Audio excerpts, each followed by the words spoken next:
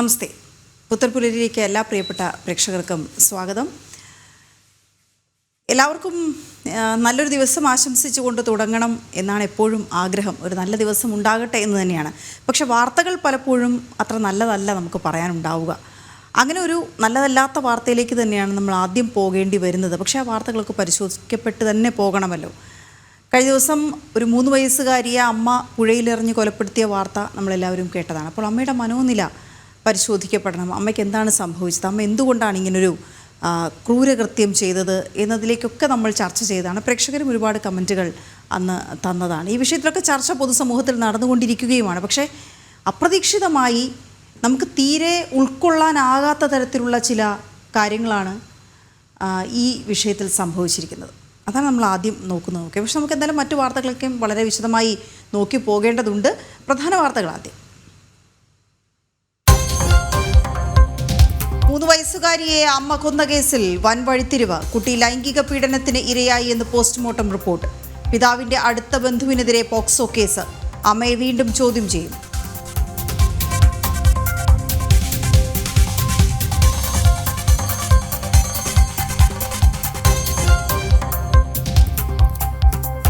Railway സ്റ്റേഷനുകളിൽ മാറ്റത്തിന്റെ ചൂളം വിളി. രാജ്യത്തുടനീളം 103 നവീകരിച്ച സ്റ്റേഷനുകൾ. ചിറയിൻകീഴും വടകരയും മാഹിയും ഇനി അമൃത് ഭാരത് സ്റ്റേഷനുകൾ. പ്രധാനമന്ത്രി രാവിലെ നാടിന് സമർപ്പിക്കും.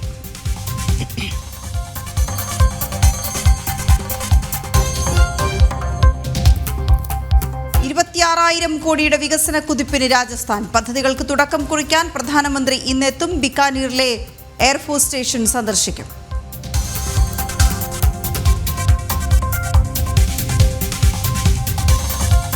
കുപ്പത്തെ ദേശീയപാത മണ്ണിടിച്ചിലിൽ മുന്നറിയിപ്പ് അവഗണിച്ച സംസ്ഥാന സർക്കാർ. കുന്നും വയലും സംരക്ഷിച്ച് നിർമ്മാണമാകാമെന്ന നിർദ്ദേശം അംഗീകരിച്ചില്ല. നിലവിലെ അലൈൻമെന്റ് മതി എന്ന് ഇടതു പിടിവാശി.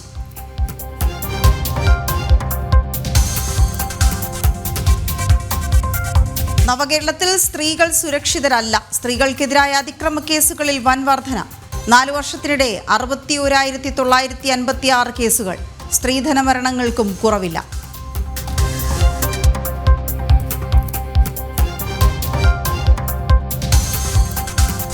ഡൽഹി ശ്രീനഗർ ഇൻഡിഗോ വിമാനം ആകാശച്ചുഴിയിൽ. യാത്രക്കാർ രക്ഷപ്പെട്ടത് തലനാരിഴയ്ക്ക്. വിമാനത്തിൽ കേടുപാടുകൾ. അന്വേഷണത്തിന് ഉത്തരവിട്ട് DGCA.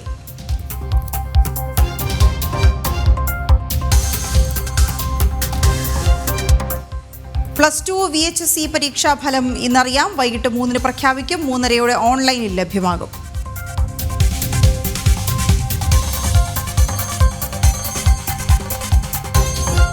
IPL പ്ലേ ഓഫ് ലൈനപ്പായി. 4ാം സ്ഥാനക്കാരായി മുംബൈ മുന്നോട്ട്. നിർണായക മത്സരത്തിൽ ഡൽഹിയെ തോൽപ്പിച്ചത് 59 റൺസിന്.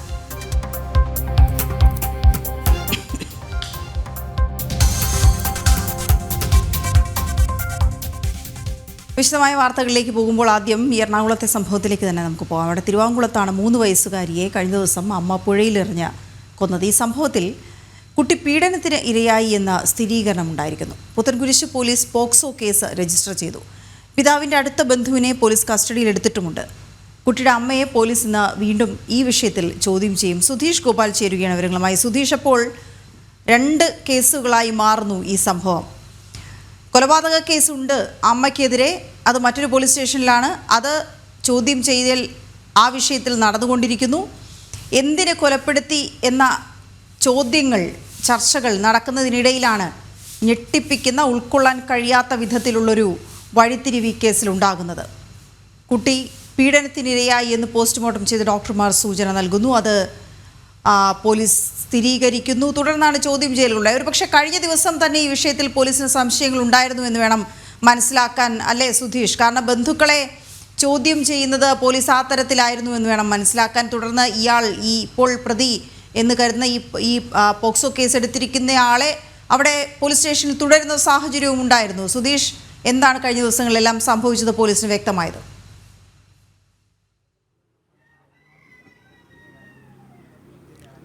വീണ, ഈ കുട്ടിയുടെ മരണവുമായി ബന്ധപ്പെട്ട് അടിമുടി ദുരൂഹതകളാണ്. അത് ഏറ്റവും പ്രധാനമായി എന്തിന് കൊലപ്പെടുത്തി എന്നതിലെ ദുരൂഹത ഇതുവരെ ഒഴിഞ്ഞിട്ടില്ല. അതേ സാഹചര്യത്തിൽ തന്നെയാണ് പോസ്റ്റ്മോർട്ടം റിപ്പോർട്ടോടുകൂടി കുട്ടി പീഡനത്തിനിരയായി, അതും നിരന്തരം പീഡനത്തിന് ഇരയായി എന്ന വിവരം പുറത്തു വരുന്നത്. അതിൻ്റെ അടിസ്ഥാനത്തിൽ കുട്ടിയുടെ അച്ഛൻ്റെ അടുത്ത ബന്ധുക്കളെല്ലാം ഇന്നലെ പോലീസ് ചോദ്യം ചെയ്തിരുന്നു. അതിനൊടുവിലാണ് കുട്ടിയുടെ അച്ഛൻ്റെ അടുത്ത ബന്ധു സഹോദരനെ തന്നെ പോലീസിന് കസ്റ്റഡിയിലെടുക്കേണ്ട ഒരു സാഹചര്യത്തിലേക്ക് കാര്യങ്ങൾ എത്തിയത്. അതിൻ്റെ അടിസ്ഥാനത്തിൽ ഇനിയും വിശദമായ ചോദ്യം ചെയ്യൽ വേണ്ടി വരും. അതോടൊപ്പം തന്നെ അമ്മയെ കസ്റ്റഡിയിൽ വാങ്ങേണ്ടതുണ്ട്. അതിൻ്റെ നടപടിക്രമങ്ങൾ ഇന്ന് നടക്കും. കോടതിയിൽ അതിൻ്റെ അപേക്ഷ നൽകിക്കൊണ്ട് കുട്ടിയുടെ അമ്മയെ വീണ്ടും ചോദ്യം ചെയ്യുന്നതിനുള്ള ഒരു നീക്കമാണ് പോലീസ് നടത്തുന്നത്. ആ ചോദ്യം ചെയ്യലും ഇതിൽ ഏറെ നിർണായകമാണ്. ഏതെങ്കിലും തരത്തിൽ ഈ പീഡനത്തിൻ്റെ കൂടി പശ്ചാത്തലത്തിലാണോ കുട്ടിയെ കൊലപ്പെടുത്തിയതെന്ന് ഉള്ളതടക്കമുള്ള കാര്യങ്ങളിൽ ഇനിയും വ്യക്തത വരേണ്ടതുണ്ട്. എന്തുതന്നെയായാലും ഈ കുട്ടിയെ നിരന്തരം പീഡിപ്പിച്ചിരുന്നു എന്നത് പോസ്റ്റ്മോർട്ടം റിപ്പോർട്ടോടെ വ്യക്തമായി. അതിൻ്റെ അടിസ്ഥാനത്തിൽ ഇന്നലെ അടുത്ത ബന്ധുക്കളെയൊക്കെയും പുത്തൻകുരിശ് പോലീസ് വിളിച്ചു വരുത്തി ചോദ്യം ചെയ്തിരുന്നു. അതിനൊടുവിലാണ് കുട്ടിയുടെ അച്ഛൻ്റെ സഹോദരനെ കസ്റ്റഡിയിലെടുക്കുന്നതും ഇന്ന് അത് ഇനിയും അറസ്റ്റ് രേഖപ്പെടുത്തുന്നതിനുള്ള നടപടികളിലേക്ക് കടക്കും എന്നത് തന്നെയാണ് അറിയുന്നത്. എന്നാൽ ഇത് സംബന്ധിച്ച് കൂടുതൽ വിവരങ്ങളെല്ലാം തന്നെ വളരെ വ്യക്തതയോടെ പറയണമെങ്കിൽ അതിൽ പോലീസിൻ്റെ ഒരു ഔദ്യോഗികമായ അറിയിപ്പ് ഉണ്ടാവേണ്ടതുണ്ട്. വളരെ പിഞ്ചു കുഞ്ഞിനെയാണ് ഇത്തരത്തിൽ നിരന്തരമായി പീഡിപ്പിച്ചിരുന്നത്. കുട്ടി കഴിഞ്ഞ ദിവസം വൈകിട്ട് അംഗനവാടിയിൽ നിന്നും കുട്ടിയുടെ അമ്മ വിളിച്ചുകൊണ്ട് പോവുകയും അതിനുശേഷം നിരവധി ഇടങ്ങളിലൂടെ സഞ്ചരിച്ച് ആണ് ആ പാലത്തിലെത്തി പാലത്തിന് താഴേക്ക് എറിഞ്ഞ് കൊലപ്പെടുത്തിയത്. ഇതുമായി ബന്ധപ്പെട്ട് ചോദ്യം ചെയ്യൽ വരുമ്പോൾ ആ കുട്ടിയെ ഒരുപാട് കുട്ടിയുടെ അച്ഛൻ വീട്ടുകാർ ഇഷ്ടപ്പെട്ടിരുന്നു, അവരെ വേദനിപ്പിക്കാനാണ് എന്ന തരത്തിലും മറ്റും മൊഴി നൽകിയിരുന്നു. എന്നാൽ അതിനൊക്കെ അപ്പുറം കൃത്യമായ എന്ത് പ്രേരണയാണുള്ളത്, ഈ കൊലപാതകത്തിലെ ആസൂത്രണം എങ്ങനെയായിരുന്നു എന്നതടക്കമുള്ള കാര്യങ്ങളിൽ വ്യക്തത വരുത്തേണ്ടതുണ്ട്. അതോടൊപ്പം തന്നെയാണ് ഈ പീഡനവിവരം അറിയുമ്പോൾ പീഡനവിവരം ആർക്കൊക്കെ അറിയാമായിരുന്നു, ആ പീഡനവിവരം അറിഞ്ഞതിൻ്റെ അടിസ്ഥാനത്തിൽ ഇല്ലെങ്കിൽ ഏതെങ്കിലും തരത്തിലുള്ള മറ്റ് ബന്ധങ്ങൾ അമ്മയുമായിട്ട് ഉണ്ടോ എന്നതടക്കമുള്ള കാര്യങ്ങളെല്ലാം വ്യക്തത വരുത്തേണ്ടതുണ്ട്. അതിൻ്റെ എല്ലാം കൂടി അടിസ്ഥാനത്തിലാവും ഇനിയുള്ള കേസിൻ്റെ മുന്നോട്ടുള്ള പോക്ക്. ഇതിൻ്റെ അന്വേഷണത്തിനായി ഇപ്പോൾ ആലുവ ഡിവൈഎസ്പിയും പുത്തൻകുരിശ് ഡിവൈഎസ്പിയും അടങ്ങുന്ന ഒരു പ്രത്യേക സംഘത്തെ നിയോഗിച്ചിട്ടുണ്ട്. ആ സംഘമാവും ഇനി മുന്നോട്ടുള്ള അന്വേഷണം നടത്തുക. അതിൻ്റെ ഭാഗമായി ഇന്ന് ഈ കുട്ടിയുടെ അച്ഛൻ്റെ അടുത്ത ബന്ധുവിനെ അറസ്റ്റ് ചെയ്യുകയും പിന്നീട് കോടതിയിൽ ഹാജരാക്കിയതിന് ശേഷം കസ്റ്റഡിയിൽ വാങ്ങി കൂടുതൽ ചോദ്യം ചെയ്യലടക്കമുള്ള കാര്യങ്ങളിലേക്ക് പോകും. ഇതോടൊപ്പം തന്നെ അമ്മയെ കസ്റ്റഡിയെ വാങ്ങിയതിന് ശേഷം തെളിവെടുപ്പ് അടക്കമുള്ള കാര്യങ്ങൾ നടത്തേണ്ടതുണ്ട്. ഇവർ അംഗനവാടിയിൽ നിന്നും കുട്ടിയുമായി പുറപ്പെട്ടതിന് ശേഷം ഇവിടെയൊക്കെ പോയോ അതെല്ലാം കൃത്യമായി തന്നെ രേഖപ്പെടുത്തി അതിൻ്റെ അടിസ്ഥാനത്തിൽ അവിടെയെല്ലാം അമ്മയുമായി പോയി തെളിവെടുക്കേണ്ട ഒരു സാഹചര്യവും നിലനിൽക്കുന്നുണ്ട്. എന്തുതന്നെയായാലും ഇതിലെ ദുരൂഹതകൾ ഒഴിയണമെങ്കിൽ അമ്മയെ വീണ്ടും കസ്റ്റഡിയിൽ വാങ്ങി ചോദ്യം ചെയ്യേണ്ടതുണ്ട്. അതിലുപരി പോലീസിൻ്റെ കൃത്യമായി ഇതുവരെയുള്ള അന്വേഷണത്തിലെ കണ്ടെത്തലുകൾ സംബന്ധിച്ച് ഒരു വിശദീകരണം ലഭിക്കേണ്ടതുണ്ട്.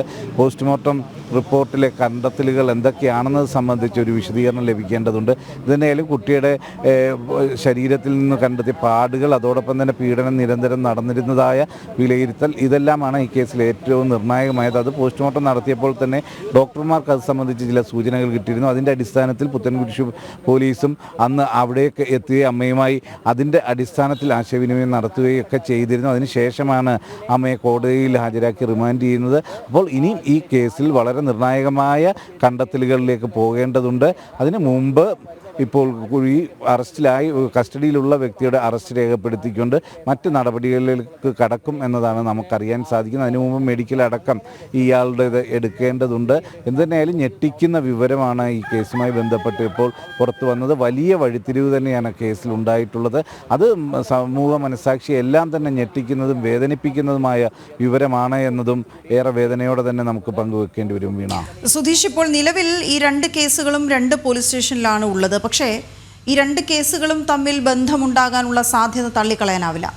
അത് പോലീസ് അന്വേഷണ വിധേയമാക്കുന്നുണ്ടാകാം. നമുക്കറിയാം അവരുടെ അന്വേഷണം എത്ര മുന്നോട്ട് പോയാലും നമുക്ക് പങ്കുവയ്ക്കുന്ന വിവരങ്ങൾ അതിനനുസരിച്ച് മാത്രമേ ഉണ്ടാവുകയുള്ളൂ. പക്ഷേ ഈ വിഷയത്തിൽ ഈ കുട്ടിയുടെ CCTV ദൃശ്യങ്ങൾ, ഈ കുട്ടിയുമായി അമ്മ പോകുന്ന CCTV ദൃശ്യങ്ങൾ, അവളുടേതായി നമുക്ക് ലഭിച്ച ഫോട്ടോകളൊക്കെ പരിശോധിക്കപ്പെടുമ്പോൾ ഏറ്റവും നിഷ്കളങ്കമായ പ്രായത്തിൽ എന്താണ് സംഭവിക്കുന്നത് എന്ന് പോലും മനസ്സിലാക്കാൻ കഴിയാതെ ആ കുട്ടി സന്തോഷവതിയായിരുന്നു എന്ന് വേണം മനസ്സിലാക്കാൻ. പിന്നെ എന്തിനാണ് ഈ അമ്മ ഇങ്ങനൊരു തീരുമാനം എടുത്തത് എന്ന് പറയുന്നത് തീർച്ചയായും ഈ ഒരു പോക്സോ കേസുമായി ബന്ധമുണ്ട് എന്ന് തന്നെ സംശയിക്കേണ്ടിയിരിക്കുന്നു. അങ്ങനെയെങ്കിൽ ഈ രണ്ട് പോലീസ് സ്റ്റേഷനുകളിലുമുള്ള ഈ രണ്ട് കേസുകളും തമ്മിൽ ഒന്നിച്ച് അന്വേഷണം, ഏകോപനം എങ്ങനെയാണ് നടക്കുന്നത് സുധീഷ്?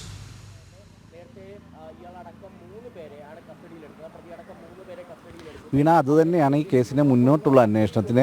ഈ ചെങ്ങമനാട് പോലീസ് സ്റ്റേഷൻ പരിധിയിലാണ് കൊലപാതകം നടന്നിട്ടുള്ളത്, പീഡനം നടന്നിട്ടുള്ളത് പുത്തൻകുരിശ് പോലീസ് സ്റ്റേഷൻ പരിധിയിലും. അപ്പോൾ പുത്തൻകുരിശ് ഡിവൈഎസ്പിയും അതോടൊപ്പം തന്നെ ചെങ്ങമനാട് ഉൾപ്പെടുന്ന പ്രദേശങ്ങളിലെ ഡിവൈഎസ്പിയായ ആലുവ ഡിവൈഎസ്പിയും ഉൾപ്പെടുന്ന ഒരു പ്രത്യേക സംഘമാണ് മുന്നോട്ടുള്ള അന്വേഷണം കൊണ്ടുപോവുക. അതിന് ആ പ്രത്യേക അന്വേഷണ സംഘത്തെ ഇന്നലെ തന്നെ നിയോഗിച്ചിട്ടുമുണ്ട്. അവർ ഒരുമിച്ചിരുന്ന് ഈ രണ്ട് കേസുകളും ഉൾപ്പെടുത്തിക്കൊണ്ട് അത് രണ്ടും ഒരുപോലെ പരിഗണിച്ചുകൊണ്ട് സംയുക്തമായ ഒരു അന്വേഷണമാണ് ഇനി മുന്നോട്ട് പോവുക.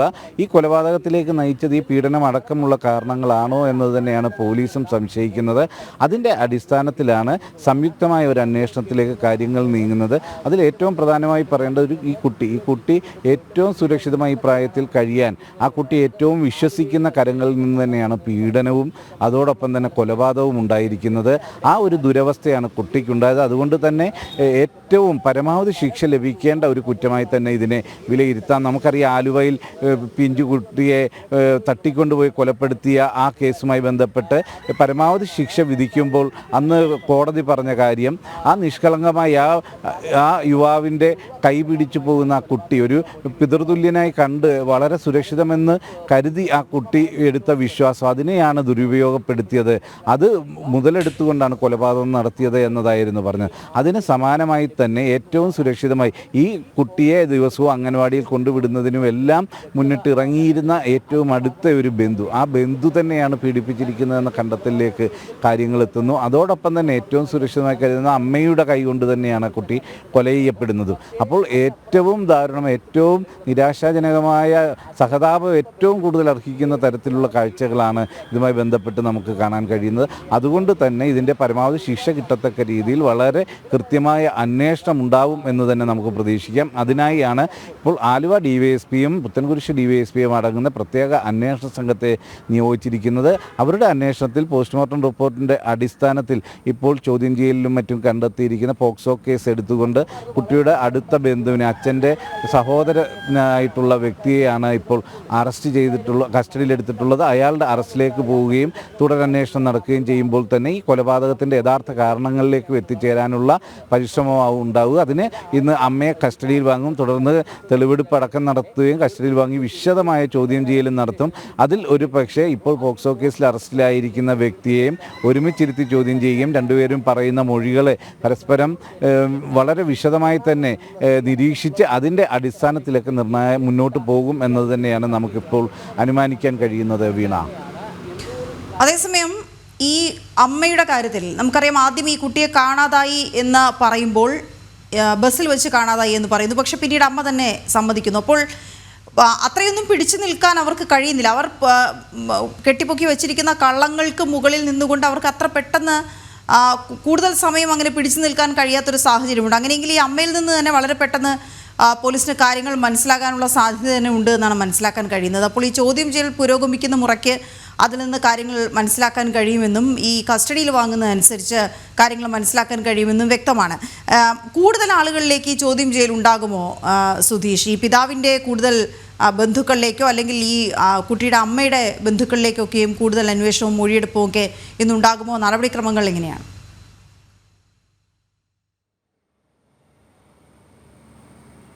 വീണ, ഇന്നലെ തന്നെ കുട്ടിയുടെ അച്ഛൻ്റെ അടുത്ത ബന്ധുക്കളായ നിരവധി പേരെ ചോദ്യം ചെയ്തിരുന്നു, വിളിച്ചു വരുത്തി കൃത്യമായി തന്നെ വിവരങ്ങൾ തേടിയിരുന്നു. അതിൻ്റെ എല്ലാം കൂടി അടിസ്ഥാനത്തിലാണ് അവസാനം ഈ ഇപ്പോൾ കസ്റ്റഡിയിൽ ഉള്ള ആ വ്യക്തിയിലേക്ക് അന്വേഷണം എത്തിച്ചേരുന്നതും അയാളാണ് പീഡിപ്പിച്ചതെന്ന ഒരു നിഗമനത്തിലേക്ക് എത്തിച്ചേരുന്നതും. ഇതിൽ അമ്മയിൽ നിന്ന് കിട്ടിയ വിവരങ്ങൾ നിർണായകമായിട്ടുണ്ട് എന്ന ചില സൂചനകളുണ്ട്. ഈ പോസ്റ്റ്മോർട്ടം റിപ്പോർട്ടിൽ ചില സൂചനകൾ ലഭിച്ച ഉടൻ തന്നെ കുട്ടിയുടെ അമ്മയെ കോടതിയിൽ ഹാജരാക്കി റിമാൻഡ് ചെയ്യുന്നതിന് മുമ്പ് തന്നെ കുട്ടിയുടെ അമ്മയിൽ നിന്ന് ചില വിവരങ്ങൾ പോലീസ് അന്വേഷണ സംഘം ശേഖരിച്ചിരുന്നു എന്നതാണ് നമുക്ക് ലഭിക്കുന്ന വിവരം. അതിൻ്റെ കൂടി അടിസ്ഥാനത്തിലാണ് ഇന്നലെ രാവിലെ മുതൽ തന്നെ കുട്ടിയുടെ അച്ഛൻ്റെ അടുത്ത ബന്ധുക്കളെല്ലാം തന്നെ വിളിച്ചു വരുത്തി ചോദ്യം ചെയ്യുന്നത്. ആ വിശദമായ ചോദ്യം ചെയ്യലിൻ്റെ അടിസ്ഥാനത്തിൽ തന്നെയാണ് ഇപ്പോഴത്തെ ഈ പ്രതിയിലേക്ക് എത്തിച്ചേർന്നത്. ഇനിയും വിശദമായി ഇതിൽ കൂടുതൽ സ്ഥിരീകരണങ്ങൾ വേണ്ടിവരും. ഇനിയും ഇന്ന് അറസ്റ്റ് രേഖപ്പെടുത്തി റിമാൻഡ് ചെയ്താൽ തന്നെയും കസ്റ്റഡിയിൽ വാങ്ങി ചോദ്യം ചെയ്യും. അതോടൊപ്പം തന്നെ അമ്മയെ ഇന്ന് കസ്റ്റഡിയിൽ ലഭിച്ചു കഴിഞ്ഞാൽ അമ്മയെ വിശദമായ ചോദ്യം ചെയ്യൽ ഇതിൽ നിർണായക വിവരങ്ങൾ ഇപ്പോൾ പീഡിപ്പിച്ചു എന്ന് പറയുന്ന വ്യക്തിയിൽ നിന്ന് ലഭിച്ച വിവരങ്ങളുടെ കൂടി അടിസ്ഥാനത്തിൽ അമ്മയെ വീണ്ടും ചോദ്യം ചെയ്യുമ്പോൾ അതും വളരെ നിർണായകമാകും എന്നത് തന്നെയാണ് നമുക്ക് അനുമാനിക്കാൻ കഴിയുന്നത്. നേരത്തെ തന്നെ കുട്ടിയുടെ അച്ഛൻ പറഞ്ഞിരുന്നു 1 ലക്ഷം രൂപ കുട്ടിയുടെ അമ്മയുടെ വീട്ടിൽ നിന്നും കുട്ടിയുടെ അമ്മ ശേഖരിച്ചു കൊണ്ട് പോകുന്നു. എന്നാൽ ആ പണമൊന്നും വീട്ടിലെത്തിയിട്ടില്ല, മൊബൈൽ ഫോൺ വാങ്ങിയ അങ്ങനെ ചിലവായി എന്നൊക്കെ പറഞ്ഞ് ഒഴിഞ്ഞു മാറുകയായിരുന്നു. എന്നാൽ ഈ പണമൊക്കെ എവിടേക്ക് പോയി, ഇത്തരത്തിൽ പണം വാങ്ങിയിരുന്നു എന്നതടക്കമുള്ള ഇതിലെല്ലാം തന്നെ നിരവധി ദുരൂഹതയും കള്ളക്കഥകളും എല്ലാം നിറഞ്ഞതാണ്. കുട്ടിയുടെ അമ്മ തന്നെ ആദ്യം കുട്ടിയെ കാണാതായി എന്ന് പറയുമ്പോൾ ആലുവ വരെ ബസ്സിലുണ്ടായിരുന്നു, അവിടെ നിന്നും പെട്ടെന്ന് കാണാതായി എന്ന തരത്തിൽ പറയുന്നു. പിന്നീട് ആലുവ മണപ്പുറത്ത് കുട്ടിയും അമ്മയും കൂടെ എത്തിയിരുന്നതായി സ്ഥിരീകരിക്കുന്നു. അതിനുശേഷമാണ് ഈ പാലത്തിലെത്തുകയും പാലത്തിൽ നിന്നും വീട്ടിലേക്ക് മടങ്ങുമ്പോൾ ആ ഓട്ടോ ഡ്രൈവർ ഇവരൊറ്റയ്ക്കാണ് പോയതെന്ന് പറയുമ്പോൾ തന്നെ ആ ഓട്ടോ ഡ്രൈവർ പറയുന്ന ഒരു അസ്വാഭാവികതയുമില്ല, വളരെ സ്വാഭാവികമായ രീതിയിലാണ് സ്വന്തം കുട്ടിയെ പുഴയിലേക്ക് വലിച്ചെറിഞ്ഞ ശേഷം ആ അമ്മ മടങ്ങിയത് എന്നത് പറയുമ്പോൾ വലിയ ദുരൂഹതകളാണ് ഇതിലെല്ലാം തന്നെ നമുക്ക് ഊഹിക്കാൻ കഴിയുക. അത്രയ്ക്ക് കഠിന ഹൃദയമുണ്ടോ, ഇല്ലെങ്കിൽ എന്താണ് അതിന് പ്രേരിപ്പിച്ച് അത്രയ്ക്ക് ഈ കുട്ടിയോടെ വൈരാഗ്യം തോന്നാൻ എന്താണ് കാരണം, എന്തിനു വേണ്ടിയാണ് കൊലപ്പെടുത്തിയത്? ഇത്തരം നിരവധി ചോദ്യങ്ങൾ ഇപ്പോഴും ബാക്കിയാണ്. ഇത് എല്ലാം ഈ പീഡനം കൂടി പുറത്തു വന്നതോടെ ഇതിലെല്ലാം മറ്റു ചില കാരണങ്ങൾ കൂടി ഉണ്ട് എന്ന കൃത്യതയിലേക്ക് വരുന്നു. കുട്ടിയുടെ അമ്മയ്ക്ക് മാനസിക പ്രശ്നമല്ല മറ്റു ചില പ്രശ്നങ്ങളാണ് എന്ന അനുമാനത്തിലേക്ക് കാര്യങ്ങൾ നീങ്ങുന്നു. ഈ കുട്ടിയുടെ അച്ഛൻ്റെ കുടുംബവും ഈ പറയുന്നത് പോലെ പൂർണ്ണമായും ഒരു ശരിയായ രീതിയിലല്ല ഇടപെട്ടിരിക്കുന്നത് എന്ന സൂചനകൾ ലഭിക്കുന്നു. അങ്ങനെ വളരെ പ്രശ്നങ്ങൾ നിറഞ്ഞ ഒരു കേസായി ഇത് മാറുകയാണ്. അതിൻ്റെ എല്ലാം കുരുക്കുകൾ അഴിച്ച് കൃത്യത വരണമെങ്കിൽ ഈ കുട്ടിയുടെ അമ്മയെയും കുട്ടിയുടെ പീഡിപ്പിച്ചിരിക്കുന്ന ഈ വ്യക്തിയും വളരെ വിശദമായി ചോദ്യം ചെയ്യുകയും അതിൻ്റെ മറ്റ് തെളിവുകളെല്ലാം തന്നെ ശേഖരിച്ചുകൊണ്ട് മുന്നോട്ട് പോകേണ്ടതുണ്ട്. ഇവരുടെ വീട്, കുട്ടി താമസിക്കുന്ന വീടും കുട്ടിയുടെ ഇപ്പോഴത്തെ ഈ കസ്റ്റഡിയിൽ എടുത്തിട്ടുള്ള വ്യക്തിയൊക്കെ തന്നെ തൊട്ടടുത്തടുത്താണ് താമസിക്കുന്നത്. അവിടെയൊക്കെ ഇത്തരത്തിൽ ഉള്ള കാര്യങ്ങൾ നടക്കുമ്പോൾ അത് ഒരു കാരണവശാലും ബന്ധുക്കൾ അറിയാതെ എന്ന് നമുക്ക് അനുമാനിക്കാനും കഴിയില്ല. ആ കാര്യങ്ങളിലെല്ലാം തന്നെ കൂടുതൽ വ്യക്തത വരേണ്ടതുണ്ട്. അത് എല്ലാം സംബന്ധിച്ചുള്ള അന്വേഷണത്തിനായാണ് ഇപ്പോൾ ആലുവ ഡിവൈഎസ്പിയും പുത്തൻകുരിശ് ഡിവൈഎസ്പിയും അടങ്ങുന്ന മറ്റ് സാങ്കേതിക വിദഗ്ധരടക്കമുള്ളവർ ഉൾപ്പെട്ട ഒരു പ്രത്യേക അന്വേഷണ സംഘത്തെ ഇതിൻ്റെ എല്ലാം ദൂരീകരണത്തിനായി നിയോഗിച്ചിട്ടുള്ളത്. വീണ. ഓക്കെ, ശരി സുധീഷ്. കൂടുതൽ വിവരങ്ങൾ ലഭിക്കുന്നതനുസരിച്ച് സുധീഷിലേക്ക് വീണ്ടും വരാം. നൗഫൽ സന പറയുന്നു, ഈ കൊച്ചു കേരളത്തിൽ എന്താണ് നടക്കുന്നത് എന്ന്. ഒരു ന്യൂസ് ആങ്കർ എന്ന രീതിയിൽ പറയാൻ പാടില്ല, പക്ഷേ ഒരു അമ്മ എന്ന രീതിയിൽ, ഒരു സാമൂഹ്യ ജീവി എന്ന നിലയിലോ ഒക്കെ പറയേണ്ടി വരുന്നത് നമ്മുടെ ആകെ മനോനില തകരാറിലായി കിടക്കുന്നു എന്നുള്ളത് തന്നെ നമുക്ക് പറയേണ്ടി വരും. ആ ഒരു സാഹചര്യത്തിലേക്ക് നമ്മൾ പോയിക്കൊണ്ടിരിക്കുന്നു എന്നുള്ളതാണ്. ഇന്ത്യൻ ശിക്ഷാ നിയമം വളരെ മോശമാണ് എന്നവർ പറയുന്നു. ഇന്ത്യൻ ശിക്ഷാ നിയമത്തിന് പ്രശ്നമൊന്നുമില്ല, എല്ലാം വളരെ കൃത്യമായി തന്നെ എഴുതി വച്ചിട്ടുണ്ട്. പക്ഷെ അത് നടപ്പിലാക്കാൻ എടുക്കുന്ന ആർജവമുള്ള ഉദ്യോഗസ്ഥർ കൂടി ഉണ്ടെങ്കിൽ മാത്രമേ നമുക്ക് ഇത്തരം കാര്യങ്ങളെ നിലയ്ക്ക് നിർത്താൻ കഴിയുകയുള്ളൂ എന്ന് പറയുന്നൊരു സാഹചര്യമുണ്ട്. എന്തുകൊണ്ട് ബന്ധുവിൻ്റെ പേരും ഫോട്ടോയും ഒന്നും ഇല്ലാത്ത ഒരു മാധ്യമപ്രവർത്തനം എന്ന് കളിയാക്കുന്നുണ്ട്. അത് ആ കുട്ടി പീഡനത്തിന് ഇരയായി എന്ന് നമുക്ക് മനസ്സിലായതോടുകൂടി അവളുടെ സ്വകാര്യതയിലേക്ക് കൂടി നമുക്ക് ശ്രദ്ധ പോകേണ്ടതുണ്ട്. അവളുടെ സ്വകാര്യത ഇനി വെളിപ്പെടാൻ പാടില്ല. അതുകൊണ്ടാണ് ഇത്തരം കാര്യങ്ങൾ. അവളുടെ ഏറ്റവും അടുത്ത ബന്ധുവാണ് അവളെ പീഡനത്തിന് ഇരയാക്കിയിരിക്കുന്നത്. അപ്പോൾ ആ കുട്ടിയെ തിരിച്ചറിയുന്നതിലേക്ക് കാര്യങ്ങൾ എത്തിക്കും എന്നുള്ളത് കൊണ്ടാണ്, അതും ഇന്ത്യൻ നിയമത്തിൻ്റെ ഭാഗം തന്നെയാണ്, നമുക്കങ്ങനെ പുറത്തു പറയാൻ കഴിയാത്തത് കൊണ്ടാണ് എന്ന് പറയട്ടെ. നേരത്തെ ഈ മനോനിലയെക്കുറിച്ച് പറഞ്ഞല്ലോ. നമ്മൾ ഈ തമ്മിൽ പരസ്പരം വഴക്കുണ്ടാക്കുമ്പോൾ നിന്നെ ഞാൻ കൊന്നുകളയും, അല്ലെങ്കിൽ കുട്ടികൾ കുസൃതി കാണിക്കുമ്പോൾ നിന്നെ ഞാൻ കൊന്നുകളയും എന്നൊക്കെ നമ്മൾ പറയാറുണ്ടായിരുന്നു. അതൊക്കെ കാര്യമായി കൊണ്ടിരിക്കുന്നു, കളിയൊക്കെ കാര്യമായി കൊണ്ടിരിക്കുകയാണോ എന്ന ആശങ്കയാണ്. മറ്റൊരു വാർത്തയും അങ്ങനെ തന്നെയാണ് സൂചിപ്പിക്കുന്നത്. ആലപ്പുഴ രാമങ്കരിയിൽ ഭാര്യയെ ഭർത്താവ് കുത്തിക്കൊന്നു. 42 വയസ്സുള്ള വിദ്യയാണ് കൊല്ലപ്പെട്ടത്. ഭർത്താവ് വിനോദിനെ പോലീസ് കസ്റ്റഡിയിലെടുത്തു. ഇരുവരും തമ്മിലുള്ള തർക്കത്തിനിടെയാണ് കൊലപാതകമുണ്ടായത്. നിഷ ദിലീപ് ചേരുന്നുണ്ട് വിവരങ്ങളുമായി. നിഷ, കൊലപാതകത്തിലേക്ക് നയിക്കാൻ മാത്രം എന്ത് തർക്കമാണ് ഉണ്ടായത്? ഇന്നലെ രാത്രി 10:00 ഇങ്ങനൊരു കൊലപാതകം ഉണ്ടാകുന്നത്. രാമങ്കരിയിലെ ഉൾപ്രദേശമാണ് ഈ വേഴപ്ര എന്ന് പറയുന്ന പ്രദേശം. ഇന്നലെ രാത്രി 10:00 ഭാര്യ വിദ്യയെ ഭർത്താവായ വിനോദ് കുത്തിക്കൊന്നത്. വിദ്യയ്ക്ക് 42 വയസ്സായിരുന്നു. വിദ്യയിലുള്ള സംശയമാണ് വിനോദിനെ ഇത്തരത്തിലൊരു കൊലപാതകത്തിന് പ്രേരിപ്പിച്ചതെന്നാണ് പോലീസ് നൽകുന്ന പ്രാഥമിക വിവരങ്ങൾ. ഇവർ രണ്ടുപേരും ചേർന്ന് രാമങ്കരി ജംഗ്ഷനിൽ ഹോട്ടൽ നടത്തുകയായിരുന്നു. ഇന്നലെ രാത്രി വിദ്യയ്ക്ക് ഒരു ഫോൺ വന്നിരുന്നു. ഇതിനെ തുടർന്നുണ്ടായ തർക്കം ആണ് പിന്നീട് വലിയ വഴക്കിലേക്കും ഒപ്പം തന്നെ കൊലപാതകത്തിലേക്കും ഒക്കെ കലാശിച്ചെന്നാണ് പോലീസ് പറയുന്നത്. ആദ്യ കുത്തിൽ തന്നെ വിദ്യ കൊല്ലപ്പെട്ടുവെന്നും പോലീസ് പറയുന്നുണ്ട്. വിദ്യയുടെ മൃതദേഹം പോസ്റ്റ്മോർട്ടത്തിനായി ആലപ്പുഴ മെഡിക്കൽ കോളേജ് ആശുപത്രിയുടെ മോർച്ചറിയിലേക്ക് മാറ്റിയിട്ടുണ്ട്. പോസ്റ്റ്മോർട്ടത്തിന് ശേഷം ഇന്ന് തന്നെ ബന്ധുക്കൾ ഏറ്റുവാങ്ങും. എന്തായാലും ഇവർ തമ്മിലുള്ളൊരു തർക്കം, ഫോൺ കോൾ വന്നതിനെ തുടർന്നുണ്ടായ ഒരു തർക്കമാണ് കൊലപാതകത്തിലേക്ക് കലാശിച്ചതെന്ന് പോലീസ് വിവരം നൽകുന്നുണ്ട്. വീണ. ഓക്കെ, ശരി നിഷ. ഈ വിഷയത്തിലും കൂടുതൽ വിവരങ്ങൾ ലഭ്യമാകുന്ന മുറയ്ക്ക് നിഷയിലേക്ക് തിരിച്ചു വരാം. പ്രധാനമന്ത്രി നരേന്ദ്രമോദി ഇന്ന് രാജസ്ഥാനിൽ 26,000 കോടിയുടെ വികസന പദ്ധതികൾക്കാണ് ഇന്ന് തുടക്കം കുറിക്കുക രാജസ്ഥാനിൽ. ഒപ്പം ബിക്കാനീറിലെ എയർഫോഴ്സ് സ്റ്റേഷൻ പ്രധാനമന്ത്രി സന്ദർശിക്കും എന്നറിയുന്നു. ദേശ്നോക്കിലെ കർണി മാതാ ക്ഷേത്രത്തിൽ അദ്ദേഹം ദർശനം നടത്തും. ബിക്കാനീറിലെ പൊതുസമ്മേളനത്തിൽ പങ്കെടുക്കുകയും ചെയ്യും. അദ്ദേഹത്തിൻ്റെ വാക്കുകൾ അപ്പോൾ നമുക്ക് വളരെ ശ്രദ്ധയോടെ നോക്കേണ്ട സമയമാണ്. അത് എപ്പോഴാണ് എന്നൊക്കെ അടക്കമുള്ള കാര്യങ്ങൾ ചോദിക്കാം. ഗൗതം അനന്തനാരായണൻ ചേരുന്നുണ്ട്. Gautham, good morning. ബിക്കാനീറിലേക്ക് എയർ സ്റ്റേഷൻ സന്ദർശിക്കാനെത്തുന്നു, കർണിമാതാ ക്ഷേത്രത്തിൽ ദർശനമുണ്ട്. ഒപ്പം പൊതുസമ്മേളനത്തിലും മോദി സംസാരിക്കും. എങ്കിലും ഏറ്റവും എടുത്തു പറയേണ്ടത് 26,000 കോടിയുടെ വികസന പദ്ധതികൾ രാജസ്ഥാനിൽ. വിവരങ്ങൾ എന്തൊക്കെയാണ് ഗൗതം?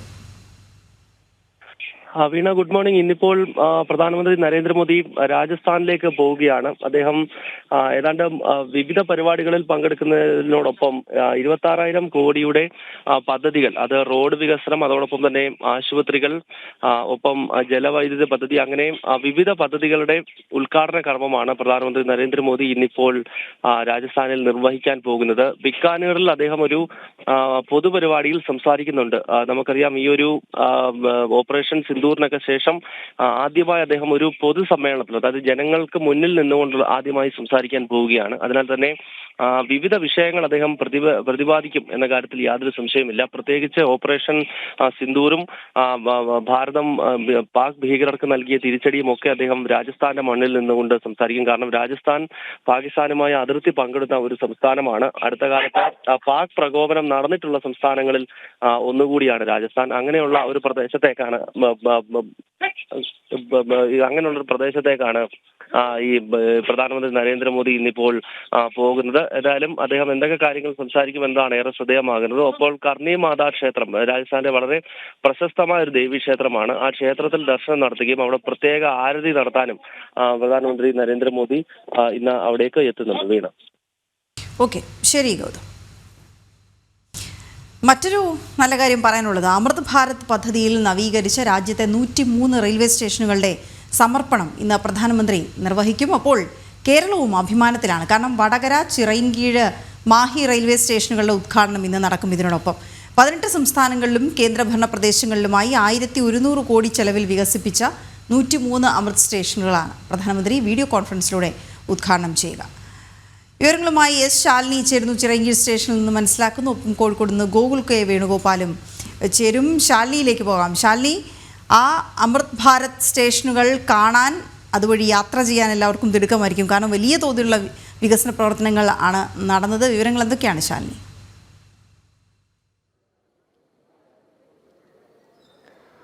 വീണ സൂചിപ്പിച്ചതുപോലെ തന്നെ ഒരു അഭിമാനത്തിന്റെ നിമിഷത്തിലൂടെയാണ് ഓരോ കേരളീയരും കടന്നു പോകുന്നത്. പ്രത്യേകിച്ച് വടകര, തിരുവനന്തപുരം, ചിറയിൻകീഴ് റെയിൽവേ സ്റ്റേഷൻ ഉൾപ്പെടെ കേരളത്തിലെ 35 റെയിൽവേ സ്റ്റേഷനുകളിലാണ് സമഗ്രമായ മാറ്റം, വികസനമൊക്കെ അമൃത് ഭാരത് സ്കീമിൽ ഉൾപ്പെടുത്തി ചെയ്തുകൊണ്ടിരിക്കുന്നത്. അതിൽ ഏറ്റവും പ്രധാനപ്പെട്ടത് ഇന്ന് 2 സ്റ്റേഷനുകൾ, വടകര റെയിൽവേ സ്റ്റേഷനും ഒപ്പം തന്നെ തിരുവനന്തപുരം ജില്ലയിലെ ചിറയിൻകീഴ് റെയിൽവേ സ്റ്റേഷനും ഇന്ന് ഔദ്യോഗികമായി നവീകരണ പ്രവർത്തനങ്ങൾ പൂർത്തിയാക്കി ഉദ്ഘാടനം നിർവഹിക്കുകയാണ്. പ്രധാനമന്ത്രി നരേന്ദ്രമോദി 103 റെയിൽവേ സ്റ്റേഷനുകളുടെ നവീകരണം പൂർത്തിയാക്കിയിട്ടുള്ള ഔദ്യോഗിക ഉദ്ഘാടന ചടങ്ങിൽ ഈ സ്റ്റേഷൻ കൂടി നവീകരിച്ച് നാടിന് സമ്മാനിക്കുകയാണ്. കേന്ദ്രമന്ത്രി സുരേഷ് ഗോപി അടക്കമുള്ളവർ ഈ ഒരു ഉദ്ഘാടന ചടങ്ങിന് മുഖ്യ അതിഥിയായി ചിറയിൻകീഴ് സ്റ്റേഷനിൽ പങ്കെടുക്കുന്നുണ്ട്. രാവിലെ 9:30-നാണ് ഉദ്ഘാടന ചടങ്ങ് ആരംഭിക്കാൻ പോകുന്നത്. വീണ സൂചിപ്പിച്ചതുപോലെ തന്നെയാണ് തിരുവനന്തപുരം ഡിവിഷന്റെ പരിധിയിൽ വരുന്ന 2 സ്റ്റേഷനുകൾ, ഒന്ന് ഈ ചിറയിൻകീഴ് സ്റ്റേഷനും മറ്റൊന്ന് കുഴിത്തുറ റെയിൽവേ സ്റ്റേഷനാണ്. തമിഴ്നാട് ആണ് എങ്കിൽ പോലും തിരുവനന്തപുരം ഡിവിഷൻ പരിധിയിലാണ്. ഈ 2 സ്റ്റേഷനുകളാണ് തെക്കൻ കേരളത്തിൽ, പ്രത്യേകിച്ച് തെക്കോട്ടുള്ള ആളുകൾക്ക് ഏറ്റവും കൂടുതൽ പ്രതീക്ഷയും അപ്പോൾ അവരുടെ യാത്രയിൽ ബാധിക്കുന്ന 2 സ്റ്റേഷനുകൾ. ആ സ്റ്റേഷന്റെ സമഗ്ര മാറ്റമാണ്. പ്രത്യേകിച്ച് അത്യാധുനിക സംവിധാനങ്ങളോടുള്ള ഡിസ്പ്ലേകൾ, ഒപ്പം തന്നെ ശുചിമുറികൾ, കാത്തിരിപ്പ് കേന്ദ്രങ്ങൾ, പ്രത്യേകിച്ച് സ്ത്രീകൾക്കായി പ്രത്യേക കാത്തിരിപ്പ് കേന്ദ്രങ്ങൾ അടക്കമുള്ള സംവിധാനങ്ങൾ ഏർപ്പെടുത്തിയാണ് അമൃത് സ്റ്റേഷൻ പരിധിയിൽ ഉൾപ്പെടുത്തി 12 കോടി രൂപ മുതൽ മുടക്കിക്കൊണ്ട് ഔദ്യോഗികമായി സ്റ്റേഷന്റെ നവീകരണം പൂർത്തീകരിച്ചിട്ടുള്ളത്. യാത്രക്കാർക്ക് പ്രത്യേകമായിട്ടുള്ള ഇരിപ്പിടങ്ങൾ, ഒപ്പം തന്നെ റൺവേ, 2 പ്ലാറ്റ്ഫോമുകളാണ് ചിറയൻകീഴ് സ്റ്റേഷനിലുള്ളത്. ആ ചിറയൻകീഴ് സ്റ്റേഷനിലെ 2 പ്ലാറ്റ്ഫോമുകളിലും പ്രത്യേകിച്ചിട്ടുള്ള നവീകരണ പ്രവർത്തനങ്ങൾ നടത്തിയിട്ടുണ്ട്. പ്രത്യേക ഇരിപ്പിടങ്ങൾ അവിടെ തയ്യാറാക്കിയിട്ടുണ്ട്. ഏകദേശം 100-ലധികം വരുന്ന ഇരിപ്പിടങ്ങളാണ് ഇവിടെ യാത്രക്കാർക്കായി ഏർപ്പെടുത്തിയിട്ടുള്ളത്. കൂടാതെ കാത്തിരിപ്പ് കേന്ദ്രങ്ങൾ പ്രത്യേകമായി തയ്യാറാക്കിയിട്ടുണ്ട്.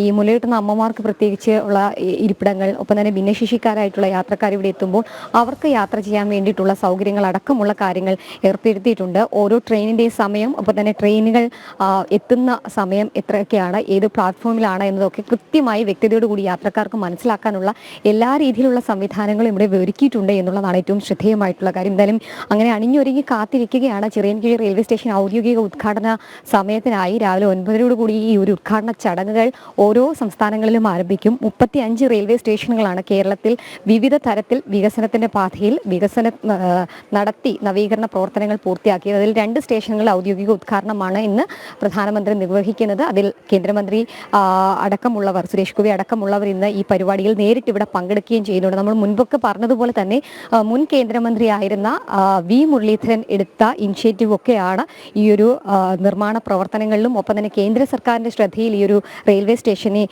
എത്തിക്കുകയും ചെയ്തിട്ടുള്ളത്. പ്രത്യേകിച്ച് തിരുവനന്തപുരം ഡിവിഷനിൽ തിരുവനന്തപുരം സെൻട്രൽ റെയിൽവേ സ്റ്റേഷൻ കഴിഞ്ഞാൽ ഏറ്റവും കൂടുതൽ യാത്രക്കാർ കടന്നു പോകുന്ന ഒരു റെയിൽവേ സ്റ്റേഷനാണ് ചിറയൻകീഴ് റെയിൽവേ സ്റ്റേഷൻ. ഒപ്പം തന്നെ റെയിൽവേക്ക് ഏറ്റവും കൂടുതൽ വരുമാനം എത്തിക്കുകയും ടിക്കറ്റ് വിൽപ്പന നടക്കുകയും ചെയ്യുന്ന ഒരു സ്റ്റേഷൻ കൂടിയാണ് ചിറയൻകീഴ് സ്റ്റേഷൻ. സ്വാഭാവികമായും ആ ഒരു സ്റ്റേഷനെ അത്യാധുനിക നിലവാരമുള്ള റെയിൽവേ സ്റ്റേഷനാക്കി മാറ്റി ഒരു വിമാനത്താവളത്തിന് സമാനമായ രീതിയിൽ ഉള്ള അത്യാധുനിക സൗകര്യങ്ങൾ ഒരുക്കുകയാണ് ഈ ഒരു അമൃത് ഭാരത് പദ്ധതിയിലൂടെ. അതിൽ ഉൾപ്പെടുത്തിക്കൊണ്ട് എല്ലാ രീതിയിലുള്ള നവീകരണ പ്രവർത്തനങ്ങൾ പൂർത്തിയാക്കി. നേരത്തെ ഒക്കെ ആണെങ്കിൽ ചോന്നൊലിച്ച മേൽക്കൂരകളൊക്കെ ഉണ്ടായിരുന്നു. അതൊക്കെ നവീകരിച്ചുകൊണ്ടാണ് ഈ ഒരു ഉദ്ഘാടനത്തിൽ സ്റ്റേജിലേക്ക് ഈ കാര്യങ്ങൾ എത്തിയിട്ടുള്ളത്. നമുക്ക് പിന്നിൽ കാണുന്ന ഇവിടെയാണ് ഔദ്യോഗികമായിട്ടുള്ള ഉദ്ഘാടനം നടക്കുമ്പോൾ LED വോള് ഇവിടെ സെറ്റ് ചെയ്തിട്ടുണ്ട്. ആ LED വോളിൽ പ്രധാനമന്ത്രി നരേന്ദ്രമോദി അവിടെ സംസാരിക്കുമ്പോൾ അദ്ദേഹത്തിനെ കേൾക്കാനായി ഇവിടെ കാണികൾ ഉണ്ടാകും. ഏകദേശം 800-ലധികം വരുന്ന ആളുകൾക്ക് നേരിട്ട് ഈ പരിപാടിയിൽ പങ്കെടുക്കാനുള്ള സംവിധാനങ്ങൾ ഒരുക്കിയിട്ടുണ്ട്. കൂടുതൽ മാറുമ്പോൾ യാത്രക്കാരും അത്രയധികം സന്തോഷത്തിലാണ്.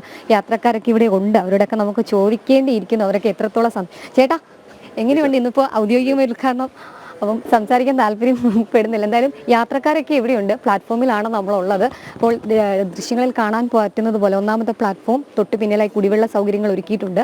സമാനമായി 2ാം പ്ലാറ്റ്ഫോമിലും അത്രയധികം സൗകര്യങ്ങൾ ഒരുക്കിയിട്ടുണ്ട്. നേരത്തെ ആ സൈഡിലെ മേൽക്കൂരകളൊക്കെ വലിയ രീതിയിലുള്ള മോശമായിരുന്നൊരു സാഹചര്യമുണ്ട്. അപ്പം മഴ പെയ്താലും വെയിലുണ്ടായാലും യാത്രക്കാർക്ക് സുഖമായി യാത്ര ചെയ്യാനുള്ള സൗകര്യങ്ങളാണ് ഈ റെയിൽവേ സ്റ്റേഷനിൽ ഒരുക്കിയിട്ടുള്ളത്. ആദ്യം പറഞ്ഞതുപോലെ തന്നെ 12 കോടി രൂപ മുതൽ മുടക്കിയാണ് ആദ്യഘട്ട നവീകരണങ്ങൾ ഈ സ്റ്റേഷൻ പരിധിയിൽ പൂർത്തീകരിച്ചിട്ടുള്ളത്. മുൻ കേന്ദ്രമന്ത്രിയായിരുന്ന വി മുരളീധരൻ, ഒപ്പം തന്നെ റെയിൽവേ അമ്യൂണിറ്റി ചെയർമാൻ കൂടിയായിരുന്ന PK കൃഷ്ണദാസ് അടക്കമുള്ളവർ എടുത്തിട്ടുള്ള ഇനിഷ്യേറ്റീവ്, അവരെടുത്തിട്ടുള്ള പ്രയത്നങ്ങളൊക്കെയാണ് ഈ സ്റ്റേഷനെ കേന്ദ്ര സർക്കാരിൻ്റെ ശ്രദ്ധയിൽപ്പെടുത്തുകയും കേന്ദ്രമന്ത്രി ആയിരിക്കെ തന്നെ ആദ്യഘട്ടങ്ങളിൽ അശ്വിനി വൈഷ്ണവ്, കേന്ദ്ര റെയിൽവേ മന്ത്രി അശ്വിനി വൈഷ്ണവ് നേരിട്ട് ഇവിടെ എത്തി റെയിൽവേയുടെ സാഹചര്യങ്ങളും സ്റ്റേഷന്റെ സാഹചര്യങ്ങളും വിലയിരുത്തി എന്തൊക്കെ മാറ്റങ്ങളാണ് ഇവിടെ വേണ്ടത് എന്നതടക്കമുള്ള കാര്യങ്ങൾ നേരിട്ട് പരിശോധിച്ചതിന് ശേഷമാണ് ഒരു സമഗ്രമായ മാറ്റം ഈ സ്റ്റേഷനിലേക്ക് കൊണ്ടുവരുന്നത്. എന്തായാലും യാത്രക്കാരൊക്കെ വളരെ സന്തോഷത്തിലാണ്. കൂടുതൽ ട്രെയിനുകൾ ഇവിടെ ഇനി നിർത്തും അല്ലെങ്കിൽ സ്റ്റോപ്പേജ് അനുവദിക്കുമെന്നൊക്കെയുള്ള ഒരു പ്രത്യാശയിലും സന്തോഷത്തിലും ഒക്കെയാണുള്ളത്. പരശുരാം അടക്കമുള്ള ഏറ്റവും പ്രധാനപ്പെട്ട ട്രെയിനുകൾ ഇങ്ങോട്ടേക്ക് എത്തും. കൂടുതൽ അമൃത അടക്കമുള്ള ട്രെയിനുകളുടെ സ്റ്റോപ്പേജ് കൂടി അനുവദിക്കുമെന്നൊക്കെയുള്ള പ്രതീക്ഷയിലാണ്. എന്തായാലും അത്തരത്തിലുള്ള പ്രഖ്യാപനങ്ങളൊക്കെ കേന്ദ്ര റെയിൽവേ മന്ത്രി അശ്വിനി വൈഷ്ണവിന്റെ ഭാഗത്തു നിന്നൊക്കെ ഉണ്ടാകുമോ, കൂടുതൽ ട്രെയിനുകളുടെ പ്രഖ്യാപനമൊക്കെ ഇനി വരും ദിവസങ്ങളിൽ ഉണ്ടാകുമോ എന്നുള്ളതാണ് നമുക്കറിയേണ്ടത്. എന്തായാലും ഈ കാറ്റഗറി സംബന്ധിച്ച് ചില ആശങ്കകളൊക്കെ ഉണ്ടായിരുന്നതും ആ കാറ്റഗറി മാറുകയാണ്, സൗകര്യങ്ങൾ മാറുകയാണ്, വികസനം വരികയാണ്. അങ്ങനെ ചിറയൻകീഴ് റെയിൽവേ സ്റ്റേഷൻ അങ്ങനെ അത്യാധുനിക സംവിധാനത്തോടുകൂടി ഔദ്യോഗികമായി പ്രധാനമന്ത്രി നരേന്ദ്രമോദി നാടിനെ സമർപ്പിക്കുകയാണ്. വീണ. ഓക്കെ, ശരി. ചിറയൻകീഴ് അമൃത് സ്റ്റേഷനാണ് ശാലിനി കാണിച്ചു തന്നൊരു മെട്രോ സ്റ്റേഷനൊക്കെ കാണുന്നത് പോലെ എത്ര സൗകര്യങ്ങൾ ഉണ്ട് അവിടെ. നമുക്കിനി ഗോകുലിലേക്ക് കൂടി പോകാം. ഗോകുൽ വടകരയും മാഹിയുമാണ് ആ ഭാഗത്ത് വടക്കൻ കേരളത്തിൽ നമുക്ക് ഇപ്പോൾ സന്തോഷിക്കാൻ വകയുള്ള 2 സ്റ്റേഷനുകൾ. എന്താണ് അവിടെ നിന്നുള്ള കാണാൻ കഴിയുന്ന ദൃശ്യങ്ങൾ? പാലക്കാട് ഡിവിഷന്റെ കീഴിൽ നേരത്തെ ശാലിനി പറഞ്ഞതുപോലെ പാലക്കാട് ഡിവിഷന്റെ കീഴിൽ 13 റെയിൽവേ സ്റ്റേഷനുകളാണ് അമൃത് ഭാരത് പദ്ധതിയിൽ ഉൾപ്പെടുത്തി നവീകരിക്കുന്നത്. 12+1 12 റെയിൽവേ സ്റ്റേഷൻ മാഹി പുതുച്ചേരിയുടെ ഭാഗമായിട്ടുള്ള മാഹിയും മറ്റ് കേരളത്തിന്റെ ഭാഗമായിട്ടുള്ള മറ്റ് 12 സ്റ്റേഷനുകളുമാണ് നവീകരണം നടക്കുന്നത്. അങ്ങനെ ഈ 13 സ്റ്റേഷനുകളായിട്ട് 210 കോടി രൂപയാണ് കേന്ദ്ര സർക്കാർ മാറ്റിവെച്ചിട്ടുള്ളത്. അതിന്റെ പ്രാഥമിക ഘട്ടം എന്ന നിലയിലാണ് വടകര സ്റ്റേഷനും മാഹി റെയിൽവേ സ്റ്റേഷന്റെയും ഉദ്ഘാടനം ഇന്ന് നടക്കുന്നത്. വടകര സ്റ്റേഷൻ നവീകരണം പൂർത്തിയാക്കിയിരിക്കുന്നത് ഏകദേശം 22 കോടി രൂപ ചെലവിലാണ്. കോഴിക്കോട് ജില്ലയിലെ കോഴിക്കോട് കഴിഞ്ഞാൽ ഏറ്റവും കൂടുതൽ സഞ്ചാരികൾ എത്തുന്ന റെയിൽവേ സ്റ്റേഷനാണ് വടകര റെയിൽവേ സ്റ്റേഷൻ. ഒരു റെയിൽവേ സ്റ്റേഷനെ മാറ്റുന്നതിനോടൊപ്പം തന്നെ അതിന്റെ പരിസരത്തും റെയിൽവേ സ്റ്റേഷന്റെ പരിസരവും കൂടി മാറ്റിയിരിക്കുന്നു എന്നുള്ളതാണ് പ്രധാനപ്പെട്ട സവിശേഷത. കേവലം റെയിൽവേ സ്റ്റേഷന്റെ സൗകര്യങ്ങൾക്ക് അപ്പുറത്തേക്ക് റെയിൽവേയിലേക്ക് എത്തുന്ന ആളുകളെ ആകർഷിക്കുന്ന രീതിയിൽ ഒരു പാർക്കിന് സമാനമായ രീതിയിലൊക്കെ റെയിൽവേ സ്റ്റേഷൻ നവീകരിച്ചിരിക്കുന്നു എന്നുള്ളതാണ്. നമ്മൾ വിദേശ രാജ്യങ്ങളിലൊക്കെ കണ്ടതുപോലെയുള്ള ഒരു ഡെസ്റ്റിനേഷനായിട്ട് റെയിൽവേ സ്റ്റേഷൻ മാറ്റിയിരിക്കുന്നു എന്നുള്ളതാണ് പ്രധാനപ്പെട്ട കാര്യം. അതിൽ ഏറ്റവും എടുത്തു പറയേണ്ടത് അതിന്റെ 710 മീറ്ററാണ് റെയിൽവേ സ്റ്റേഷന്റെ 3 പ്ലാറ്റ്ഫോമുകൾ വരുന്നത്. 3 പ്ലാറ്റ്ഫോമുകളും പൂർണ്ണമായിട്ടും റൂഫ് ചെയ്തിട്ടുണ്ട് എന്നുള്ളതാണ്. നേരത്തെയൊക്കെ വന്നു കഴിഞ്ഞാൽ റെയിൽവേ സ്റ്റേഷനിലേക്ക് അകത്ത് പ്രവേശിച്ചു കഴിഞ്ഞാൽ അതിന്റെ മറ്റു ഭാഗങ്ങളിലേക്ക്, അതായത് മുന്നിലോ പുറകിലോ ഒക്കെ കമ്പാർട്ട്മെന്റിൽ കയറുന്ന യാത്രക്കാർ ഒരുപക്ഷെ മഴയോ വെയിലോ ഒക്കെ കൊള്ളേണ്ട സാഹചര്യമായിരുന്നു. എന്നാൽ ഇന്നത് മാറ്റി 24 ബർത്തുള്ള ഒരു ട്രെയിൻ അവിടെ 24 കോച്ചുകളുള്ള ഒരു ട്രെയിൻ പൂർണ്ണമായും അവിടെ ബർത്ത് ചെയ്യാൻ സാധിക്കും. അതിൽ ഏത് കമ്പാർട്ട്മെന്റിൽ കയറുന്ന യാത്രക്കാരനായാലും മഴയോ വെയിലോ മറ്റു തടസ്സങ്ങളോ ഒന്നും ഇല്ലാതെ യാത്ര ചെയ്യാൻ സാധിക്കുന്ന രീതിയിൽ പൂർണ്ണമായും റൂഫ് ചെയ്തിരിക്കുന്നു. അതോടൊപ്പം 8582 സ്ക്വയർ മീറ്ററിൽ വലിയൊരു പാർക്കിംഗ് ഏരിയ 4 സ്ഥലങ്ങളിലായിട്ട് ഇവിടെ പൂർത്തിയായിട്ടുണ്ട്. അതിൽ 2 സ്ഥലങ്ങളിൽ റെയിൽവേ സ്റ്റേഷന്റെ ഇടതും വലതും ഭാഗത്തായിട്ടാണ് പാർക്കിംഗ് സൗകര്യം ഏർപ്പെടുത്തിയിട്ടുള്ളത്. അതിൽ റെയിൽവേ സ്റ്റേഷനിലേക്ക് കയറുമ്പോൾ ഇടതുവശത്തുള്ള പാർക്കിംഗ് പൂർണ്ണമായും പൂർത്തിയാക്കിയിരിക്കുന്നു. വലതുഭാഗത്ത് ഈ 2000 സ്ക്വയർ മീറ്റർ വീതമുള്ള പാർക്കിംഗ് ഏരിയ നിർമ്മാണം നടന്നുകൊണ്ടിരിക്കുകയാണ്. ഇങ്ങനെ വലിയ രീതിയിൽ 22 കോടിയോളം മുതൽ മുടക്കിയിട്ടാണ് അവിടെ നിർമ്മാണം പൂർത്തിയാക്കിയിരിക്കുന്നത്. അതോടൊപ്പം തന്നെ റെയിൽവേ സ്റ്റേഷനിലേക്ക് കയറുമ്പോൾ തന്നെ കവാടത്തിൽ തന്നെ നമുക്ക് കാണാൻ സാധിക്കുന്നത് എന്തൊക്കെ സേവനങ്ങളാണ് റെയിൽവേ സ്റ്റേഷനിൽ കിട്ടുന്നത്.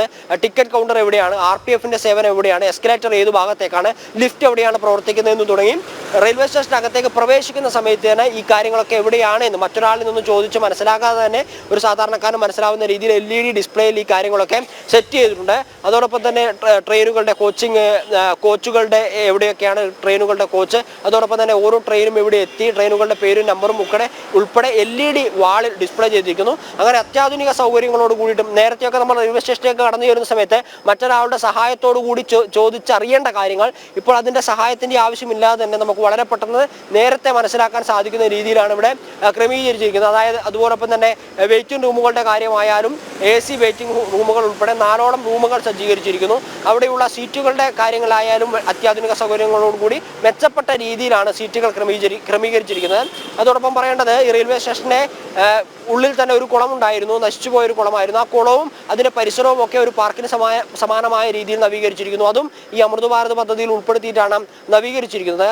കേന്ദ്രമന്ത്രി ജോർജ് കുര്യൻ ആയിരിക്കും ഈ ഉദ്ഘാടന പരിപാടിയിൽ സംബന്ധിക്കുക. അതോടൊപ്പം PT ഉഷ MP ഉണ്ടാവും, ഷാഫി പറമ്പിൽ MP ഉണ്ടാവും, KK രമ MLA പങ്കെടുക്കുന്നുണ്ട്. വിവിധ രാഷ്ട്രീയ പാർട്ടികളുടെ നേതാക്കന്മാരൊക്കെ ഈ പരിപാടിയുടെ ഭാഗമാകുന്നുണ്ട്. വലിയ ആഘോഷത്തോടെയാണ് വടകര റെയിൽവേ സ്റ്റേഷന്റെ നവീകരണത്തെ വടകരയിലെ ജനങ്ങൾ നോക്കിക്കാണുന്നത് എന്നുള്ളത് എടുത്തു പറയേണ്ട ഒരു കാര്യം തന്നെയാണ്. നേരത്തെ പറഞ്ഞതുപോലെ കോഴിക്കോട് കഴിഞ്ഞാൽ ഏറ്റവും കൂടുതൽ ആളുകൾ എത്തിപ്പെടുന്ന ഒരു റെയിൽവേ സ്റ്റേഷനായിരുന്നു വടകര. പക്ഷേ ഈ പറഞ്ഞതുപോലെ ഒരു പരിഗണിക്കാത്തതിനാൽ തന്നെ പല പ്രശ്നങ്ങളും അവിടെ ഉണ്ടായിരുന്നു. അതൊക്കെ മാറുന്നു. 22 കോടി രൂപയാണ് കേന്ദ്ര സർക്കാർ ഇതിനായി മുതൽ മുടക്കിയിരിക്കുന്നത്. നമുക്ക് 2023 പ്രധാനമന്ത്രി നരേന്ദ്രമോദി അമൃത് ഭാരത് പദ്ധതി എന്ന് പറയുന്നൊരു റെയിൽവേ സ്റ്റേഷൻ നവീകരണത്തിനായിട്ടൊരു പദ്ധതി ആവിഷ്കരിക്കുന്നത്. അതിന്റെ കീഴിൽ 1300ഓളം റെയിൽവേ സ്റ്റേഷനുകളാണ് ഒരേ സമയത്ത് രാജ്യത്ത് ഇപ്പോൾ നവീകരിച്ചു കൊണ്ടിരിക്കുന്നത്. അതിന്റെ പ്രാഥമിക ഘട്ടം എന്നുള്ള നിലയിൽ 103 റെയിൽവേ സ്റ്റേഷനുകൾ നവീകരിച്ച് അതിന്റെ ഉദ്ഘാടനത്തിലേക്ക് ഇന്ന് കടക്കുന്ന സമയത്ത് പാലക്കാട് ഡിവിഷനിലെ 2 റെയിൽവേ സ്റ്റേഷനുകൾ വരുന്നു. അതിലൊന്ന് വടകരയാണ്, മറ്റൊന്ന് പുതുച്ചേരിയാണ്.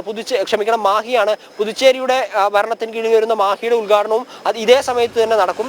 കൈലാസനാഥൻ, പുതുച്ചേരി ലഫ്റ്റനന്റ് ഗവർണറായിട്ടുള്ള കൈലാസനാഥനാണ് ഉദ്ഘാടനം ചെയ്യുക.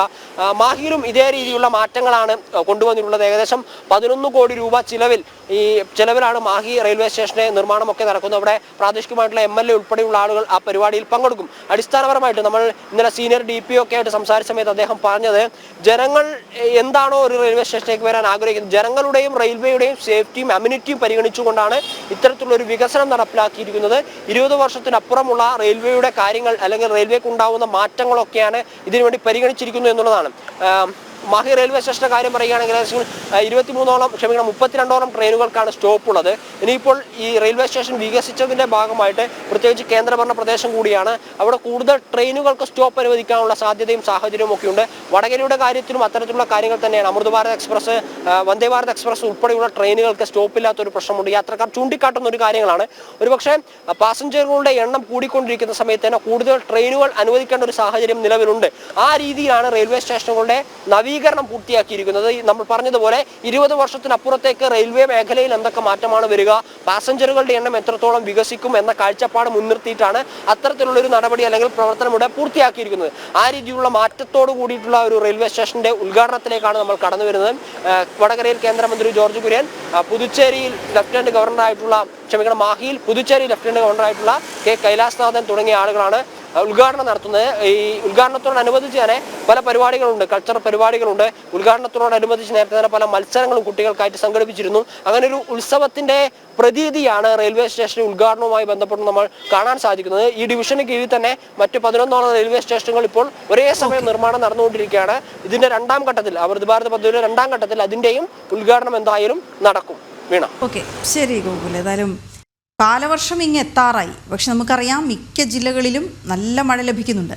ഇന്നും സംസ്ഥാനത്ത് മഴ ശക്തമാകും എന്ന റിപ്പോർട്ട് തന്നെയാണ്.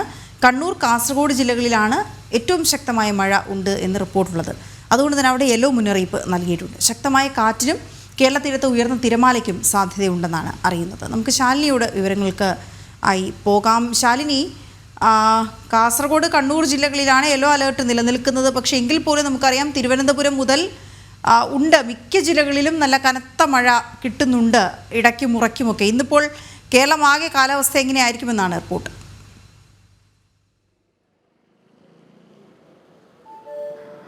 വീണ സൂചിപ്പിച്ചതുപോലെ 2-3 ദിവസങ്ങൾ മാത്രമേ ഉള്ളൂ ഇനി കാലവർഷം കേരളത്തിലേക്ക് എത്താനുള്ളത്. അറബിക്കടലിലും ഒപ്പം തന്നെ കന്യാകുമാരിക്ക് സമീപത്തായി കാലവർഷം എത്തിയിട്ടുണ്ട് എന്നുള്ളതാണ് കേന്ദ്ര കാലാവസ്ഥാ നിരീക്ഷണ കേന്ദ്രം അറിയിക്കുന്നത്. ഇന്ന് നൗകാസ്റ്റിംഗ് പ്രകാരമാണെങ്കിൽ കണ്ണൂർ, കാസർഗോഡ് ജില്ലകളിലാണ് യെല്ലോ അലർട്ട് നൽകിയിട്ടുള്ളത്. അതിശക്തമായ മഴയ്ക്കുള്ള മുന്നറിയിപ്പ് ഈ 2 ജില്ലകൾക്കുമാണ്. പക്ഷേ വരുന്ന 3 മണിക്കൂറിൽ തെക്കൻ കേരളത്തിലും വ്യാപകമായ മഴ ഇടവിട്ട് ലഭ്യമാകുമെന്നുള്ളത് കാലാവസ്ഥാ നിരീക്ഷണ കേന്ദ്രം അറിയിക്കുകയാണ്. തിരുവനന്തപുരം, കൊല്ലം, ആലപ്പുഴ, തൃശൂർ, മലപ്പുറം ജില്ലകൾക്കും ഒപ്പം തന്നെ പത്തനംതിട്ട, കോട്ടയം, ഇടുക്കി, എറണാകുളം, കോഴിക്കോട്, കണ്ണൂർ, കാസർഗോഡ് ജില്ലകൾക്കും ശക്തമായ മഴ ഇടവിട്ട് ലഭ്യമാകുമെന്നുള്ളത് അറിയിക്കുന്നുണ്ട്. 40 കിലോമീറ്റർ വരെ വേഗതയിൽ ശക്തമായ കാറ്റ് ഈ ജില്ലകളിൽ വീശാനുള്ള സാധ്യതകൾ കൂടി കേന്ദ്ര കാലാവസ്ഥാ നിരീക്ഷണ കേന്ദ്രം പ്രവചിക്കുകയാണ്. പ്രത്യേകിച്ച് തീരദേശ മേഖലകൾ, മലയോര മേഖലകളിലൊക്കെ താമസിക്കുന്നവർ അതീവ ജാഗ്രത പാലിക്കണമെന്നുള്ളതാണ് കാലാവസ്ഥാ നിരീക്ഷണ കേന്ദ്രം അറിയിക്കുന്നത്. മത്സ്യബന്ധനത്തിന് കേരള, കർണാടക ഒപ്പം തന്നെ ലക്ഷദ്വീപ് തീരങ്ങളിൽ, തമിഴ്നാട് തീരങ്ങളിലും വിലക്ക് ഏർപ്പെടുത്തിയിരിക്കുകയാണ്. കഴിഞ്ഞ 2-3 ദിവസങ്ങളായി വിലക്ക് തുടരുകയാണ്. ഈ മത്സ്യബന്ധന യാനങ്ങൾ, ബോട്ടുകൾ ഇതടക്കമുള്ള കാര്യങ്ങൾ കടലിൽ ഇറക്കിയിട്ടുണ്ടെങ്കിലും കടലിന് സമീപത്ത് ഇട്ടിട്ടുണ്ടെങ്കിലും അതൊക്കെ സുരക്ഷിത സ്ഥാനങ്ങളിലേക്ക് മാറ്റി അവർ കെട്ടിവെക്കണം എന്നുള്ളതാണ് കാലാവസ്ഥാ നിരീക്ഷണ കേന്ദ്രം അറിയിക്കുന്നത്. കള്ളക്കടൽ പ്രതിഭാസമൊക്കെ കേരള തീരത്ത് ഉണ്ടാകാനുള്ള സാധ്യതയുണ്ട്. ഉയർന്ന തിരമാല ഉണ്ടാകാനുള്ള സാധ്യതകൾ വരുന്ന 3 ദിവസം കൂടി തുടരുമെന്നുള്ളതാണ് കാലാവസ്ഥാ നിരീക്ഷണ കേന്ദ്രം അറിയിക്കുന്നത്. സ്വാഭാവികമായും തീരദേശ മേഖലകളിൽ കടൽക്ഷോഭം, കടൽ പ്രക്ഷുബ്ധമാകാനുള്ള സാധ്യതയുള്ളതിനാൽ തീരദേശവാസികൾ ജാഗ്രത പാലിക്കണം. വിനോദസഞ്ചാര കേന്ദ്രങ്ങളിൽ അടക്കമുള്ളവർ കടലിൽ ഇറങ്ങുന്നത് അടക്കമുള്ള കാര്യങ്ങൾ ഒഴിവാക്കണം. വിനോദസഞ്ചാരികൾ കൂടാതെ മത്സ്യബന്ധനത്തിനടക്കം കടലിൽ ഇറങ്ങുന്നത് പൂർണ്ണമായും ഒഴിവാക്കണമെന്ന മുന്നറിയിപ്പ് കൂടി ഈ ഘട്ടത്തിൽ തുടരുകയാണ്. ഈ മണ്ണിടിച്ചിൽ സാധ്യതകളൊക്കെ തന്നെ പല മേഖലകളിൽ റിപ്പോർട്ട് ചെയ്യുന്നുണ്ട്. പ്രത്യേകിച്ച് വയനാട്, ഇടുക്കി, തിരുവനന്തപുരം അടക്കമുള്ള ജില്ലകളുടെ കിഴക്കൻ മലയോര മേഖലകളിലും ഇടുക്കി അടക്കമുള്ള ജില്ലകളിലെ മലയോര മേഖലകളിലും രാത്രിയാത്രാ നിരോധനങ്ങൾ അടക്കം തുടരുകയാണ്. ഒപ്പം മണ്ണിടിച്ചിൽ സാധ്യതയുള്ളതിനാൽ തന്നെ അത്തരത്തിലുള്ള മേഖലകളിൽ വാഹനം പാർക്ക് ചെയ്യുന്നതും തുറസായ സ്ഥലങ്ങളിൽ വാഹനം പാർക്ക് ചെയ്യുന്നതും മരങ്ങളുടെ ചുവട്ടിലൊക്കെ വാഹനങ്ങൾ നിർത്തിയിടുന്നതും ഒക്കെ സുരക്ഷിത സ്ഥാനങ്ങളിലേക്ക് മാറ്റണം. ഒപ്പം തന്നെ കേടുപാടുകൾ ഉണ്ടാകുന്ന വീടുകളിൽ താമസിക്കരുത്, സുരക്ഷിത സ്ഥാനത്തേക്ക് മാറണം എന്നുള്ളൊരു മുന്നറിയിപ്പ് കൂടി ഘട്ടത്തിൽ തുടരുന്നുണ്ട്. എന്തായാലും 2-3 ദിവസത്തിനുള്ളിൽ കാലവർഷം കേരളത്തിൽ എത്തും. ആ കാലവർഷം എത്തുന്നതിന് മുൻപായിട്ടുള്ള മഴയാണ് ഇപ്പോൾ ലഭ്യമായിക്കൊണ്ടിരിക്കുന്നത്. കൂടാതെ തന്നെ അറബിക്കടലിൽ ഒരു ന്യൂനമർദ്ദം ശക്തി പ്രാപിക്കുന്നുണ്ട്. ആ ന്യൂനമർദ്ദം കൂടി സംസ്ഥാനത്ത് ഈ ദിവസങ്ങളിൽ മഴ ശക്തമാകാൻ കാരണമാകുന്നുണ്ട് എന്നുള്ളത് കേന്ദ്ര കാലാവസ്ഥാ നിരീക്ഷണ കേന്ദ്രം അറിയിക്കുന്നു. അറിയിക്കുകയും ചെയ്യുകയാണ്. എന്തായാലും ആശങ്കപ്പെടേണ്ട സാഹചര്യങ്ങളില്ല എങ്കിൽ പോലും മഴ ശക്തമാകാനുള്ള സാധ്യതകൾ കൂടി കാണുന്നുണ്ട്. ഈ ചില നദികളിലൊക്കെ തന്നെ ജലനിരപ്പ് ഉയരുന്ന സാഹചര്യമുണ്ട്. അത്തരത്തിൽ നദീതീരങ്ങളിൽ താമസിക്കുന്നവരും ജാഗ്രത പുലർത്തണം എന്നുള്ളതാണ് കാലാവസ്ഥാ നിരീക്ഷണ കേന്ദ്രത്തോടൊപ്പം തന്നെ ജില്ലാ ഭരണകൂടങ്ങൾ വ്യക്തമാക്കുന്നത്. തിരുവനന്തപുരം അടക്കമുള്ള മേഖലകളിൽ, പൊന്മുടി അടക്കമുള്ള മേഖലകളിലേക്ക് പോകുന്നവർ ജാഗ്രത പാലിക്കണം. പ്രത്യേകിച്ച് റോഡ് ഇടിഞ്ഞു വീഴുന്നത് അടക്കമുള്ള കാര്യങ്ങൾ കഴിഞ്ഞ കാലവർഷ സമയത്തൊക്കെ റിപ്പോർട്ട് ചെയ്തതാണ്. അതുകൊണ്ട് തന്നെ സാഹസികമായിട്ടുള്ള വിനോദസഞ്ചാരങ്ങൾ പരമാവധി ഒഴിവാക്കണം എന്നുള്ളതാണ് ഈ ഘട്ടത്തിൽ അറിയിച്ചിട്ടുള്ളത്. എന്തായാലും 10 മണിയോട് കൂടിയാണ് പുതിയ അലേർട്ടുകൾ വരുന്നത്. ആ അലേർട്ടുകൾ വരുമ്പോൾ കൂടുതൽ ജില്ലകൾക്ക് യെല്ലോ ഓറഞ്ച് മുന്നറിയിപ്പ് വരാനുള്ള സാഹചര്യങ്ങളുണ്ട്. എന്തായാലും നിലവിൽ റെഡ് ഓറഞ്ച് അലേർട്ടുകൾ ഒരു ജില്ലയിലും ഇല്ല. 2 ജില്ലകൾക്കാണ് ഔദ്യോഗികമായി അറിയിപ്പുള്ളത്, യെല്ലോ മുന്നറിയിപ്പുള്ളത്. കണ്ണൂർ, കാസർഗോഡ് ജില്ലകൾക്കാണ്. മറ്റ് തിരുവനന്തപുരം, കൊല്ലം, പത്തനംതിട്ട, ആലപ്പുഴ, മലപ്പുറം, കണ്ണൂർ, കാസർഗോഡ്, കോഴിക്കോട് അടക്കമുള്ള ജില്ലകളിൽ ഇടവിട്ട് ശക്തമായ മഴയ്ക്കും 40 കിലോമീറ്റർ വരെ വേഗത്തിൽ മണിക്കൂറിൽ ശക്തമായ കാറ്റിനുമാണ് സാധ്യതയുള്ളത്. വീണ. ഓക്കെ, ശരി ശാലിനി. ഏതായാലും ഇതിപ്പോൾ കാലവർഷം എത്തിയിട്ടില്ല, കാലവർഷം എത്താൻ പോകുന്നതേ ഉള്ളൂ. അതിനു മുമ്പുള്ള മഴയാണ്. പക്ഷേ എങ്കിൽ പോലും നമുക്കറിയാം എത്രത്തോളം ദുരിതം ഓരോ സ്ഥലങ്ങളിലും ഉണ്ട് എന്നുള്ളത്. പ്രത്യേകിച്ച് ഈ നഗരപ്രദേശങ്ങളുടെ കാര്യം പറയുകയാണെങ്കിൽ ഏറ്റവും കൂടുതൽ പ്രശ്നമുണ്ടാകുന്നത് വെള്ളക്കെട്ടാണ്. കൃത്യമായ ശുചീകരണ പ്രവർത്തനങ്ങളൊക്കെ നടന്നില്ലെങ്കിൽ ആ വെള്ളക്കെട്ട് വലിയ പ്രശ്നം ഉണ്ടാക്കാറുണ്ട്. അത് ഏറ്റവും കൂടുതൽ നമ്മൾ കണ്ടിരിക്കുന്നത് കൊച്ചി നഗരത്തിലാണ്. അപ്പോൾ അവിടെ നിന്നുള്ള ഒരു റിപ്പോർട്ട് സുധീഷ് തയ്യാറാക്കിയ റിപ്പോർട്ടിലേക്ക് കൂടി നമുക്ക് ഇപ്പോൾ പോകേണ്ടതുണ്ട്. കാലവർഷം പടിവാതിൽക്കൽ എത്തിയിട്ടും ഈ മഴക്കാല പൂർവ്വ ശുചീകരണത്തിൽ അനാസ്ഥ തുടരുക തന്നെയാണ് സംസ്ഥാന സർക്കാരും ഒപ്പം തദ്ദേശ സ്ഥാപനങ്ങളെല്ലാം. കോളറയും മഞ്ഞപ്പിത്തവും ഡെങ്കിപ്പനിയും ആശങ്ക സൃഷ്ടിച്ചിരിക്കെ മഴക്കാല പൂർവ്വ ശുചീകരണത്തിൽ കൊച്ചി നഗരസഭയിലടക്കം ഗുരുതര വീഴ്ചയാണ് സംഭവിക്കുന്നത്. കോടികൾ ശുചീകരണത്തിന് മാറ്റിവെക്കുമ്പോഴും കൊച്ചി നഗരത്തിൻ്റെ ഇപ്പോഴത്തെ അവസ്ഥ നമുക്കൊന്ന് പരിശോധിക്കാം. കൊച്ചിയിൽ നിന്ന് ക്യാമറമാൻ സന്തോഷ് തിരുമലയ്ക്കൊപ്പം സുധീഷ് ഗോപാൽ തയ്യാറാക്കിയ റിപ്പോർട്ടിലേക്ക്. സംസ്ഥാനത്ത് ഒട്ടാകെ തന്നെ മഴക്കാലപൂർവ്വ ശുചീകരണത്തിന് കോടികൾ ചെലവഴിക്കുമ്പോൾ ഈ കാലവർഷം പടിവാതിക്കൽ എത്തി നിൽക്കുമ്പോൾ കൊച്ചി കോർപ്പറേഷൻ പരിധിയിൽ നിന്നുള്ള കാഴ്ചകളാണ് പരിശോധിക്കുന്നത്. ഇവിടെ പെരുമ്പടപ്പ് പ്രദേശത്തെ മാലിന്യം നിറഞ്ഞ ഒരു തോടാണ്. ഇവിടെ കുടിവെള്ള പൈപ്പ് പോകുന്നത് നമുക്ക് കാണാം. കുടിവെള്ള പൈപ്പ് ആ മാലിന്യത്തിൽ മുങ്ങി നിൽക്കുന്നു. അതോടൊപ്പം തന്നെ കൊതുകുകൾ മുട്ടയിട്ട് നിൽക്കുന്ന കാഴ്ച ഇത്രത്തോളം ഭീകരമായി. ഇപ്പം നമുക്കറിയാം കോളറയും അതോടൊപ്പം തന്നെ മഞ്ഞപ്പിത്തവും ഡെങ്കിപ്പനിയും എല്ലാം വലിയ രീതിയിൽ ആശങ്ക ജനിപ്പിക്കുന്ന ആ ഒരു ഘട്ടത്തിൽ തന്നെയാണ് ഇത്ര ഉദാസീനതയോടുകൂടി മഴക്കാലപൂർവ്വ ശുചീകരണത്തെ സംസ്ഥാന സർക്കാരും തദ്ദേശ സ്ഥാപനങ്ങളും സമീപിക്കുന്നത്. ഇവിടുത്തെ ഈ ഒരു മാലിന്യം അത് ഒരു മഴ പെയ്തു കഴിഞ്ഞാൽ അടുത്ത വീടുകളിലേക്ക് കയറും, അവിടുത്തെ കുടിവെള്ള സ്രോതസ്സുകളിലേക്ക് ലയിക്കും. ആ രീതിയിൽ ഭീഷണി ഉണ്ടാവുന്നു. അതേ സാഹചര്യത്തിൽ തന്നെ കുടിവെള്ള പൈപ്പ് ലൈൻ ഇതിൽ മുങ്ങിക്കിടക്കുമ്പോൾ നിരവധിയിടത്ത് പൈപ്പ് പൊട്ടിപ്പോകുന്നത് നമുക്ക് കാണാം. അത് പരിഹരിക്കുന്നില്ല. അതോടൊപ്പം തന്നെ ഈ മാലിന്യവും അതിലേക്ക് കലരുകയാണ്. ഇത് എത്രത്തോളം ഭയാനകമായ അവസ്ഥയാണെന്നുള്ളത് ഇവിടുത്തെ നാട്ടുകാരോട് തന്നെ നമുക്കൊന്ന് ചോദിക്കാം. നമുക്ക് ഇവിടെ ഒരു മുതിർന്ന ഡോക്ടറും നമുക്ക് ഇപ്പോൾ നമ്മളോടൊപ്പം ചേരുകയാണ്. എത്രത്തോളം ആശങ്ക ജനിപ്പിക്കുന്ന ഒരു അവസ്ഥയാണ്. അതിലുപരി ഡെങ്കിപ്പനിയൊക്കെ എത്രത്തോളം ഇവിടെ പകർന്നു പിടിക്കാറുള്ള ഒരു പ്രദേശം കൂടാണ്. ഉണ്ട്, വളരെയധികം കേസുകളുണ്ട്. പക്ഷെ അത് സർക്കാർ ശരിക്കും അറിയുന്നില്ല എന്നുള്ളതാണ്. ഞങ്ങളുടെ അടുത്ത് ഞങ്ങൾ പ്രൈവറ്റ് പ്രാക്ടീഷണേഴ്സ് ആയതുകൊണ്ട് അത് കണക്കിൽ പെടില്ല. പക്ഷേ ആവശ്യത്തിനുള്ള കേസ് ജോണ്ടിസ്, മഞ്ഞപ്പിത്തം ഒക്കെ ഉണ്ട് അത്യാവശ്യം. മിക്കവാറും ലൈനിൽ കൂടെയൊക്കെ അഴുക്ക് വെള്ളം കയറുന്നുണ്ട് മിക്ക സ്ഥലത്തും. ഇതൊന്നും ആരും ശ്രദ്ധിക്കുന്നില്ല. നമ്മൾ പറഞ്ഞാൽ തന്നെ അവർ ഒരാളെ ഏൽപ്പിച്ചിട്ടുണ്ട്, അയാളോട് ചോദിക്കുമ്പോൾ മറ്റാളെയാണ് ഏൽപ്പിച്ചിരിക്കുന്നത്. ഇങ്ങനെയാണ് പറയുന്നത്. അതുകൊണ്ടാണ് ഇത്ര മോശമായി നമ്മുടെ ഈ കാണയും തോടും ഒക്കെ ഇങ്ങനെ കിടക്കുന്നത്. ഇപ്പോൾ എത്ര വർഷമായി കാണും ഈ തോടൊക്കെ ഒന്ന് ശുചീകരിച്ചിട്ട്? അത് നിങ്ങളൊക്കെ ആവശ്യപ്പെട്ടാലുള്ള അവരുടെ ഒരു സമീപനം എന്താണ്? ഇപ്പോൾ ഒരു 5-5.5 വർഷം കഴിഞ്ഞിട്ടുണ്ട് ഇത് ശുചീകരിച്ചിട്ട്. ഇപ്പോൾ എലിപ്പനിയെന്നും കൊതുകിൻ്റെ പിന്നെ ഡെങ്കിപ്പനി എന്നൊക്കെ പറഞ്ഞിപ്പോൾ ഓരോ വീടുകളിലും കയറി ഇറങ്ങി ടെസ്റ്റ് ചെയ്യണുണ്ട്. എല്ലാ കാണേ ഇതേപോലെ കിടന്ന എലിയും കൊതുകും എല്ലാ പനിയും വരും. ആ അവസ്ഥയിലാണ് മുഴുവൻ കാണുന്നത്. ഇപ്പം ഇത് റോട്ടിൽ കൂടി പോയാൽ കാണാവുന്നതാണ്. ഇടവഴിയിലും മുഴുക്കാനുള്ള അവസ്ഥ ഇതിൻ്റെ അങ്ങാപ്പുറമാണ്.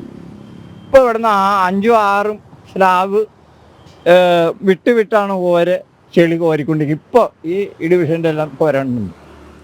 അതുതന്നെയാണ് കൃത്യമായി ഈ മഴക്കാലപൂർവ്വ ശുചീകരണം ഒരു പ്രഹസനമാക്കി മാറ്റുന്നത് തന്നെയാണ് ഏറ്റവും വലിയ പ്രശ്നമായി നിലനിൽക്കുന്നത്. അതിനെ കൃത്യമായി നിരീക്ഷിക്കാനോ കൃത്യമായി അത് നടപ്പാക്കാനോ ജനപ്രതിനിധികൾ തയ്യാറാകുന്നില്ല, ഉദ്യോഗസ്ഥർ തയ്യാറാവുന്നില്ല. ഇപ്പം തന്നെ ഇവിടെ ഒരു 5 വർഷവും 4 മാസവുമായി ഇവിടെ ശുചീകരണം നടത്തിയിട്ടെന്ന് പറയുന്നത് എത്രത്തോളം ആഴത്തിൽ ചെളി കിടക്കുകയാണ്. ഈ വെള്ളപ്പൊക്കത്തിന് തന്നെ പ്രധാന കാരണം ഈ ശുചീകരണം നടത്താത്തതല്ലേ? അതെ, ഇത് ശുചീകരണം നടത്തി കഴിഞ്ഞിട്ടുണ്ടെങ്കിൽ വെള്ളക്കെട്ട് കുറയും. ഇത് മാത്രമല്ല, ഈ മെയിൻ കാണാമെന്ന് ഞാൻ പറഞ്ഞില്ലേ, 5 കൊല്ലവും 4 4 മാസമായി മെയിൻ കാണുന്ന മാലിന്യം നീക്കിയിട്ട് അത് തന്നെ തൊട്ട് ഓരോ ഇടവഴിയിലേക്കുള്ളത് ഇത് തന്നെ ചെയ്യുന്നത്. 4 അടി 5 അടി മീറ്റർ 5.5 അടി മീറ്റർ നീളത്തിൽ പണിതിരിക്കുന്ന സ്ലാബ് കോരാനായിട്ട് കൊച്ചിൻ കോർപ്പറേഷൻ ഒരു സിസ്റ്റം ഇല്ലാത്ത സമയത്താണ് ഈ വിവരം കേട് കാണിച്ചു വെച്ചേക്കണത്. എന്നിട്ട് ഞാൻ പറഞ്ഞില്ലേ, വിവരാവകാശ പ്രകാരം നമ്മൾ ചോദിച്ചാൽ ഒരു പക്ഷേ കോരിയിട്ടുണ്ടാവും. ഇത് ഓരോരുത്തും കോരിയിട്ടില്ല. അത്യാവശ്യം കൗൺസിലറെ വിളിച്ചു കഴിഞ്ഞിട്ടുണ്ടെങ്കിൽ ഒന്നാമത് അദ്ദേഹം ഫോൺ എടുക്കില്ല, രണ്ടാമതൊരു സ്ലാബ് ഇടിഞ്ഞ് വീണിട്ടുണ്ടെന്ന് പറഞ്ഞാൽ നമ്മളോട് ചോദിക്കും വീട്ടിൽ സിമെൻറ്റ് ചരല വല്ലതും ഉണ്ടെങ്കിൽ നമ്മളോട് ചെയ്യാനാണ് പറയണത്. കാരണം ഞങ്ങൾ ചേമ്പങ്കണ്ടം ഡ്രീം റോഡിൻ്റെ അങ്ങോട്ട് കയറുന്നത് ഈ മെയിൻ റോഡിലെ വെള്ളം മുഴുവൻ അങ്ങോട്ട് കയറും എന്നതാണ്. അപ്പോൾ അവിടെ ഒരു പൊക്കി കെട്ടുന്ന കാര്യത്തിന് വേണ്ടി ഞങ്ങൾ അവിടുത്തെ കോൺട്രാക്ടറോട് പറഞ്ഞു അവിടെ മെയിൻ്റനൻസിന് വന്നു. അപ്പോൾ അയാൾ പറഞ്ഞ് കൗൺസിലറോട് പറയാൻ പറഞ്ഞു. കൗൺസിലറോട് പറഞ്ഞപ്പോൾ അയാൾ പറഞ്ഞു നിങ്ങൾ സ്വന്തമായിട്ട് വേണമെങ്കിൽ ചെയ്തോ, കോർപ്പറേഷന് ചെയ്യാൻ പറ്റില്ല എന്നാണ് പറഞ്ഞത്. ഇത്രയും വിവരമില്ലാത്തൊരു അധ്യാപകനായ പിന്നെ നമ്മളെന്താ ചെയ്യണത്? തന്നെയാണ് കൃത്യമായും ഈ പ്രശ്നത്തിന്റെ ഗൗരവം മനസ്സിലാക്കി അതിന് പരിഹാരം കാണാൻ ശ്രമിക്കുന്നില്ല എന്നത് തന്നെയാണ്. അത് കേവലം ഈ കൊച്ചി കോർപ്പറേഷനിലോ ഈ ഒരു കൗൺസിലിലോ മാത്രമുള്ള പ്രശ്നമല്ല, സംസ്ഥാനത്തുടനീളം തന്നെ നിലനിൽക്കുന്ന വളരെ ഗൗരവതരമായ ഒരു പ്രശ്നമാണ്. ഈ വരുന്ന കാലവർഷത്തിൽ അത് പകർച്ചവ്യാധികൾ പടർന്നു പിടിക്കാനുള്ള പ്രധാന കാരണം ഇത്തരം മഴക്കാലപൂർവ്വ ശുചീകരണത്തിൽ കാണിക്കുന്ന വലിയ അനാസ്ഥ തന്നെയാണ്. ഓക്കെ.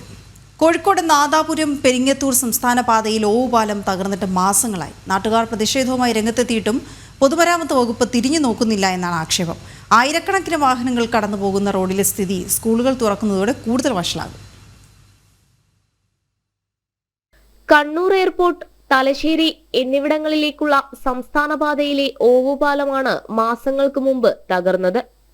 അന്ന് തന്നെ PWD ഉദ്യോഗസ്ഥരെയും അതേപോലെ മിനിസ്റ്ററെയൊക്കെ ഈ വിവരങ്ങൾ ധരിപ്പിക്കുകയും എത്രയും പെട്ടെന്ന് ഇത് പഴയ രൂപത്തിലാക്കുമെന്ന് ഞങ്ങൾക്കൊക്കെ നാട്ടുകാർക്ക് ഉറപ്പ് തന്നതാണ്. കണ്ണൂർ എയർപോർട്ടിലേക്കും അതേപോലെ കൊട്ടിയൂർ അമ്പലത്തിലേക്കുമൊക്കെ യാത്ര പോകുന്ന ദീർഘദൂര യാത്രക്കാർ ദൈനംദിനം ഉപയോഗിക്കുന്ന ഈ റോഡിൽ വലിയ അപകടങ്ങൾ ഉണ്ടാകും എന്നുള്ള വേവലാതിയിലാണ് നാട്ടുകാരൊക്കെ. ഇത് റെഡിയാക്കാത്ത പക്ഷം നാട്ടുകാരും യുവജന സംഘടനകളും അതേപോലെ രാഷ്ട്രീയ പാർട്ടികളൊക്കെ ശക്തമായ പ്രതിഷേധത്തിലേക്ക് നീങ്ങുകയാണ്. ആയിരക്കണക്കിന് വാഹനങ്ങൾ ദിവസവും കടന്നുപോകുന്ന തിരക്കേറിയ വഴിയായിട്ടും കണ്ടില്ലെന്ന് നടിക്കുകയാണ് പൊതുമരാമത്ത് വകുപ്പ്. വാഹനങ്ങൾ കുഴിയിൽ ചാടാതിരിക്കാൻ ഒഴിഞ്ഞ ടാർ വീപ്പകൾ കൊണ്ടുള്ള താൽക്കാലിക സുരക്ഷ മാത്രമാണ് ഇവിടെ ഒരുക്കിയിരിക്കുന്നത്. ഓവുചാൽ തകർന്ന ഉടനെ ഇതുവഴിയുള്ള ഗതാഗതം പാറക്കടവ് റോഡ് വഴി തിരിച്ചുവിട്ടിരുന്നു. നാട്ടുകാരും യാത്രക്കാരും ശ്രദ്ധയിൽപ്പെടുത്തിയപ്പോൾ എത്രയും പെട്ടെന്ന് നിർമ്മാണ നടപടികൾ സ്വീകരിക്കുമെന്ന ഉറപ്പ് പൊതുമരാമത്ത് വകുപ്പ് വിഭാഗം നൽകിയിരുന്നു. എന്നാൽ നടപടികൾ ഇഴഞ്ഞു നീങ്ങുന്നുവെന്നാണ് ഉയരുന്ന പരാതി. സ്കൂൾ തുറക്കുകയും കൊട്ടിയൂർ ക്ഷേത്രത്തിലെ ഉത്സവം ആരംഭിക്കുകയും ചെയ്യുന്നതോടെ ഇതുവഴിയുള്ള തിരക്ക് വർദ്ധിക്കും. പുനർനിർമ്മാണം വേഗത്തിലാക്കിയില്ലെങ്കിൽ പ്രതിഷേധം ശക്തമാക്കാൻ ഒരുങ്ങുകയാണ് നാട്ടുകാർ. ഹയർ സെക്കൻഡറി VHSC പരീക്ഷാഫലം ഇന്ന് പ്രഖ്യാപിക്കും. വൈകിട്ട് 3 മണിക്ക് വിദ്യാഭ്യാസ മന്ത്രി V ശിവൻകുട്ടി ഫലം പ്രഖ്യാപിക്കും. 3:30 ഫലം ഓൺലൈനായി ലഭ്യമാകും. പ്രജിത്ത് മോഹൻ ചെയ്യുന്ന വിവരങ്ങളുമായി. പ്രജിത്ത്, എന്തൊക്കെയാണ് വിവരങ്ങൾ?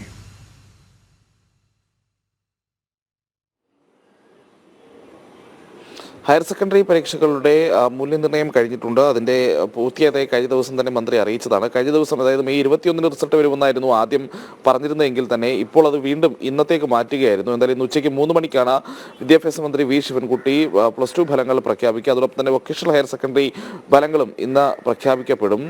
സംസ്ഥാനത്ത് 4,44,707 വിദ്യാർത്ഥികളാണ് ഇത്തവർഷം 2ാം വർഷ ഹയർ സെക്കൻഡറി ഫലം കാത്തിരിക്കുന്നത്. ഈ ഫലം പ്രഖ്യാപനത്തിന് പിന്നാലെ വിവിധ വെബ്സൈറ്റുകളിൽ ഈ ഫലപ്രഖ്യാപനം വിദ്യാർത്ഥികൾക്ക് പരിശോധിക്കാൻ കഴിയും. അതോടൊപ്പം തന്നെ PRD ലൈവ് എന്നുള്ള ആപ്പിലും ഫലം ലഭ്യമാക്കുമെന്നുള്ളതാണ് അറിയിച്ചിട്ടുള്ളത്. എന്തായാലും ഈ പരീക്ഷാഫലം ഒരു ദിവസം വൈകിയാണ് വരുന്നതെങ്കിലും അതിൻ്റെ നടപടിക്രമങ്ങൾ പൂർത്തീകരിക്കുന്നതിൻ്റെ ഭാഗമായിട്ടാണ് ഇത് ഒരു ദിവസത്തേക്ക് വൈകിട്ട് എന്നുള്ളതാണ് അറിയിക്കുന്നത്. പ്രത്യേകിച്ച് ആദ്യം മൂല്യനിർണ്ണയം പൂർത്തിയായിരുന്നു, പിന്നീട് ഒരു ടാബുലേഷൻ അടക്കം പൂർത്തിയായി. അതിനുശേഷം ഉന്നത വിദ്യാഭ്യാസ വകുപ്പിൻ്റെ ഒരു യോഗമൊക്കെ ചേർന്നതിന് ശേഷമാണ് ഇപ്പോൾ ഈ ഫലം ഇന്ന് പുറത്തുവിടുന്നത്. ഉച്ചയ്ക്ക് 3 മണിയോടെ സംസ്ഥാനത്തെ higher secondary, vocational higher secondary ഫലങ്ങൾ വിദ്യാർത്ഥികൾക്ക് ലഭ്യമായി തുടങ്ങും. വീണ. ശരി പ്രജിത്ത്. എരുമേലിയിൽ അമിത വില ചോദ്യം ചെയ്ത തീർത്ഥാടകന് കയ്യേറ്റം ചെയ്ത സംഭവത്തിൽ നടപടി ആരംഭിച്ച തിരുവിതാംകൂർ ദേവസ്വം ബോർഡ്. ദേവസ്വം വിജിലൻസ് വിഭാഗം മർദ്ദനമേറ്റ തീർത്ഥാടകന്റെ മൊഴിയെടുത്തു. മണ്ഡലകാലത്തിന് സമാനമായി മാസപൂജാ സമയങ്ങളിലും എരുമേലിയിൽ പ്രത്യേക മജിസ്ട്രേറ്റിന്റെ സേവനം വേണമെന്ന് ശബരിമല അയ്യപ്പ സേവാ സമാജം ആവശ്യപ്പെട്ടു. മെയ് 16 എരുമേലി ശ്രീധർമ്മ ശാസ്താ ക്ഷേത്രം നടപ്പന്തലിന് സമീപം അമിത വില ഈടാക്കിയത് ചോദ്യം ചെയ്ത ശബരിമല തീർത്ഥാടകരെ വ്യാപാരികൾ കയ്യേറ്റം ചെയ്ത സംഭവം ജനം ടിവിയാണ് പുറത്തുവിട്ടത്. കയ്യേറ്റത്തിന്റെ CCTV ദൃശ്യങ്ങളും പുറത്തുവിട്ടിരുന്നു. സംഭവത്തിൽ എരുമേലി പോലീസ് കേസെടുക്കുകയും ചെയ്തു. പിന്നാലെ തിരുവിതാംകൂർ ദേവസ്വം ബോർഡും അന്വേഷണം ആരംഭിച്ചിരിക്കുകയാണ്. ദേവസ്വം വിജിലൻസ് വിഭാഗം കയ്യേറ്റത്തിനിരയായ തീർത്ഥാടകൻ തിരൂരങ്ങാടി സ്വദേശി സുമേഷുമായി ബന്ധപ്പെട്ട് മൊഴിയെടുത്തു. സംഭവത്തിന്റെ വിശദാംശങ്ങളും ദൃശ്യങ്ങളും വിജിലൻസിന് കൈമാറി. കയ്യേറ്റം നടന്ന എരുമേലി വലിയമ്പലം നടപ്പന്തലിലെ B4 ബാർ 2 എന്ന നമ്പറിട്ട കടയിൽ വിജിലൻസ് പരിശോധന നടത്തി. സംഭവ സമയത്ത് ഈ കടയിൽ വിലവിവര പട്ടിക ഇല്ലായിരുന്നുവെന്നാണ് സുമേഷ് നൽകിയിരിക്കുന്ന മൊഴി. ഒരു ചായയ്ക്ക് 20 രൂപയാണ് ഇവർ ഈടാക്കിയത്. ഇത് ചോദ്യം ചെയ്തതാണ് കയ്യേറ്റത്തിൽ കലാശിച്ചത്. സംഭവവുമായി ബന്ധപ്പെട്ട് വിജിലൻസ് റിപ്പോർട്ട് തയ്യാറാക്കി ദേവസ്വം ബോർഡിനും ഹൈക്കോടതിയിലും സമർപ്പിക്കും. അതേസമയം തീർത്ഥാടകരെ കൊള്ളയടിക്കുന്നത് തടയാൻ മണ്ഡല മകരവിളക്ക് കാലത്തിന് സമാനമായി മാസപൂജാ സമയങ്ങളിലും എരുമേലിയിൽ പ്രത്യേക മജിസ്ട്രേറ്റിന്റെ സേവനം വേണമെന്ന് ശബരിമല അയ്യപ്പ സേവാ സമാജം ആവശ്യപ്പെട്ടു. ശബരിമല തീർത്ഥാടനവുമായി ബന്ധപ്പെട്ട് എരുമേലിയിലെത്തുന്ന അയ്യഭക്തന്മാർക്ക് എന്നും ദുരിതകാലം തന്നെയാണ്. ഇവിടെ വരുന്ന അയ്യഭക്തന്മാരുടെ ചൂഷണങ്ങൾക്ക് വിധേയമായിക്കൊണ്ടിരിക്കുകയാണ്.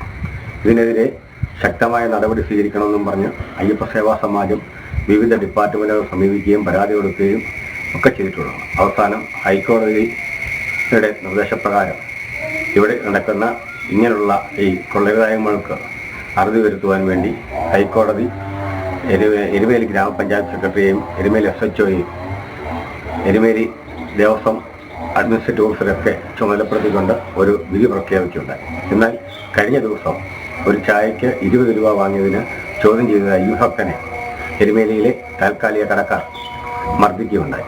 ഇതിനെതിരെ കേസെടുക്കാൻ പോലും എരുമേലി പോലീസിന് സാധിച്ചിട്ടില്ല. അടിയന്തരമായും ഇതിനെതിരെ ശക്തമായ നടപടി ഉണ്ടാകണം. ശബരിമല നട തുറന്നിരിക്കുന്ന സമയങ്ങളിലെല്ലാം എരുമേലിയിൽ റവന്യൂ കൺട്രോൾ റൂമോ റവന്യൂ പരിശോധനാ സ്ക്വാഡിന്റെ സേവനമോ വേണം. ഇക്കാര്യം ആവശ്യപ്പെട്ട് ശബരിമല സ്പെഷ്യൽ കമ്മീഷണറെയും ജില്ലാ കളക്ടറെയും എരുമേലി പഞ്ചായത്തിനെയും അയ്യപ്പ സേവാ സമാജം സമീപിച്ചു. ജനം, കോട്ടയം. ശബരിമല തീർത്ഥാടനം കഴിഞ്ഞു മടങ്ങുന്നതിനിടെ അയ്യപ്പ ഭക്ത മരിച്ച സംഭവത്തിൽ ദേവസ്വം ബോർഡിനെ അതിരൂക്ഷമായി വിമർശിച്ച് ഹിന്ദു ഐക്യവേദി. ദേവസ്വം ബോർഡിന്റെ അനാസ്ഥയിലുണ്ടായ ഗുരുതര പിഴവാണ് സംഭവിച്ചതെന്ന് ഹിന്ദു ഐക്യവേദി സംസ്ഥാന പ്രസിഡന്റ് RV ബാബു ജനം ടിവിയോട് പറഞ്ഞു. ഇതിന് കാരണക്കാരായവരെ കണ്ടെത്തി മാറ്റി നിർത്തി തക്കതായ ശിക്ഷ നൽകണം. ഷോക്കേറ്റ് മരിച്ച തെലങ്കാന സ്വദേശി ഭാരതാമ്മയുടെ കുടുംബത്തിന് ദേവസ്വം ബോർഡ് ഉടൻ നഷ്ടപരിഹാരം നൽകണമെന്നും അദ്ദേഹം ആവശ്യപ്പെട്ടു. കഴിഞ്ഞ ദിവസം ശബരിമല ദർശനം കഴിഞ്ഞ് മലയിറങ്ങുന്ന വഴിയാണ് തെലങ്കാന സ്വദേശി ഭരതമ്മ ഷോക്കേറ്റ് മരിക്കുന്നത്. നീലിമലയിൽ വെച്ചാണ് ദേവസ്വം ബോർഡ് സ്ഥാപിച്ചിരുന്ന കിയോസ്കിൽ നിന്നും വെള്ളമെടുക്കുന്നതിനിടയിൽ അപകടമുണ്ടായത്. ഗുരുതര പിഴവാണ് ദേവസ്വം ബോർഡിന് ഈ വിഷയത്തിൽ ഉണ്ടായിരിക്കുന്നതെന്ന് ഹിന്ദു ഐക്യവേദി സംസ്ഥാന പ്രസിഡന്റ് RV ബാബു പറഞ്ഞു. വേണ്ടത്ര രീതിയിലുള്ള പരിശോധനകൾ ഈ മേഖലയിൽ ദേവസ്വം ബോർഡിന്റെ ഭാഗത്തു നിന്ന് നടത്തുന്നില്ല എന്നുള്ളതിന്റെ കൃത്യമായ ഉദാഹരണമാണിത്. ഇത് ഗുരുതരമായ ഒരു അനാസ്ഥയായിട്ട് ചൂണ്ടിക്കാണിക്കാൻ സാധിക്കും. എങ്ങനെ ഇത്തരത്തിലുള്ളൊരു വൈദ്യുതാഘാതം ഈ ടാപ്പ് വഴി ഉണ്ടായി? കൃത്യവിലോപത്തിന്റെ അങ്ങേയറ്റമാണ് ഇത് എന്ന് പറയാതിരിക്കാൻ നിവൃത്തിയില്ല. ദേവസ്വം ബോർഡ് ഈ വിഷയത്തെ ലാഘവത്തോടെയാണ് കണ്ടത്. മരിച്ച അയ്യപ്പ ഭക്തയുടെ കുടുംബത്തിന് നഷ്ടപരിഹാരം ഉടൻ നൽകണം. കൂടാതെ ആരുടെ ഭാഗത്തു നിന്നാണോ വീഴ്ച പറ്റിയത് ആ ഉദ്യോഗസ്ഥർക്കെതിരെ കർശനമായ നടപടിയെടുക്കണമെന്നും RV ബാബു ആവശ്യപ്പെട്ടു. ഇവിടെ ദേവസ്വം ബോർഡ് ഈ മരണപ്പെട്ട സ്ത്രീക്ക് തക്കതായ നഷ്ടപരിഹാരം നൽകിയേ മതിയാകൂ. 100-ലേറെ ആളുകളാണ് പുല്ലുമേട് ദുരന്തത്തിൽ കൊല്ലപ്പെട്ടത്. ദേവസ്വം ബോർഡിന്റെ ഭാഗത്തു നിന്ന് നയാ പൈസ അവർക്ക് നഷ്ടപരിഹാരം നൽകാൻ ദേവസ്വം ബോർഡ് തയ്യാറായില്ല. ഈ കാര്യത്തിൽ ദേവസ്വം ബോർഡ് ആ നിലപാടെടുത്താൽ ശക്തമായ പ്രതിഷേധം ഹിന്ദു ഐക്യവേദിയുടെ ഭാഗത്തു നിന്നുണ്ടാകും. ഇനിയും ഇത്തരം സംഭവങ്ങൾ ആവർത്തിക്കാതിരിക്കാൻ അധികൃതരുടെ ഭാഗത്തു നിന്നും കൃത്യമായ ഇടപെടൽ ഉണ്ടാകണമെന്നും അദ്ദേഹം വ്യക്തമാക്കി. ജനം, കൊച്ചി. കൈക്കൂലി കേസിൽ EDക്കെതിരായ വിജിലൻസ് കേസിന്റെ മുനയൊടിയുന്നു. പരാതിക്കാരനായ അനീഷ് ബാബുവിന്റെ മൊഴി വീണ്ടും രേഖപ്പെടുത്തും. നിരവധി തവണ മൊഴിയെടുത്തിട്ടും ED അസിസ്റ്റന്റ് ഡയറക്ടർ ശേഖർ കുമാറിനെതിരെ വ്യക്തമായ തെളിവ് നൽകാൻ പരാതിക്കാരന് കഴിഞ്ഞിട്ടില്ല. ED ഉദ്യോഗസ്ഥനെതിരെ ഇതുവരെ തെളിവുകൾ കണ്ടെത്താനായിട്ടില്ല എന്നാണ് വിജിലൻസ് SP S ശശിധരൻ വ്യക്തമാക്കിയിരുന്നത്. ഇതിനിടെ ശേഖർ കുമാറിനെതിരെ ED വിജിലൻസും അന്വേഷണം ആരംഭിച്ചിട്ടുണ്ട്. ജിജീഷ് കരുണാകരൻ ചേരുന്ന വിവരങ്ങളുമായി. ജിജീഷ്, എന്താണ് ഈ അന്വേഷണം മുന്നോട്ട് പോകുമ്പോൾ മനസ്സിലാകുന്നത്? എന്തിനാണ് ഇപ്പോൾ വീണ്ടും മൊഴിയെടുക്കാനൊക്കെ ശ്രമം നടക്കുന്നത്? വീണ, വിജിലൻസിനെ സംബന്ധിച്ചിടത്തോളം എൻഫോഴ്സ്മെന്റ് ഉദ്യോഗസ്ഥനെതിരെ അസിസ്റ്റന്റ് ഡയറക്ടറായ ശേഖർ കുമാറിനെതിരെ കൃത്യമായ തെളിവുകളൊന്നും ഇത്രയും ദിവസത്തിന് ശേഷവും കണ്ടെത്താൻ കഴിഞ്ഞിട്ടില്ല. 3 പേരുടെ അറസ്റ്റിനപ്പുറം തുടർ നീക്കങ്ങളൊന്നും തന്നെ നടത്താൻ കഴിയാവുന്ന കൃത്യമായ മൊഴികൾ ലഭിച്ചില്ല എന്നത് തന്നെയാണ് പ്രധാനം. കാരണം അനീഷ് ബാബു ആണ് പറഞ്ഞത്, അത് ശേഖർ കുമാറാണ് അതിനോട് പണം ആവശ്യപ്പെട്ടത്. ശേഖർ കുമാറിന് വേണ്ടിയാണ് ഏജന്റുമാർ പ്രവർത്തിച്ചത്. ശേഖർ കുമാർ ആയിരുന്നു അസിസ്റ്റന്റ് ഡയറക്ടർ എന്ന നിലയിൽ ശേഖർ കുമാർ ആയിരുന്നു തനിക്കെതിരായ കേസിന്റെ അന്വേഷണ ചുമതലയിലുണ്ടായിരുന്ന ഉദ്യോഗസ്ഥൻ. അതുകൊണ്ട് തന്നെ ഈ ഉദ്യോഗസ്ഥൻ പണം ആവശ്യപ്പെട്ടു, 2 കോടി രൂപ ആവശ്യപ്പെട്ടു എന്നെല്ലാമാണ് വിൽസൺ പറഞ്ഞത് എന്ന് പറയുമ്പോൾ തന്നെ ശേഖർ കുമാറിനെ നേരിട്ട് ഈ കേസുമായി ബന്ധിപ്പിക്കാവുന്ന തെളിവുകളൊന്നും തന്നെ അന്വേഷണ സംഘത്തിന് ലഭിച്ചിട്ടില്ല. അതുകൊണ്ട് തന്നെയാണ് എൻഫോഴ്സ്മെന്റ് നിലവിൽ വിജിലൻസിനെ സംബന്ധിച്ചിടത്തോളം അത് വലിയൊരു തിരിച്ചടിയായി മാറിയിരിക്കുന്നത്. കാരണം തുടക്കത്തിൽ തന്നെ മാധ്യമപ്രവർത്തകരെ അടക്കം കണ്ടുകൊണ്ട് ഇ ഡി ഉദ്യോഗസ്ഥൻ കൂടി ഉൾപ്പെട്ട കേസാണ്, ഇ ഡിയിൽ നടക്കുന്ന ഇത്തരത്തിലുള്ള കൈക്കൂലി ഇടപാടുകൾ പുറത്തു കൊണ്ടുവരുന്ന ഒരു കേസാണ് എന്നെല്ലാം വാദിച്ചിരുന്ന വിജിലൻസിനെ സംബന്ധിച്ചിടത്തോളം തെളിവുകളുടെ അഭാവം വലിയ ഒരു തിരിച്ചടിയായിരിക്കുകയാണ്. മാത്രമല്ല എൻഫോഴ്സ്മെന്റ് ഡയറക്ടറേറ്റിനെ സംബന്ധിച്ചിടത്തോളം അവർ കഴിഞ്ഞ ദിവസം തന്നെ വ്യക്തമാക്കിയിരുന്നു, ഏതെങ്കിലും തരത്തിൽ ഇത്തരത്തിലുള്ള സാമ്പത്തിക ഇടപാടുകൾ നടത്തിയിട്ടില്ല. അതുമായി പൂർണ്ണമായി ഇത്തരം കാര്യങ്ങൾ തള്ളിക്കളയുകയാണ്. മാത്രമല്ല ഇയാൾ കേസിൽ അനീഷ് ബാബു എന്ന പരാതിക്കാരെ ഒരു കേസ് നേരിടുന്ന ആളാണ്. സ്വാഭാവികമായും എൻഫോഴ്സ്മെന്റ് ഡയറക്ടറേറ്റ് ഈ കേസുമായി ബന്ധപ്പെട്ട് നിരവധി തവണ സമൻസ് നൽകി വിളിച്ചു വരുത്തിയിട്ടുണ്ട്. ചോദ്യം ചെയ്യലിന്റെ ഭാഗമായി കടുത്ത ഭാഷയിൽ തന്നെ ചില ചോദ്യം ചെയ്യലുകൾ നടത്തേണ്ടി വന്നിട്ടുണ്ട്. എന്നാൽ മറിച്ച് പണം ആവശ്യപ്പെട്ടത് എന്നതടക്കമുള്ള കാര്യങ്ങൾ അവർ നിഷേധിക്കുകയും ചെയ്തിരുന്നു.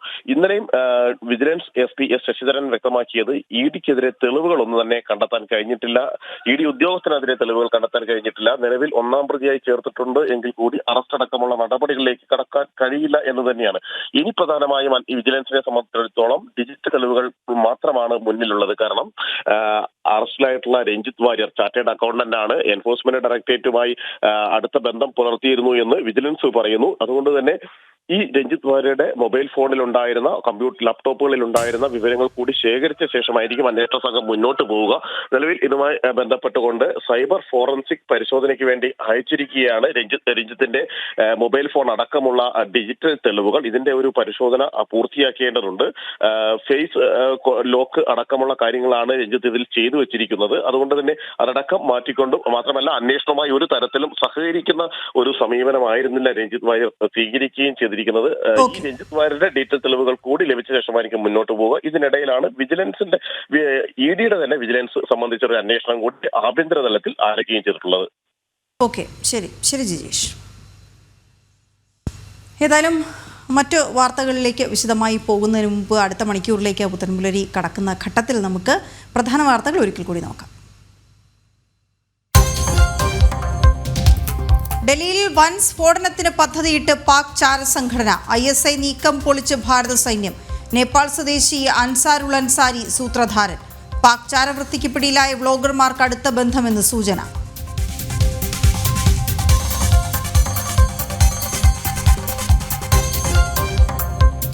പെഹൽഗാം ഭീകരാക്രമണത്തിന് നടക്കുന്ന ഓർമ്മകൾക്ക് 1 മാസം. ബൈസ്രൺ താഴ്വാരം ശാന്തം. പാക് ഭീകര കേന്ദ്രങ്ങൾ തകർത്തെറിഞ്ഞ പ്രധാനമന്ത്രിക്കും സൈന്യത്തിനും നന്ദി വാക്ക്.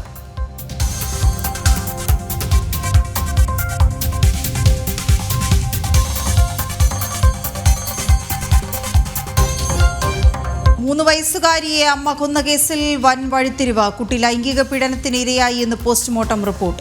പിതാവിന്റെ അടുത്ത ബന്ധുവിനെതിരെ പോക്സോ കേസ് അന്വേഷിക്കാൻ പ്രത്യേക അന്വേഷണ സംഘം.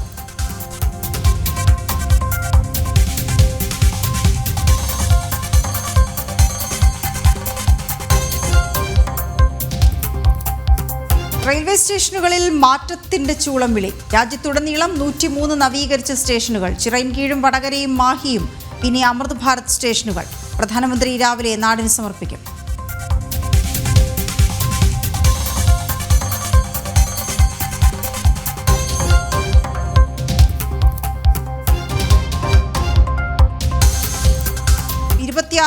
കോടിയുടെ വികസന കുതിപ്പിന് രാജസ്ഥാൻ. പദ്ധതികൾക്ക് തുടക്കം കുറിക്കാൻ പ്രധാനമന്ത്രി ഇന്നെത്തും. ബീക്കാനൂരിലെ എയർഫോഴ്സ് സ്റ്റേഷൻ സന്ദർശിക്കും.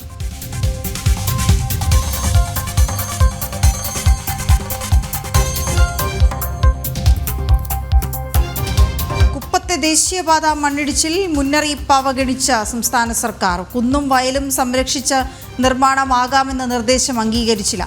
നിലവിലെ അലൈൻമെന്റ് മതിയെന്നത് ഇടതു പിടിവാശി.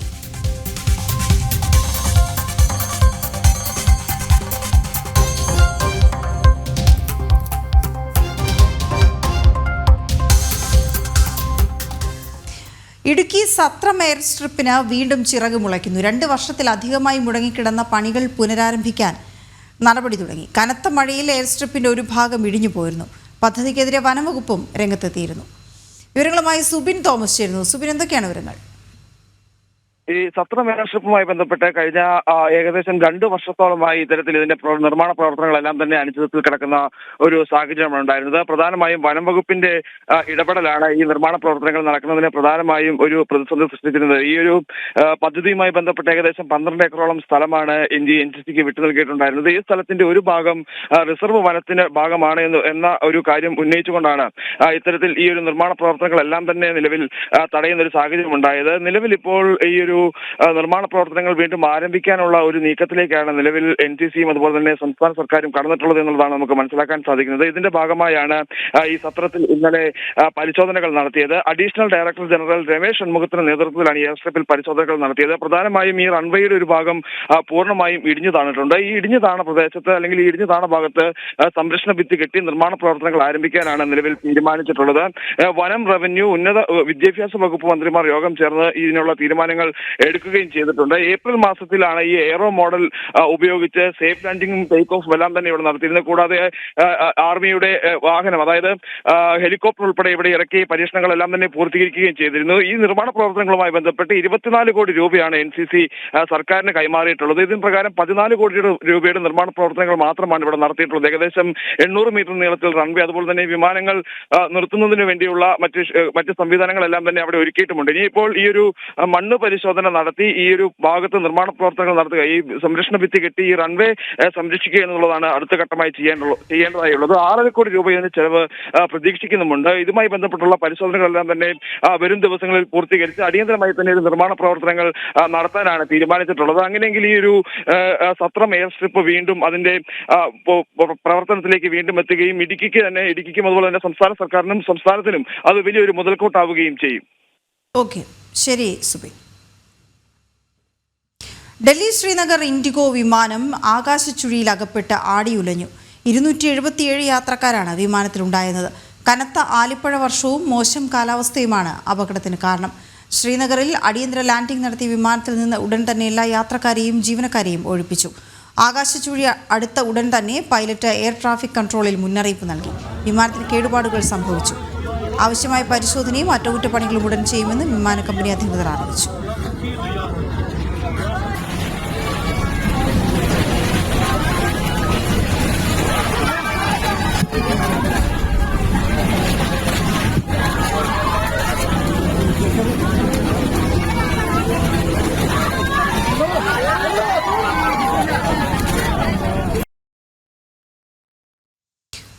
ഇനി വളരെ പ്രധാനപ്പെട്ട ഒരു വാർത്തയിലേക്കാണ് പോകുന്നത്. ഡൽഹിയിൽ വൻ സ്ഫോടനം നടത്താനുള്ള ISIയുടെ പദ്ധതി പൊളിച്ച് രഹസ്യാന്വേഷണ വിഭാഗങ്ങൾ. നേപ്പാൾ സ്വദേശിയായ അൻസാറുൾ മിയ അൻസാരിയാണ് ഈ പദ്ധതി തയ്യാറാക്കിയത്. അൻസാരി ജനുവരിയിൽ പിടിയിലായതോടെ പദ്ധതി പാളുകയായിരുന്നു. പിടിയിലായ വ്ളോഗർമാർക്ക് അൻസാരിയുമായി അടുത്ത ബന്ധമുണ്ടെന്ന തെളിവുകൾ കേന്ദ്ര ഏജൻസികൾക്ക് ലഭിച്ചു. ഗൗതം അനന്തനാരായണൻ ചേർന്ന വിവരങ്ങളുമായി. ഗൗതം, എന്താണ് ഈ ഡൽഹിയിൽ വൻ സ്ഫോടനങ്ങൾ നടത്താനുള്ള പദ്ധതിയായി ഈ നേപ്പാൾ സ്വദേശി നടത്തിയത്? എന്തൊക്കെ ഇയാൾക്ക് പിന്നിലുള്ള ബന്ധങ്ങൾ വെളിപ്പെട്ടു വരുന്നു? വീണ, കഴിഞ്ഞ വർഷം ആദ്യം രാജ്യ തലസ്ഥാനമായ ഡൽഹിയിൽ തുടർച്ചയായി വലിയ സ്ഫോടന പരമ്പരകൾ നടത്താൻ പാകിസ്ഥാന്റെ ചാരസംഘടനയായ ISI പദ്ധതിയിട്ടു എന്നാണ് രഹസ്യാന്വേഷണ വിഭാഗങ്ങൾ ഇപ്പോൾ ചൂണ്ടിക്കാണിക്കുന്നത്. ഈ പദ്ധതി പ്രധാനമായും പൊളിയുവാനുള്ള കാരണം ഇവർ ഈ പദ്ധതി തയ്യാറാക്കാനായി ISI കണ്ടെത്തിയത് ഒരു നേപ്പാൾ സ്വദേശിയായ അടുത്ത കാലത്ത് നമ്മുടെ രഹസ്യാന്വേഷണ വിഭാഗങ്ങൾ തന്നെ ഇയാളെ അറസ്റ്റ് ചെയ്തതാണ്. അൻസൂറാൽ മിയ അൻസാരി എന്ന ഒരാളെ ഈ ISI കണ്ടെത്തിയിരുന്നു. ഇയാൾ നേപ്പാൾ സ്വദേശിയാണെങ്കിലും ഇയാളെ കണ്ടെത്തുന്നത് ഖത്തറിൽ വെച്ചാണ്. ഇയാൾ ഖത്തറിൽ ജോലി ചെയ്യുന്ന ഘട്ടത്തിൽ പാക് ചാരസംഘടനയുടെ ആളുകൾ ഇയാളെ കണ്ടെത്തുകയും ഭാരതത്തിൽ പ്രശ്നങ്ങൾ സൃഷ്ടിക്കാനായി ഇയാളെ ചില ദൗത്യങ്ങൾ ഏൽപ്പിക്കുകയുമായിരുന്നു. ഇതിൻ്റെ അടിസ്ഥാനത്തിൽ ഈ അൻസാരി ഡൽഹിയിൽ എത്തുന്ന സമയത്ത് ഭാരതത്തിൻ്റെ രഹസ്യാന്വേഷണ വിഭാഗങ്ങൾ ഇക്കാര്യം അറിയുകയും അൻസാരിയെ അറസ്റ്റ് ചെയ്യുകയും ചെയ്തിരുന്നു. ഇതേ തുടർന്ന് പിന്നീട് വിശദമായി ചോദ്യം ചെയ്ത ഘട്ടത്തിൽ ജാർഖണ്ഡ് തലസ്ഥാനമായ റാഞ്ചിയിലുള്ള ഒരു അക്കലക് അസാം എന്ന ഒരാൾക്കും ഈ പദ്ധതിയുമായി ബന്ധമുണ്ട് എന്ന് കൃത്യമായ രഹസ്യാന്വേഷണ വിഭാഗങ്ങൾ മനസ്സിലാക്കി. അതായത് ISI പദ്ധതിയിട്ടത് രാജ്യ തലസ്ഥാനത്ത് ഏറ്റവും തന്ത്രപ്രധാനമായ സ്ഥലങ്ങളിൽ 2 3 സ്ഥലങ്ങളിൽ ഒരേ സമയത്തോ അല്ലെങ്കിൽ തൊട്ടടുത്ത സമയങ്ങളിലോ ആയോ വലിയ സ്ഫോടന പരമ്പര നടത്തിക്കൊണ്ട് ഭാരതത്തിനൊരു ആഘാതം സൃഷ്ടിക്കുക, രാജ്യത്തിൻ്റെ പരമാധികാരത്തിന് മേൽ ഒരു വലിയ വിജയം നേടാനുള്ള ശ്രമം നടത്തുക എന്നതായിരുന്നു പാകിസ്ഥാന്റെ ആലോചന എന്നത്. എന്തായാലും ആ ഒരു നീക്കം രാജ്യത്തെ രഹസ്യാന്വേഷണ വിഭാഗങ്ങൾ പൊളിച്ചിരിക്കുന്നു എന്നതാണ്. ഇപ്പോൾ ഇതുമായി ബന്ധപ്പെട്ടുള്ള മറ്റൊരു അപ്ഡേറ്റ് എന്നത് നമുക്കറിയാം, ഈ ഓപ്പറേഷൻ സിന്ദൂരിന് ശേഷം നിരവധി ഈ ബ്ലോഗർമാർ അറസ്റ്റിലായിട്ടുണ്ട്. പ്രത്യേകിച്ച് ജ്യോതി മൽഹോത്രയെ പോലെയൊക്കെയുള്ള ഹരിയാന സ്വദേശി, അവരെ വിശദമായി ചോദ്യം ചെയ്ത് വരികയാണ്. ഇന്നിപ്പോൾ അവരുടെ കസ്റ്റഡി കാലാവധി അവസാനിക്കുന്ന ദിവസം കൂടിയാണ്.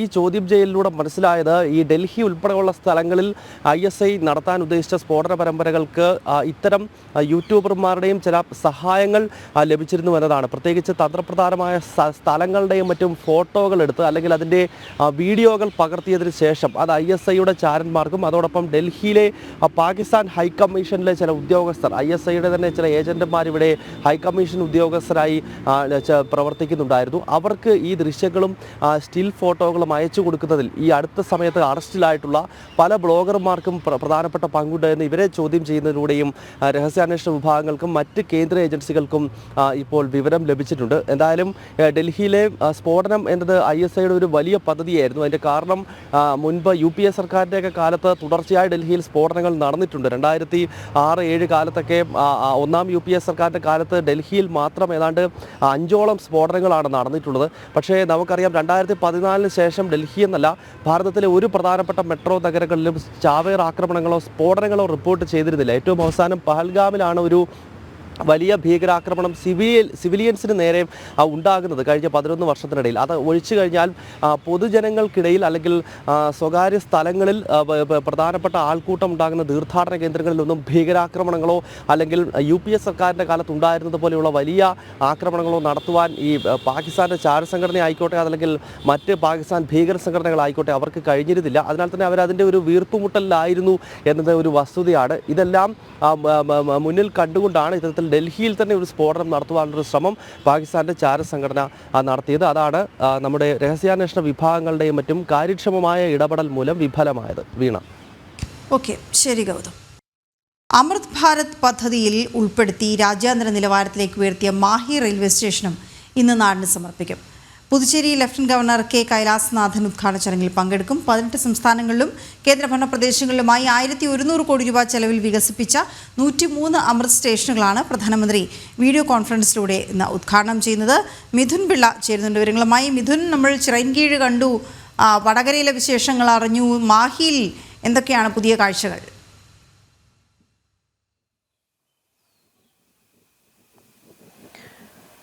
വീണ, നമുക്കറിയാം മലബാറിലെ പ്രധാനപ്പെട്ട റെയിൽവേ സ്റ്റേഷനുകളിൽ ഒന്നാണ് മാഹി റെയിൽവേ സ്റ്റേഷൻ. പുതുച്ചേരിയുടെ ഭാഗമാണ് മാഹി, കേന്ദ്ര ഭരണ പ്രദേശമാണ്. 103 ഇന്ന് ഉദ്ഘാടനം ചെയ്യപ്പെടുന്ന 103 അമൃത് റെയിൽവേ സ്റ്റേഷനുകളിൽ പ്രധാനപ്പെട്ട ഒന്നാണ് മാഹി റെയിൽവേ സ്റ്റേഷനും. നമുക്കറിയാം വളരെ ഒരു നാശോന്മുഖമായ സാഹചര്യത്തിലായിരുന്നു പതിറ്റാണ്ടുകൾക്ക് മുമ്പ് മാഹി റെയിൽവേ സ്റ്റേഷൻ ഉണ്ടായത്. അവിടെ നിന്ന് ഒരു അന്താരാഷ്ട്ര നിലവാരത്തിലേക്ക് തന്നെയാണ് മാഹി റെയിൽവേ സ്റ്റേഷന്റെ സ്ഥിതി മാറിയിരിക്കുന്നത്. നമുക്കറിയാം ദീർഘനാളത്തെ ഒരു പദ്ധതിയുടെ ഭാഗമായിട്ടാണ് ഇത്തരമൊരു വികസന പദ്ധതി കേന്ദ്ര സർക്കാരിന്റെ ഭാഗത്ത് നിന്ന് നടപ്പിലാക്കി വരുന്നത്. ഇന്ന് മാത്രം ഏതാണ്ട് 1100 കോടി രൂപയുടെ വികസന പദ്ധതികളാണ് പ്രധാനമന്ത്രി നരേന്ദ്രമോദി ഉദ്ഘാടനം ചെയ്യുന്നത്.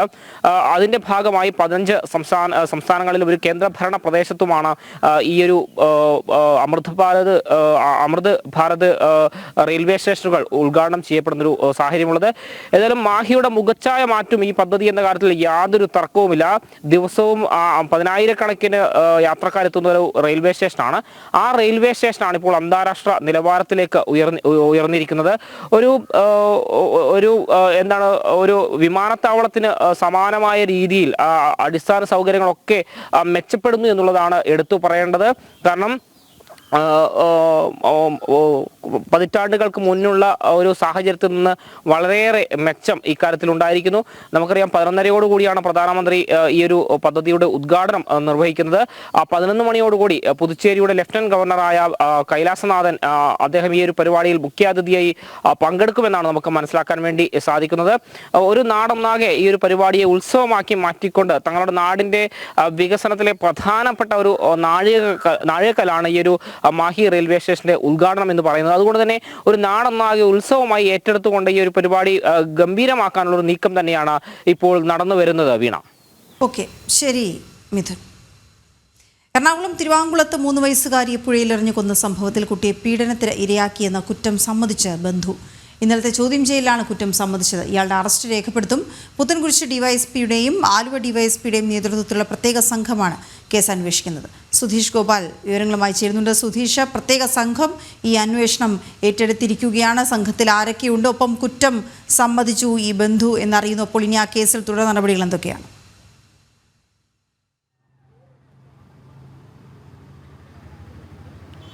വീണ, ഇന്നലെ രാവിലെയാണ് ഈ കുട്ടിയുടെ അച്ഛൻ്റെ അടുത്ത ബന്ധുവിനെ കസ്റ്റഡിയിലെടുക്കുന്നത്. ഒപ്പം മറ്റ് 2 പേരും കൂടി ഉണ്ടായിരുന്നു കസ്റ്റഡിയിൽ. ഇവരെ 3 പേരെയും വിശദമായി ചോദ്യം ചെയ്തു. അതിനുശേഷം മറ്റ് 2 പേരെയും വിട്ടയക്കുകയും ഇയാളെ കസ്റ്റഡിയിൽ സൂക്ഷിക്കുകയുമായിരുന്നു. ഇന്നലെ രാത്രി വളരെ നിർണായകമായ ചോദ്യം ചെയ്യലാണ് നടന്നത്. അതിൽ ഈ ബന്ധു കുറ്റം സമ്മതിച്ചു എന്നതാണ് നമുക്കിപ്പോൾ അറിയാൻ സാധിക്കുന്നത്.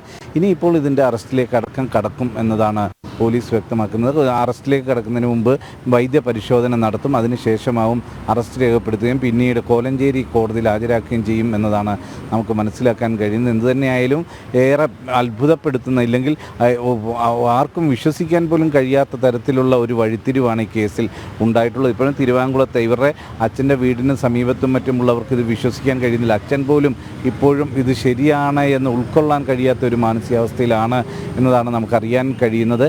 കാരണം അത്രയ്ക്കും അടുപ്പത്തോടെ ഈ കുട്ടിക്കൊപ്പം ഉണ്ടായിട്ടുള്ള ഒരു വ്യക്തിയാണ് ഇത്തരത്തിൽ പീഡിപ്പിച്ചു എന്ന വാർത്ത പുറത്തു വരുന്നത്. അതിലുപരി ഈ സംസ്കാര ചടങ്ങുകളിലടക്കം വളരെ വിങ്ങലോടെ, അത് ആരെയും വേദനിപ്പിക്കുന്ന തരത്തിൽ പൊട്ടിക്കരഞ്ഞുകൊണ്ട് അവിടെ ഉണ്ടായിരുന്ന വ്യക്തി കൂടിയാണ്. അപ്പോൾ അങ്ങനെയുള്ളൊരു വ്യക്തി ഇത്തരത്തിൽ പീഡിപ്പിച്ചു എന്നത് ഉൾക്കൊള്ളാൻ ഏവർക്കും പ്രയാസമുണ്ടാകുന്ന ഒരു സാഹചര്യമുണ്ട്. ഈ ഒരു ഘട്ടത്തിൽ തന്നെ ഇന്ന് അമ്മയും കസ്റ്റഡിയിൽ വാങ്ങാനുള്ള നീക്കം ഊർജിതമാണ്. ഇന്ന് കോടതിയിൽ അതിൻ്റെ അപേക്ഷ പരിഗണിക്കുമ്പോൾ കസ്റ്റഡിയിൽ വാങ്ങി അതിനുശേഷം തെളിവെടുപ്പ് നടത്തണം. അതോടൊപ്പം തന്നെ വളരെ വിശദമായ ചോദ്യം ചെയ്യലും വേണ്ടി വരും എന്നതാണ് നമുക്ക് മനസ്സിലാക്കാൻ കഴിയുന്നത്. കഴിഞ്ഞ ദിവസം അമ്മ അംഗനവാടിയിൽ നിന്നും കുട്ടിയെ വിളിച്ചുകൊണ്ട് പോവുകയും പിന്നീട് ആലുവ വഴി ഇവരുടെ നാട്ടിലേക്ക് എത്തുകയും അവിടെ പാലത്തിൽ നിന്നും കുട്ടിയെ താഴേക്ക് എറിയുകയുമായിരുന്നു. അത് സംബന്ധിച്ച് വ്യത്യസ്തങ്ങളായ മൊഴികളായിരുന്നു ആദ്യം പോലീസിന് മുമ്പിൽ ഈ കുട്ടിയുടെ അമ്മ പറഞ്ഞിരുന്നത്. അതുതന്നെ വലിയ രീതിയിൽ ഇതിൻ്റെ അന്വേഷണത്തിലെല്ലാം കുഴയ്ക്കുകയും ചെയ്തിരുന്നു. എന്നാൽ പിന്നീട് ഈ മറ്റ് സാഹചര്യ തെളിവുകൾ കൂടി ലഭിച്ചതിൻ്റെ കൂടി അടിസ്ഥാനത്തിലാണ് പുഴയിൽ രാത്രി തിരച്ചിൽ നടത്തി. നമുക്കറിയാം ഏതാണ്ട് 8 മണിക്കൂറിലധികം നീണ്ടു നിന്ന തിരച്ചിലിനൊടുവിലായിരുന്നു മൃതദേഹം കണ്ടെടുത്തത്. അതിന് ശേഷം ആണ് അതുവരെയും ഈ അമ്മ പറഞ്ഞ മൊഴി തെറ്റായിരിക്കണം, അല്ലെങ്കിൽ ഇത്തരത്തിൽ കുട്ടിയെ അപായപ്പെടുത്തിയിട്ടില്ല എന്നൊരു പ്രതീക്ഷ ബന്ധുക്കൾക്കും നാട്ടുകാർക്കും ഒക്കെ തന്നെ ഉള്ളിലുണ്ടായിരുന്നു. എന്നാൽ പുലർച്ചെ 2:30 മൃതദേഹം കിട്ടുകയായിരുന്നു. അതിനുശേഷമാണ് അമ്മയുടെ അറസ്റ്റ് രേഖപ്പെടുത്തിയത്.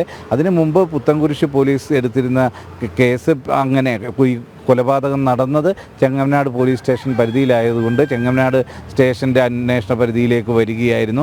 തുടർന്ന് അമ്മയെ അറസ്റ്റ് ചെയ്യുകയും റിമാൻഡ് ചെയ്യുകയും ചെയ്തു. കാക്കനാട് വനിതാ സബ് ജയിലിലാണ് ഇപ്പോൾ അമ്മയുള്ളത്. അതിനുശേഷമാണ് ഈ പോസ്റ്റ്മോർട്ടം നടക്കുമ്പോൾ ഇത്തരം വളരെ നിർണായകമായ വിവരം ലഭിക്കുന്നത്. ഈ സമയത്ത് അമ്മയെ വൈദ്യപരിശോധനയ്ക്കായി കൊണ്ടുപോയിരിക്കുകയായിരുന്നു. അതിനിടയിൽ ഈ വിവരം അറിഞ്ഞ് കൂടുതൽ പോലീസ് ഉദ്യോഗസ്ഥർ പുത്തൻകുരിശ് ഡിവൈഎസ്പി, ആലുവ ഡിവൈഎസ്പിയും റൂറൽ എസ് പി അടക്കമുള്ളവർ അവിടേക്ക് എത്തുകയും അമ്മയുടെ ഇത് സംബന്ധിച്ച കാര്യങ്ങൾ ആരായുകയും ചെയ്തിരുന്നു എന്നതാണ് അറിയുന്നത്. എന്നാൽ അപ്പോഴേക്കും കോടതിയിൽ ഹാജരാക്കേണ്ട സമയമായതുകൊണ്ട് തന്നെ കോടതിയിൽ ഹാജരാക്കുകയും റിമാൻഡ് ചെയ്യുകയും ചെയ്തു. ഇന്ന് കസ്റ്റഡിയിൽ വാങ്ങിയ അമ്മയെ വീണ്ടും വിശദമായി ചോദ്യം ചെയ്യും. അതോടൊപ്പം തന്നെ ഈ ബന്ധു, ഇപ്പോൾ കുറ്റം സമ്മതിച്ചിരിക്കുന്ന ബന്ധുവിൻ്റെയും അറസ്റ്റ് രേഖപ്പെടുത്തി കോടതിയിൽ ഹാജരാക്കണം. അത് കഴിഞ്ഞാൽ അയാളെയും കസ്റ്റഡിയിലെടുത്ത് ചോദ്യം ചെയ്യേണ്ടതുണ്ട്. ഇത്തരത്തിൽ ഈ കേസിൻ്റെ മറ്റ് കുരുക്കുകളെല്ലാം അഴിക്കാനുള്ള ഒരു ശ്രമം തന്നെയാണ് അന്വേഷണ സംഘം നടത്തുന്നത്. ഇത് ഏതാണ്ട് 1 വർഷത്തോളം പീഡനം തുടർച്ചയായി പീഡനം നടന്നിരുന്നു എന്നതാണ് പോസ്റ്റ്മോർട്ടം റിപ്പോർട്ടിലും മറ്റുമുള്ള ഡോക്ടർമാരുടെ ഒരു അനുമാനം. അത് സംബന്ധിച്ച് എത്രത്തോളം കാര്യങ്ങൾ പൂർണ്ണമായും സമ്മതിച്ചിട്ടുണ്ട് ഈ ബന്ധു എന്നത് സംബന്ധിച്ച് ഇനിയും വ്യക്തത വരേണ്ടതുണ്ട്. ഇതെല്ലാം സംബന്ധിച്ച് പോലീസിൻ്റെ കൃത്യമായ ഒരു വിശദീകരണം ലഭിക്കേണ്ടതുണ്ട്. എന്തൊക്കെയാണ് പോസ്റ്റ്മോർട്ടത്തിലെ കണ്ടെത്തലുകൾ എന്നത് സംബന്ധിച്ചും എല്ലാം തന്നെ വളരെ വിശദമായ ഒരു വിശദീകരണം തന്നെ പോലീസിൻ്റെ ഭാഗത്തുനിന്നും പ്രതീക്ഷിക്കുന്നുണ്ട്. അത് ഒരുപക്ഷെ ഇന്ന് തന്നെ ഉണ്ടാകാം. എന്ത് തന്നെയായാലും ഇന്ന് ഉച്ചയോടുകൂടി കുട്ടിയുടെ അമ്മയെ കസ്റ്റഡിയിൽ വാങ്ങാൻ സാധിക്കും എന്നതാണ് പ്രതീക്ഷിക്കുന്നത്. ഉച്ചയോടുകൂടി ഈ ബന്ധുവിൻ്റെ അറസ്റ്റ് രേഖപ്പെടുത്തി കോടതിയിലും ഹാജരാക്കുമെന്നതാണ് ഇപ്പോൾ നമുക്ക് ലഭിക്കുന്ന വിവരങ്ങളുടെ അടിസ്ഥാനത്തിൽ പറയാൻ കഴിയുന്നത്. വീണ. ഓക്കെ, ശരി സുധീഷ്. സംസ്ഥാനത്ത് സ്ത്രീകൾക്കെതിരായ അതിക്രമങ്ങൾ കുതിച്ചുവരുന്നു. 4 വർഷത്തിനിടെ രജിസ്റ്റർ ചെയ്തത് 61,956 കേസുകളാണ്. 2022 മുതൽ 2025 മാർച്ച് വരെയുള്ള കണക്കുകളാണിത്. സ്ത്രീധന മരണങ്ങളുടെ എണ്ണത്തിലും വർധനയുണ്ട്. 4 വർഷത്തിനിടെ സ്ത്രീധന പീഡനം മൂലം മരിച്ചത് 25 സ്ത്രീകളാണ്. സംസ്ഥാനം സ്ത്രീ സൗഹൃദമാണെന്ന് സർക്കാർ ആവർത്തിക്കുമ്പോഴാണ് ഞെട്ടിക്കുന്ന കണക്കുകൾ പുറത്തുവരുന്നത്. ജനം ബ്രേക്കിംഗ്. വിനീഷ് ചേരുന്നു വിവരങ്ങളുമായി. വിനീഷ്, സ്ത്രീധന മരണം പോലും ഇപ്പോഴും നമ്മുടെ നാട്ടിൽ സംഭവിക്കുന്നു. അതുതന്നെ ഒരു അതിശയിപ്പിക്കുന്ന ഞെട്ടിക്കുന്ന കണക്കാണ്.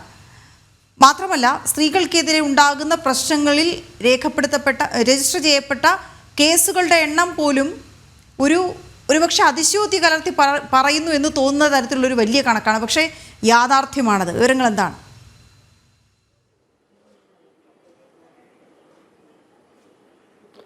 തീർച്ചയായിട്ടും വീണ സൂചിപ്പിച്ചതുപോലെ തന്നെ സ്ത്രീ സൗഹൃദ സംസ്ഥാനം എന്നതാണ് നമ്മുടെ സർക്കാർ എപ്പോഴും കൊട്ടിഘോഷിച്ച് ഏറ്റവും വലിയ മാധ്യമ ശ്രദ്ധ നേടുന്ന തരത്തിലുള്ള പ്രചരണങ്ങൾ നടത്തുന്നത്. ആ പ്രചരണങ്ങളെല്ലാം തെറ്റാണ് എന്ന് തെളിയിക്കുന്ന കണക്കുകളാണ് ഇപ്പോൾ പുറത്തു വരുന്നത്. 2022 മുതൽ 2025 വരെയുള്ള ഈ ഒരു കാലഘട്ടത്തെ ഈ ഒരു 3 വർഷത്തിന്റെ കണക്കുകൾ നമ്മൾ പരിശോധിക്കുമ്പോൾ നമുക്ക് മനസ്സിലാക്കാൻ സാധിക്കുന്നത് 61,956 കേസുകളാണ് സ്ത്രീകൾക്കെതിരായുള്ള അതിക്രമത്തിൽ സംസ്ഥാനത്ത് രജിസ്റ്റർ ചെയ്തിരിക്കുന്നത്. അതിൽ നിന്ന് ഏറ്റവും ഗൗരവകരം എന്ന് നമുക്ക് പറയാൻ സാധിക്കുന്നത് ഈ സ്ത്രീധന പീഡനം ഇപ്പോഴും നമ്മുടെ സംസ്ഥാനത്ത് നടക്കുന്നു എന്നത് സംബന്ധിച്ചുള്ള കണക്കുകളാണ്. അത് കഴിഞ്ഞ ഒരു വർഷത്തെ അല്ലെങ്കിൽ കഴിഞ്ഞ 3 വർഷത്തെ കണക്ക് നോക്കുമ്പോൾ 25 പേർ സ്ത്രീധന പീഡനത്തെ തുടർന്ന് ആത്മഹത്യ ചെയ്യുകയോ അല്ലെങ്കിൽ കൊലപ്പെടുത്തുകയോ ചെയ്യുന്ന കണക്കുകൾ അത് ഞെട്ടിക്കുന്നത് തന്നെയാണ്. കാരണം സ്ത്രീ സൗഹൃദ സംസ്ഥാനമാണ് നമ്മുടെ കേരളം എന്ന് സംസ്ഥാന സർക്കാർ കൊട്ടിഘോഷിക്കുമ്പോൾ ഇത്തരം കണക്കുകൾ പുറത്തു വരുന്നത് അത് ഞെട്ടിക്കുന്നത് തന്നെയാണ് എന്ന കാര്യത്തിൽ സംശയമില്ല. പല തരത്തിലാണ് ഈ അടുത്തൊരു കണക്ക് നമ്മൾ പരിശോധിക്കുകയാണെങ്കിൽ സ്ത്രീകൾ ബലാത്സംഗത്തിന് ഇരയായ കണക്കാണ്. അത്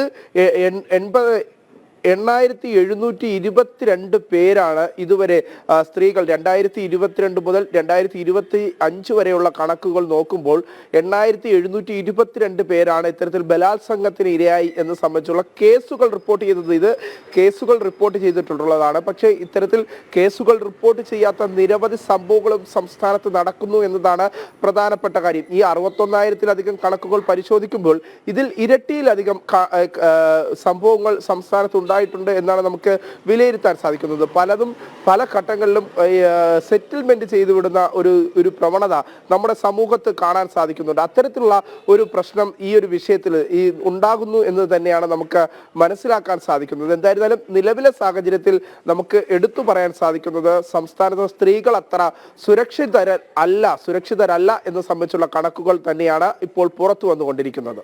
വീണ. ശരി വിനീഷ്. കരാറുകാരുടെ സമരത്തെ തുടർന്ന് റേഷൻ കടകൾ കാലിയാകുമ്പോഴും നടപടി സ്വീകരിക്കാതെ സംസ്ഥാന സർക്കാർ. വടക്കൻ കേരളത്തിലാണ് പ്രതിസന്ധി രൂക്ഷം. സാമ്പത്തിക പ്രതിസന്ധിയെ തുടർന്നാണ് കരാറുകാർക്ക് സർക്കാർ പണം നൽകാത്തത്. പ്രജിത് മോഹനൻ ചേരുന്ന വിവരങ്ങളുമായി. പ്രജിത്, വിവരങ്ങൾ എന്താണ്?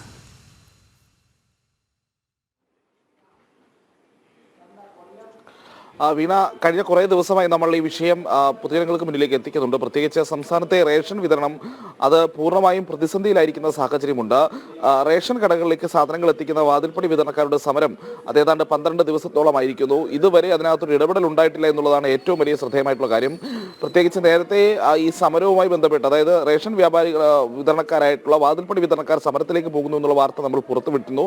പിന്നീട് മന്ത്രി അടക്കമുള്ള പ്രതികരണങ്ങൾ നമ്മൾ തേടുകയും ചെയ്തിരുന്നു. അന്ന് മന്ത്രി പറഞ്ഞത് ഈ സമരം അവസാനിപ്പിക്കാനുള്ള നടപടിക്രമങ്ങളെല്ലാമായി അതിനുള്ള പണം അനുവദിച്ചിട്ടുണ്ട്. 2 മാസത്തെ കുടിശ്ശിക പണം ഉടൻ അനുവദിക്കുമെന്നൊക്കെ ഉള്ളതായിരുന്നു. ഇത് സംബന്ധിച്ചൊരു ഉത്തരവ്, സപ്ലൈകോയ്ക്ക് പണം അനുവദിച്ചിട്ടുള്ള ഉത്തരവ് പോലും സർക്കാർ പുറത്തിറക്കുന്ന സാഹചര്യവും ഉണ്ടായി. പക്ഷേ അതിനുശേഷം ഈ നിമിഷം വരെ ഏതാണ്ട് 3 ദിവസമൊക്കെ ആയിരിക്കുന്നു ഇതുവരെ ആ പണം കരാറുകാർക്ക് ലഭ്യമാകുന്ന സാഹചര്യം ഉണ്ടായിട്ടില്ല. അതുകൊണ്ട് തന്നെ കരാറുകാർ സമരത്തിൽ നിന്ന് പിൻവാങ്ങിയിട്ടുമില്ല. ഈ ഒരു 12 ദിവസം എന്നൊക്കെ പറയുമ്പോൾ ആ സപ്ലൈ ചെയിൻ ഏതാണ്ട് പൂർണ്ണമായും മുറിഞ്ഞിരിക്കുന്ന അവസ്ഥയിലാണ്. സംസ്ഥാനത്തെ റേഷൻ കടകളിൽ മിക്കയിടങ്ങളിലും ഒരു സാധനവും ഇല്ലാത്ത അവസ്ഥയിലേക്ക് കാര്യങ്ങൾ എത്തിച്ചേർന്നിട്ടുണ്ട് എന്നുള്ളതാണ് വ്യാപാരികൾ അറിയിക്കുന്നത്. തെക്കൻ കേരളത്തിനെ അപേക്ഷിച്ച് വടക്കൻ കേരളത്തിലാണ് കൂടുതൽ പ്രതിസന്ധി. വടക്കൻ കേരളത്തിലെ പല ജില്ലകളിലും മിക്കവാറും റേഷൻ കടകളിലൊന്നും ഒരു വസ്തുവുമില്ല എന്നുള്ളതാണ് വ്യാപാരികൾ അറിയിക്കുന്നത്. അപ്പോൾ റേഷൻ വാങ്ങാൻ വരുന്നവർക്ക് വെറുതെ മടങ്ങിപ്പോകേണ്ട ഒരു അവസ്ഥ കൂടി ഉണ്ടാകുന്ന ഒരു സാഹചര്യമുണ്ട്. നമ്മൾ മനസ്സിലാക്കേണ്ട ഒരു അവസ്ഥ എന്ന് പറയുന്നത് സംസ്ഥാനത്ത് നിലവിൽ കാലവർഷം എത്തുന്നു, അതിനൊപ്പം തന്നെ മഴ കനത്തിട്ടുണ്ട്. സാധാരണക്കാരെ സംബന്ധിച്ചിടത്തോളം കുറച്ച് സാമ്പത്തിക പ്രതിസന്ധിയൊക്കെ നേരിടാൻ പോകുന്ന, അന്നന്നത്തെ ജോലി ചെയ്ത് അന്നത്തെ വരുമാനം കൊണ്ട് ജീവിക്കുന്ന ആൾക്കാർക്കൊക്കെ വലിയ പ്രതിസന്ധി നേരിടാൻ പോകുന്ന ഒരു കാലമാണ് ഈ മഴക്കാലം എന്നുള്ളത്. അത് നമുക്ക് കൃത്യമായി അറിയാവുന്നതാണ്. അപ്പോൾ സ്വാഭാവികമായും ഈ സമയത്ത് റേഷൻ ഉൽപ്പന്നങ്ങളെ ആശ്രയിച്ച് ജീവിതം മുന്നോട്ട് കൊണ്ടുപോകുന്ന ആളുകൾ വലിയ പ്രതിസന്ധി നേരിടുന്ന ഒരു സാഹചര്യം ഉണ്ടാകും. കാരണം റേഷൻ കടകളിൽ സാധനം വാങ്ങാൻ എത്തുമ്പോൾ അവിടെ ഒന്നും ലഭ്യമല്ലാത്തൊരവസ്ഥ ഉണ്ടാകും എന്നുള്ളതാണ്. അതോടൊപ്പം തന്നെ ഈ സമരം അവസാനിപ്പിച്ചാലും അത് കഴിഞ്ഞ ദിവസങ്ങൾ കഴിഞ്ഞ് മാത്രമേ നോർമൽ രീതിയിലേക്ക്, സാധാരണ രീതിയിലേക്ക് ഈ വിതരണം പുനഃസ്ഥാപിക്കാൻ കഴിയൂ എന്നുള്ളൊരു പ്രശ്നം കൂടി നിലനിൽക്കുന്നുണ്ട്. അപ്പോൾ സർക്കാരിന്റെ ഭാഗത്ത് നിന്ന് കൃത്യമായ ഒരു ഇടപെടൽ ഉണ്ടാകാത്ത സാഹചര്യത്തിലേക്ക് കാര്യങ്ങൾ പോവുകയാണ്. വെറുതെ ഒരു പ്രഖ്യാപനം നടത്തിയതിനപ്പുറത്തേക്ക്, അല്ലെങ്കിൽ പണം ഉടൻ നൽകുമെന്നുള്ള പ്രഖ്യാപനം നടത്തിയതിനപ്പുറത്തേക്ക് കാര്യമായ നടപടിക്രമങ്ങൾ ഇത് വിഷയവുമായി ബന്ധപ്പെട്ട് ഉണ്ടായിട്ടില്ല എന്നുള്ളതാണ് നമ്മൾ മനസ്സിലാക്കുന്നത്. സപ്ലൈകോയുടെ അക്കൗണ്ടിലേക്ക് കൃത്യമായി പണം ഉത്തരവുണ്ടെങ്കിലും പണം കൃത്യമായിട്ട് എത്താത്തൊരു സാഹചര്യം കൂടി ഈ ഘട്ടത്തിൽ ഉദ്യോഗസ്ഥരൊക്കെ ചൂണ്ടിക്കാട്ടുന്നുണ്ട്. അങ്ങനെ സംസ്ഥാനത്തെ റേഷൻ വിതരണം, റേഷൻ കടകളിലേക്കുള്ള സാധനങ്ങളുടെ വിതരണം ഏതാണ്ട് പൂർണ്ണമായി നിലച്ചിരിക്കുന്നു. അതുകൊണ്ട് തന്നെ റേഷൻ കടകളിൽ നിന്ന് സാധനങ്ങൾ വാങ്ങാൻ വരുന്നവർ കാലി ചാക്കുമായി മടങ്ങിപ്പോകേണ്ട, അല്ലെങ്കിൽ ഒന്നും വാങ്ങാൻ കഴിയാതെ മടങ്ങിപ്പോകേണ്ട ഒരു സാഹചര്യം കൂടി ഉണ്ടാകുകയാണ്. ഇതിൽ കൃത്യമായ ഇടപെടൽ ഉണ്ടായില്ലെങ്കിൽ വലിയ പ്രതിസന്ധിയിലേക്ക്, ഇപ്പോൾ തന്നെ ആ പ്രതിസന്ധി രൂക്ഷമാണ്, അത് കൂടുതൽ വലിയ പ്രതിസന്ധിയിലേക്ക് കാര്യങ്ങൾ പോകുമെന്നുള്ളതാണ്. വീണ. ശരി പ്രജിത്ത്. പെൻഷൻ ആനുകൂല്യങ്ങൾ നിഷേധിച്ച സർക്കാർ നടപടി ചോദ്യം ചെയ്ത ഡിജിറ്റൽ സർവകലാശാല VC ഡോക്ടർ സിസ തോമസ് നൽകിയ ഹർജി ഹൈക്കോടതി ഇന്ന് വീണ്ടും പരിഗണിക്കും. അച്ചടക്ക നടപടിയുടെ പേരിൽ പെൻഷൻ അടക്കമുള്ള ആനുകൂല്യങ്ങൾ സർക്കാർ തടഞ്ഞതിനെ ചോദ്യം ചെയ്താണ് ഹർജി. സിസ തോമസിനോട് സർക്കാരിന് വിരോധം എന്തിനെന്ന് ഹൈക്കോടതി ഇന്നലെ ചോദിച്ചിരുന്നു. രേഷ്മ ബാബു ചേരുന്നുണ്ട്. രേഷ്മ, വിവരങ്ങൾ എന്താണ്? സിസ തോമസിനോട് സംസ്ഥാന സർക്കാർ വിരോധം കാട്ടുന്നത് എന്തുകൊണ്ടാണ്? ഗവർണർ ഏൽപ്പിച്ച ജോലിയല്ലേ സിസ തോമസ് ചെയ്യുന്നത്? ഇതടക്കമുള്ള കാര്യങ്ങളാണ് വിമർശന രൂപേണ സർക്കാരിനോട് ഹൈക്കോടതി ചോദ്യം എന്നുള്ള രീതിയിൽ ഇന്നലെ ഉന്നയിച്ചത്. തന്റെ പെൻഷൻ ആനുകൂല്യങ്ങൾ അച്ചടക്ക നടപടിയുടെ പേരിൽ സർക്കാർ തടഞ്ഞു വെച്ചിരിക്കുകയാണെന്ന് ചൂണ്ടിക്കാട്ടിക്കൊണ്ടാണ് സിസ തോമസ് ഹൈക്കോടതിയിൽ ഹർജി നൽകിയത്. ഈ ഹർജി ഹൈക്കോടതി ഇന്ന് വീണ്ടും പരിഗണിക്കുന്നുണ്ട്. ഇന്നലെ സർക്കാരിന്റെ മറുപടി ഇക്കാര്യത്തിൽ ആവശ്യപ്പെട്ടിട്ടുണ്ട്. അതുകൊണ്ട് തന്നെ ഇന്ന് ഒരുപക്ഷെ സർക്കാർ മറുപടി നൽകുകയാണെങ്കിൽ അത് ഏറെ പ്രസക്തം തന്നെയാണ്. പ്രത്യേകിച്ച് വിരോധം എന്തിനാണ് സർക്കാരിന് സിസ തോമസിനോട് എന്നുള്ള കോടതിയുടെ ചോദ്യം, അതിന് കൃത്യമായിട്ടുള്ള വ്യക്തമായിട്ടുള്ള മറുപടി സംസ്ഥാന സർക്കാരിന് നൽകിയേ മതിയാകും. സിസ തോമസിന്റെ ഒരു പ്രധാനപ്പെട്ട വാദം എന്ന് പറയുന്നത് തനിക്കെതിരെ സർക്കാർ കൈക്കൊള്ളുന്നത് പ്രതികാര നടപടിയാണ്. ട്രൈബ്യൂണൽ പോലും അനുകൂലമായിട്ടുള്ള ഉത്തരവ് ഇട്ടിട്ടും ഈ പറയുന്ന സർക്കാർ പെൻഷൻ ആനുകൂല്യങ്ങൾ തിരികെ നൽകുന്നില്ല എന്നുള്ളതാണ് നിലവിൽ വാദം എന്നുള്ള രീതിയിൽ സിസ തോമസ് ഉന്നയിച്ചിരിക്കുന്നത്. 2023 മാർച്ച് മാസമാണ് സിസ തോമസ് 33 വർഷത്തെ സേവനത്തിന് ശേഷം വിരമിച്ചത്. പക്ഷേ അതിനുശേഷം അച്ചടക്ക നടപടിയുടെ പേരിൽ ഈ പെൻഷൻ ആനുകൂല്യങ്ങൾ സംസ്ഥാന സർക്കാർ തടഞ്ഞു വെക്കുകയായിരുന്നു. ട്രൈബ്യൂണൽ ആദ്യഘട്ടത്തിൽ അനുകൂലമായിട്ടുള്ള ഉത്തരവ് ഇട്ടിരുന്നുവെങ്കിലും അതിനനുസരിച്ച് സർക്കാർ നടപടി സ്വീകരിച്ചതുമില്ല. തുടർന്നാണ് ഇവർ ഹൈക്കോടതിയെ സമീപിച്ചത്. എന്തായാലും ഹർജി ഹൈക്കോടതിയുടെ ഡിവിഷൻ ബെഞ്ചാണ് പരിഗണിക്കുന്നത്. ഓക്കെ, ശരി രേഷ്മ. തൃശൂർ മലക്കപ്പാറയിൽ കാട്ടാനാക്രമണത്തിൽ വയോധിക കൊല്ലപ്പെട്ടു. 75 വയസ്സുള്ള മേരിയാണ് കൊല്ലപ്പെട്ടത്. തമിഴ്നാട് ചെക്ക് പോസ്റ്റിന് സമീപം ഇന്ന് പുലർച്ചെ 1 മണിക്കാണ് സംഭവം ഉണ്ടായത്. സാനു കെ സജീവ് ചേരുന്ന വിവരങ്ങളുമായി. സാനു, എന്താണ് സംഭവിച്ചത്? ഇന്ന് പുലർച്ചെ 1 മണിയോടുകൂടിയായിരുന്നു സംഭവം നടക്കുന്നത്. അതായത് വീടിന് പിൻഭാഗത്ത് വന്ന് ആന ഇടിക്കുകയായിരുന്നു. വീട് തകർത്തുമെന്നുള്ള ഭയത്തിൽ 75 വയസ്സുള്ള മേരിയും അവരുടെ മകളും കൂടെ വീടിന് പുറത്തേക്ക് ഓടി രക്ഷപ്പെടുന്നതിനിടയിലാണ് ആനയുടെ ആക്രമണത്തിന് ഇരയാകുകയും മേരി കൊല്ലപ്പെടുന്ന ഒരു സാഹചര്യം ഉണ്ടായിരുന്നു. കഴിഞ്ഞ ദിവസങ്ങളിലൊക്കെ പ്രദേശത്തെ കാട്ടാനയുടെയും അതേപോലെ തന്നെ വന്യമൃഗങ്ങളുടെ ഒക്കെ സാന്നിധ്യം ഉണ്ടായിരുന്നെന്നാണ് നാട്ടുകാർ പറയുന്നത്. എന്നാലും ഇന്ന് പുലർച്ചെ, അതായത് ഇന്നലെ വൈകുന്നേരം മുതൽ പല പ്രദേശങ്ങളിലായി ഒട്ടേറെ സാന്നിധ്യം കണ്ടിരുന്നു എന്നാണ് തമിഴ്നാട് ഫോറസ്റ്റ് വിഭാഗം അറിയിക്കുന്ന വിവരം. അതായത് അതിനെ തുരത്താനുള്ള ശ്രമങ്ങളൊക്കെ നടത്തിയിരുന്നു. എന്നാൽ രാത്രി വൈകി ഇത് ജനവാസ കേന്ദ്രത്തിലേക്ക് എത്തുകയായിരുന്നു. വീടിന്റെ പിൻഭാഗത്തെ കടകിലടക്കം പലകുറി ആന തട്ടുകയായിരുന്നു. തുടർന്ന് വീടിന്റെ മുൻ കതക് തുറന്ന് ഇവർ ഓടി രക്ഷപ്പെടുന്നതിനിടെ പിന്നാലെ വന്ന ആന ഇവരെ ചുഴറ്റി എറിയുകയായിരുന്നു എന്നാണ് നമുക്ക് അറിയാൻ സാധിക്കുന്നത്. ഓക്കെ, ശരി സാനം. തിരുവനന്തപുരം മുതലപ്പുഴയിൽ 177 കോടി രൂപയുടെ കേന്ദ്ര പദ്ധതിക്ക് തുടക്കം. ഹാർബർ വികസന പ്രവർത്തികൾ ആരംഭിച്ചു. അഴിമുഖത്ത് നിന്ന് ടെട്രാപാഡുകൾ നീക്കം ചെയ്യുന്ന ജോലികളാണ് ആദ്യം നടത്തുക. മൺസൂണിന് മുൻപേ ഉള്ള അപകട സാധ്യത മുന്നിൽ കണ്ടാണ് നീക്കം. പദ്ധതിക്കായുള്ള നിർമ്മാണ സാമഗ്രികൾ മുതലപ്പുഴയിൽ എത്തിച്ചു തുടങ്ങി. കേന്ദ്രം അനുവദിച്ച 177 കോടി രൂപയുടെ വികസന പ്രവർത്തനങ്ങൾക്കാണ് കഴിഞ്ഞ ദിവസം മുതൽ പ്രവർത്തനം ആരംഭിച്ചത്. ഹാർബർ വികസനം ഉൾപ്പെടെ ഈ പ്രവർത്തനങ്ങളിൽ ഉൾപ്പെടും. കൂറ്റൻ കല്ലുകൾ മാറ്റുന്നതിന് വേണ്ടിയുള്ള ലോങ് ബൂം എക്സ്കവേറ്ററുകൾ ഉൾപ്പെടെ മുതലപ്പുഴയിൽ എത്തിച്ചിട്ടുണ്ട്. അഴിമുഖത്ത് നിന്നും ടെട്രാപോഡുകൾ നീക്കം ചെയ്യുന്ന പ്രവർത്തനങ്ങളാണ് ആദ്യം നടക്കുക. അഴിമുഖത്തേക്ക് ഇറങ്ങിക്കിടക്കുന്ന ടെട്രാപോഡുകളിൽ ഇടിച്ചാണ് പലപ്പോഴും മത്സ്യബന്ധന വള്ളങ്ങൾ അപകടത്തിൽപ്പെടുകയും മത്സ്യത്തൊഴിലാളികൾ മരണപ്പെടുകയും ചെയ്യുന്നത്. കാലവർഷം ശക്തി പ്രാപിക്കുന്നതിന് മുന്നേ തന്നെ മുതലപ്പുഴയിലെയും ഹാർബറിലെയും വികസന പ്രവർത്തനങ്ങൾ പൂർത്തിയാക്കുക എന്നതാണ് ലക്ഷ്യം. നിലവിൽ മുതലപ്പുഴയിലെ മണൽ നീക്കം ഉൾപ്പെടെയുള്ള പ്രവർത്തനങ്ങൾ കാര്യക്ഷമമായി തന്നെ പുരോഗമിക്കുന്നുണ്ട്. മുതലപ്പുഴയ്ക്ക് പുറമെ ഹാർബറിലെ സൗകര്യങ്ങൾ പൂർത്തിയാക്കുന്നതും മത്സ്യത്തൊഴിലാളികൾക്ക് വേണ്ടിയുള്ള അടിസ്ഥാന സൗകര്യങ്ങൾ ഒരുക്കുന്നതും കേന്ദ്രം അനുവദിച്ച 177 കോടി രൂപയിൽ പൂർത്തിയാക്കാൻ സാധിക്കും. ജനം, തിരുവനന്തപുരം. കോഴിക്കോട് കൊടുവള്ളിയിൽ യുവാവിനെ തട്ടിക്കൊണ്ടുപോയ കേസിൽ 2 പേർ കൂടി അറസ്റ്റിൽ. കൊണ്ടോട്ടി സ്വദേശികളാണ് പിടിയിലായത്. പ്രതികൾക്കായി പോലീസ് കഴിഞ്ഞ ദിവസം ലുക്കൌട്ട് നോട്ടീസ് പുറത്തുവിട്ടിരുന്നു. ഗോകുൽ കെ ദാസ് ചേരുന്ന വിവരങ്ങളുമായി. ഗോകുൽ, ഇവരെ എവിടെ നിന്നാണ് പിടികൂടിയത്? എപ്പോഴാണ് പിടികൂടിയത്?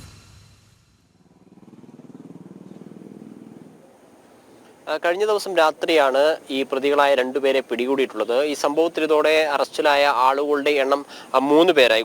കൊണ്ടോട്ടി സ്വദേശികളായിട്ടുള്ള റിസ്വാൻ, അനസ് എന്നിവരെയാണ് പോലീസ് പിടികൂടിയിട്ടുള്ളത്. ഇവരാണ് ഈ തട്ടിക്കൊണ്ടുപോയ സംഘത്തിന് ഈ അനൂസിനെ തട്ടിക്കൊണ്ടുപോകുവാൻ വാഹനം വാടകയ്ക്ക് എടുത്തു കൊടുത്തത് എന്നാണ് പോലീസ് പറയുന്നത്.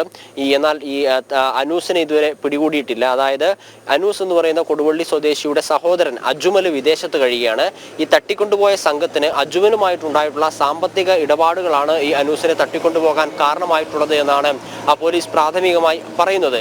ഈ ഇവരിൽ തട്ടിക്കൊണ്ടുപോയ സംഘങ്ങളുമായിട്ട് ഈ അനൂസിന്റെ സഹോദരൻ അജുമലിന്റെ സാമ്പത്തിക ഇടപാടുകൾ ഉണ്ടായിരുന്നു. ഇവരിൽ പലരുമായിട്ട് അജുമൽ പണം വാങ്ങിയതായി പറയുന്നു. പണം തിരികെ ലഭിക്കാത്ത തുടർന്നാണ് ഇത്തരത്തിലൊരു തട്ടിക്കൊണ്ടുപോകൽ നടന്നത് എന്നാണ് പോലീസ് പറയുന്നത്.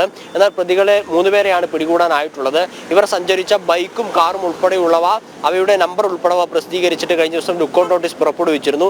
അതിൽ 3 പേർ, ഈ അനസ് ഉൾപ്പെടെയുള്ള റിസ്വാൻ ഉൾപ്പെടെയുള്ള ആളുകളുടെ ഫോട്ടോ പതിച്ചിട്ടായിരുന്നു ലുക്കൌട്ട് നോട്ടീസ് പുറപ്പെടുവിച്ചിട്ടുള്ളത്. 2 പേരെ പിടികൂടിയിട്ടുണ്ട്. എന്നാൽ അനൂസിന് ഇതുവരെ പിടികൂടാൻ സാധിച്ചിട്ടില്ല. ഇവർ മൈസൂരിലേക്ക് കടന്നിട്ടുള്ളതായിട്ടാണ് പോലീസ് ലഭിച്ചിട്ടുള്ള വിവരം. അതിനാൽ തന്നെ അന്വേഷണ സംഘം അങ്ങോട്ടേക്ക് പുറപ്പെട്ടിട്ടുണ്ട്. ഈ കഴിഞ്ഞ ശനിയാഴ്ചയായിരുന്നു ഇത്തരത്തിലൊരു സംഭവം നടന്നത്. ഈ അനൂസിനെ പിടികൂടാൻ സാധിക്കാത്തതിൽ കുടുംബാംഗങ്ങൾ എന്തായാലും കണ്ടെത്താൻ സാധിക്കാത്തതിൽ കുടുംബാംഗങ്ങൾ എന്തായാലും അസ്വസ്ഥരാണ്. പോലീസ് ശനിയാഴ്ചയ്ക്ക് ശേഷം 3 ദിവസത്തിന് ശേഷമായിട്ടും ഇതുവരെ പിടികൂടാൻ സാധിച്ചിട്ടില്ല. CCTV ഒക്കെ കേന്ദ്രീകരിച്ചിട്ടാണ് അന്വേഷണം നടക്കുന്നത്. എന്നാലും 3 പേരെ പിടികൂടാൻ സാധിച്ചിട്ടുണ്ട്. ഈ വാഹനം എടുത്തു കൊടുത്ത ആളുകളെ ഇപ്പോൾ പോലീസ് കസ്റ്റഡിയിൽ കിട്ടിയത്. ഇവർ എങ്ങോട്ടേക്കാണ് കടന്നത് എന്നതിനെ സംബന്ധിച്ച സൂചന ലഭിക്കാൻ ഇടയാവുമെന്നാണ് പോലീസ് നൽകുന്ന വിവരം. എന്തായാലും ഈ 2 പേരെയും പോലീസ് ചോദ്യം ചെയ്തുകൊണ്ടിരിക്കുകയാണ്. അതിനാൽ തന്നെ ഇവരെ ചോദ്യം ചെയ്തതിന്റെ അടിസ്ഥാനത്തിലാണ് ഈ പ്രതികളുമായിട്ട് അനൂസുമായിട്ട് പ്രതികൾ മൈസൂരിലേക്കാണ് കടന്നത് എന്ന സൂചന ലഭിച്ചിട്ടുള്ളത്.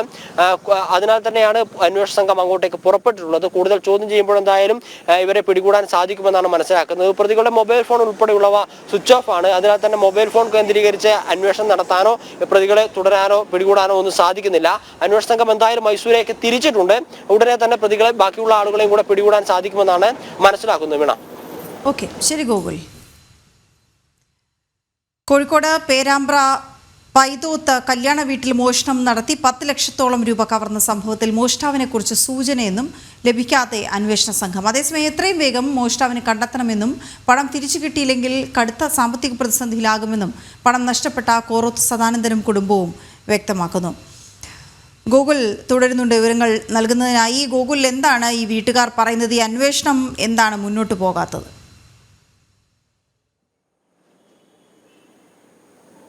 പേരാമ്പ്ര സ്വദേശിയായിട്ടുള്ള സദാനന്ദന്റെ മകളുടെ കല്യാണവുമായി ബന്ധപ്പെട്ട് ലഭിച്ചിരുന്ന തുകയാണ്, കുടുംബാംഗങ്ങൾ ഉൾപ്പെടെയുള്ള ആളുകൾ നൽകിയ തുകയാണ്. ഒരു ദിവസം രാത്രിയിൽ മോഷണം പോകുന്നത്. 10 ലക്ഷത്തോളം രൂപയുണ്ട് എന്നാണ് സദാനന്ദന്റെ കുടുംബം ആരോപിക്കുന്നത്. ഈ മോഷണം പോയതറിഞ്ഞത് കല്യാണത്തിന്റെ പന്തൽ കെട്ടിയിരുന്നു. പന്തൽ അഴിക്കാൻ വന്ന ആളുകളാണ് ഈ പണം നഷ്ടപ്പെട്ടതായിട്ടുള്ള വിവരം മനസ്സിലാക്കുന്നത്. അതായത് ഈ പന്തൽ അഴിക്കുന്ന സമയത്ത് വീടിന്റെ പരിസരത്ത് വെച്ച് ഒരു സ്യൂട്ട് കേസ് കാണുന്നുണ്ട്. ഇവർ ഈ പന്തൽ അഴിക്കാൻ വന്ന ആളുകൾ കാണുന്നുണ്ട്. തുടർന്ന് കുടുംബാംഗങ്ങളോട് പറഞ്ഞ സമയത്താണ് ഈ സൂട്ട് കേസിലായിരുന്നു പണം സൂക്ഷിച്ചിട്ടുണ്ടായിരുന്നത്. പണം കവർ ചെയ്ത ശേഷം സൂട്ട് കേസ് അവിടെ ഉപേക്ഷിച്ച് കടന്നു പോവുകയായിരുന്നു. അങ്ങനെയാണ് ഈ പണം നഷ്ടപ്പെട്ട വിവരം കുടുംബാംഗങ്ങൾ മനസ്സിലാവുന്നത്. വീടാണ്, വീട്ടിൽ മറ്റ് സംവിധാനങ്ങൾ CCTV സാധനങ്ങളൊന്നുമില്ല. പക്ഷേ അടുക്കള വാതിൽ തകർത്തിട്ടാണ് വീട്ടിനകത്തേക്ക് കയറുന്നത്. വീട്ടിനകത്തേക്ക് കയറി പണം എവിടെയാണ് സൂക്ഷിച്ചത് എന്ന് വ്യക്തമായി അറിയുന്ന ആളാണ് ഇത്തരത്തിലൊരു മോഷണം നടത്തിയത് എന്നൊരു സംശയം കുടുംബാംഗങ്ങൾക്കുണ്ട്. അതായത് വീടിന്റെ പരിസരവും ചുറ്റുപാടും ഒക്കെ നന്നായി അറിയുന്ന ആളാണ് മോഷണം നടത്തിയത് എന്നൊരു സംശയം കുടുംബാംഗങ്ങൾക്കുണ്ട്. അതിന്റെ അടിസ്ഥാനത്തിൽ സദാനന്ദൻ പോലീസിൽ പരാതി നൽകിയിട്ടുണ്ട്. പരാതി നൽകിയിട്ടുണ്ടെങ്കിലും ഏതെങ്കിലും ഒരു വ്യക്തിയെ ചൂണ്ടിക്കാണിച്ച് ഇന്നയാളാണ് നടത്തിയത് എന്നൊരു സംശയം കുടുംബാംഗങ്ങൾക്കില്ല. പക്ഷേ വീടുമായി ബന്ധപ്പെട്ട ഇടപഴകുന്ന ആള്, വീടിനെ പറ്റി നല്ല ധാരണയുള്ള ആള്, വീടിന്റെ മുറികൾ എവിടെയാണ്, ഏതുവഴി വീട്ടിലേക്ക് കടക്കാം, ഏതുവഴി രക്ഷപ്പെടാൻ സാധിക്കുമെന്ന രീതിയിൽ ആ പരിസരം നല്ല ധാരണയുള്ള ആളാണ് ഇത്തരത്തിൽ മോഷണം നടത്തിയത് എന്ന് കുടുംബാംഗങ്ങൾ പറയുന്നു. പോലീസിന് പക്ഷേ ആളുകളെ കണ്ടെത്താനൊന്നും സാധിച്ചിട്ടില്ല. വിവാഹത്തിൽ പങ്കെടുത്ത ചില ആളുകളെയൊക്കെ ചോദ്യം ചെയ്യുകയും മൊഴിയെടുക്കുകയും ഒക്കെ ചെയ്തിട്ടുണ്ടെങ്കിലും പ്രതികളിലേക്ക് എത്താൻ എന്തായാലും കുടുംബത്തിന് സാധിച്ചിട്ടില്ല. വലിയ സാമ്പത്തിക കഷ്ടപ്പാടുകളൊക്കെ അനുഭവിക്കുന്ന കുടുംബങ്ങളാണ്. അതുകൊണ്ടാണ് സുഹൃത്തുക്കളും കുടുംബാംഗങ്ങളും ഉൾപ്പെടെയുള്ള ആളുകൾ ഈ രീതിയിൽ പണം നൽകി സഹായിക്കുകയും ഒക്കെ ചെയ്തിട്ടുള്ളത്. ആ പണം നഷ്ടപ്പെട്ടതിൽ എന്തായാലും കുടുംബാംഗങ്ങൾ വലിയ പ്രതിസന്ധി നേരിടുന്നു, വലിയ വിഷമത്തിലാണ്. പക്ഷെ പോലീസിന് അന്വേഷണം മുന്നോട്ടേക്ക് കൊണ്ടുപോകാൻ സാധിക്കുന്നില്ല എന്നുള്ളതൊരു പരാതിയായി തന്നെ അവർ മുന്നോട്ടേക്ക് കൊണ്ടുപോകുന്നു. കഴിഞ്ഞ ശനിയാഴ്ചയായിരുന്നു വിവാഹമൊക്കെ നടന്നിട്ടുണ്ടായിരുന്നത്. എത്രയും പെട്ടെന്ന് പ്രതികളെ പിടികൂടണമെന്നൊരു ആവശ്യം കുടുംബാംഗങ്ങളുടെ ഭാഗത്തു നിന്നുണ്ടാവുന്നുണ്ട്. അതിനാൽ തന്നെ ഈ പ്രതികളെ പിടികൂടാൻ സാധിക്കാത്തുള്ള വാർത്ത ജനം ടിവിയുമായിട്ട് അവർ, അല്ലെങ്കിൽ അതിൽ ഉള്ള വിഷമം അവർ ജനം ടിവിയുമായിട്ട് പങ്കുവെക്കുകയായിരുന്നു. വാർത്താ മാധ്യമങ്ങളിൽ വാർത്ത വരുമ്പോഴെങ്കിലും പോലീസ് കൂടുതൽ സക്രിയമായി പ്രവർത്തിക്കുമെന്നൊരു ആത്മവിശ്വാസം അവർക്കുണ്ട്. എത്രയും പെട്ടെന്ന് ഈ പ്രതിയെ പിടികൂടാൻ ആവശ്യമായ നടപടികൾ വളരെ ത്വരിതമായ രീതിയിൽ ഉണ്ടാകണം, അല്ലെങ്കിൽ എടുക്കണമെന്നൊരു ആവശ്യമാണ് കുടുംബാംഗങ്ങൾ മുന്നോട്ടേക്ക് വെക്കുന്നത്. ശരി. എറണാകുളം തിരുവാങ്കുളത്തെ 3 വയസ്സുകാരിയുടെ കൊലപാതകവുമായി ബന്ധപ്പെട്ട വിവരങ്ങളിലേക്കാണ് ഇനി വീണ്ടും പോകുന്നത്. കുട്ടിയെ പീഡനത്തിന് ഇരയാക്കിയത് അച്ഛൻ്റെ സഹോദരനാണ്. അച്ഛൻ്റെ സഹോദരൻ അറസ്റ്റിലായിട്ടുണ്ട്. ഇന്നലത്തെ ചോദ്യം ചെയ്യലിലാണ് കുറ്റം സമ്മതിച്ചത്. പുത്തൻകുരിശ് ഡിവൈഎസ്പിയുടെയും ആലുവ ഡിവൈഎസ്പിയുടെയും നേതൃത്വത്തിലുള്ള പ്രത്യേക സംഘമാണ് കേസ് അന്വേഷിക്കുന്നത്. സുധീഷ് ഗോപാൽ ചേരുന്ന വിവരങ്ങളുമായി. സുധീഷ്, അച്ഛൻ്റെ സഹോദരൻ അറസ്റ്റിലായിരിക്കുന്നു. ഈ വിഷയത്തിൽ എങ്ങനെ ഈ പീഡനം നടന്നു, ഇതുമായി ബന്ധപ്പെട്ട് പോലീസ് നൽകുന്ന വിവരങ്ങൾ എന്തൊക്കെയാണ്?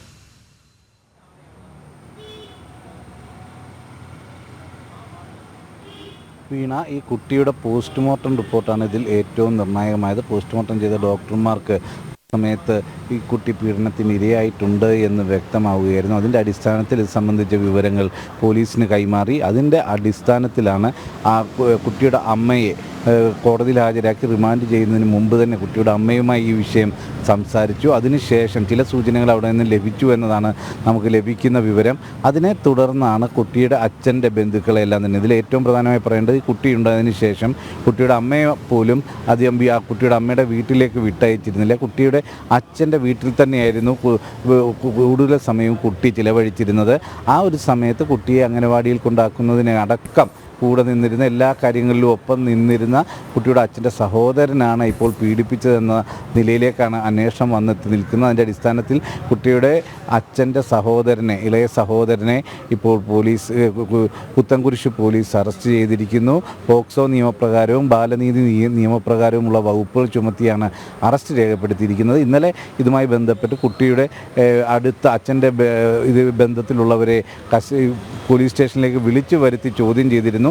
ആ വിശദമായ ചോദ്യം ചെയ്യലിനെല്ലാം ഒടുവിലാണ് ഇയാളാണ്, ഈ സഹോദരനായ ബന്ധു, അച്ഛൻ്റെ സഹോദരനായ ബന്ധുവാണ് കുറ്റം ചെയ്തിരിക്കുന്നത് എന്നതിലേക്ക് പോലീസ് എത്തിയത്. അതിനെ തുടർന്ന് വിശദമായ ചോദ്യം ചെയ്യലിൽ ഈ കുട്ടിയുടെ അച്ഛൻ്റെ സഹോദരൻ കുറ്റം സമ്മതിക്കുകയും ചെയ്തു. നിരന്തരമായി പീഡിപ്പിച്ചിരുന്നു എന്നത് തന്നെയാണ് കുട്ടിയുടെ അച്ഛൻ്റെ സഹോദരൻ ഇപ്പോൾ പോലീസിനോട് സമ്മതിച്ചിട്ടുള്ളത്. അതിൻ്റെ അടിസ്ഥാനത്തിൽ ഇനിയും അറസ്റ്റ് രേഖപ്പെടുത്തിയ നിലയ്ക്ക് ഇനിയും വൈദ്യപരിശോധന നടത്തി അതിനുശേഷം കോടതിയിൽ ഹാജരാക്കുകയും ചെയ്യണം. കോലഞ്ചേരി കോടതിയിൽ കസ്റ്റഡിയിലായിരിക്കും ഹാജരാക്കുന്നത്. തുടർന്നും വിശദമായ ചോദ്യം ചെയ്യലിനും ഇത് സംബന്ധിച്ച കൂടുതൽ വ്യക്തത വരുത്തുന്നതിനുമെല്ലാമായി കസ്റ്റഡിയിൽ വാങ്ങുമെന്നും പോലീസ് പറയുന്നുണ്ട്.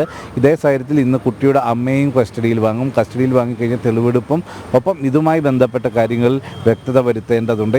ഈ കുട്ടിയുടെ അച്ഛൻ്റെ സഹോദരനും അമ്മയുമായി ഏതെങ്കിലും തരത്തിലുള്ള ബന്ധമുണ്ടോ, സാമ്പത്തിക ഇടപാടുകളുണ്ടോ, മറ്റേതെങ്കിലും തരത്തിൽ കുട്ടിയുടെ അമ്മയെ കുട്ടിയുടെ അച്ഛൻ്റെ സഹോദരൻ മാനസികമായി പീഡിപ്പിക്കുകയോ ഭീഷണിപ്പെടുത്തുകയോ ചെയ്തിട്ടുണ്ടോ എന്നതിൽ അടക്കമുള്ള കാര്യങ്ങളിൽ കൂടുതൽ വ്യക്തത വരുത്തേണ്ടതുണ്ട്. ഇപ്പോൾ നിരന്തരമായി കുട്ടിയെ പീഡിപ്പിച്ചിരുന്നു എന്ന കാര്യം കുട്ടിയുടെ അച്ഛൻ്റെ സഹോദരൻ സമ്മതിച്ചിട്ടുണ്ട്. അതിൻ്റെ കൂടി അടിസ്ഥാനത്തിലാണ് അറസ്റ്റ് രേഖപ്പെടുത്തിയിട്ടുള്ളത്. വീണ.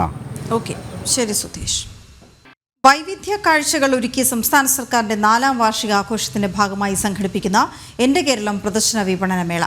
എറണാകുളം മറൈൻ ഡ്രൈവിൽ നടക്കുന്ന മേളയിലേക്ക് ആയിരങ്ങളാണ് ഒഴുകിയെത്തുന്നത്. മേള നാളെ സമാപിക്കും.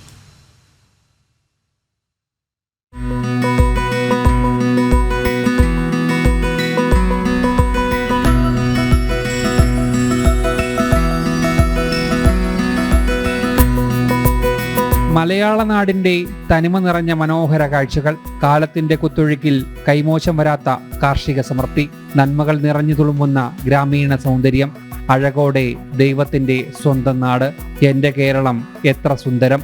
അത്ര പ്രൗഢിയോടെയാണ് മലകളും കുന്നുകളും നിറഞ്ഞ മലയാള നാടിനെ വിനോദസഞ്ചാര വകുപ്പ് ഒരുക്കി വെച്ചിരിക്കുന്നത്.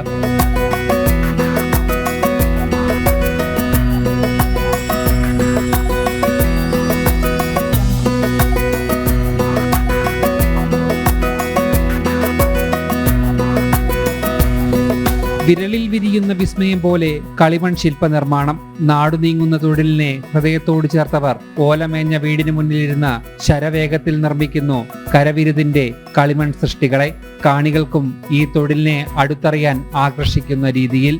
നല്ല സന്തോഷമുണ്ട്. കാരണം വെച്ചാൽ ഇത് അന്യം നിന്ന് പോയി. ഇതിപ്പോൾ നിലവിൽ ഇത് വെച്ച് ചെയ്യാൻ ആരും ഇല്ല. ഇപ്പം എന്നെ പോലെ രണ്ടോ മൂന്നോ ആൾക്കാരേ ഉള്ളൂ. മറ്റുള്ളവർക്ക് പറഞ്ഞു കൊടുക്കാൻ ഒരു സന്തോഷം. 194 തീം സർവീസ് സ്റ്റാളുകൾ, 82 കൊമേഴ്സ്യൽ സ്റ്റാളുകൾ, അങ്ങനെ ആകെ ശീതീകരിച്ച 276ലധികം സ്റ്റാളുകളാണ് എറണാകുളം മറൈൻ ഡ്രൈവിൽ കാഴ്ചയുടെയും അറിവിന്റെയും വിപണനത്തിന്റെയും സാധ്യതകൾ തുറന്നിട്ടിരിക്കുന്നത്. സർക്കാർ വകുപ്പുകളുടെ സേവനങ്ങൾ, പദ്ധതികൾ എന്നിവയെക്കുറിച്ചുള്ള സമഗ്ര വിവരങ്ങൾ സ്റ്റാളിലുണ്ട്. ജയിലിന്റെ മാതൃക, തോക്കുകളെ അടുത്തറിയാനുള്ള അവസരം, കുട്ടികൾ നിറയുന്ന കളിക്കളങ്ങൾ, വൈവിധ്യം നിറഞ്ഞ കൃഷികൾ, കുടുംബശ്രീയുടെ തനിനാടൻ കൊതിയൂറും രുചികളും മേളയെ സമ്പന്നമാക്കുന്നു.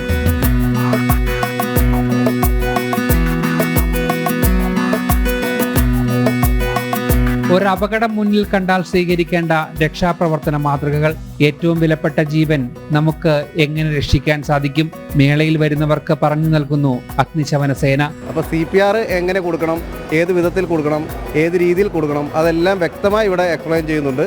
അതേപോലെ തന്നെ ചോക്കിങ് വന്ന ഭക്ഷണ പദാർത്ഥം തൊണ്ടയിൽ കുടുങ്ങി ബുദ്ധിമുട്ട് വരുന്ന ഒരാളെ ആ സമയത്ത് എങ്ങനെ രക്ഷിക്കണം എന്നതിനെക്കുറിച്ചും വ്യക്തമായിട്ട് തന്നെ ഇവിടെ ഇതിൻ്റെ ഒപ്പം തന്നെ നമ്മൾ പറഞ്ഞു പോകുന്നുണ്ട്. അത്യാഹിതമുണ്ടായാൽ താൽക്കാലിക രക്ഷാ സംവിധാനത്തിലൂടെ എങ്ങനെ പേടികൂടാതെ രക്ഷപ്പെടാമെന്നും ഇവർ കാണിച്ചു തരുന്നു.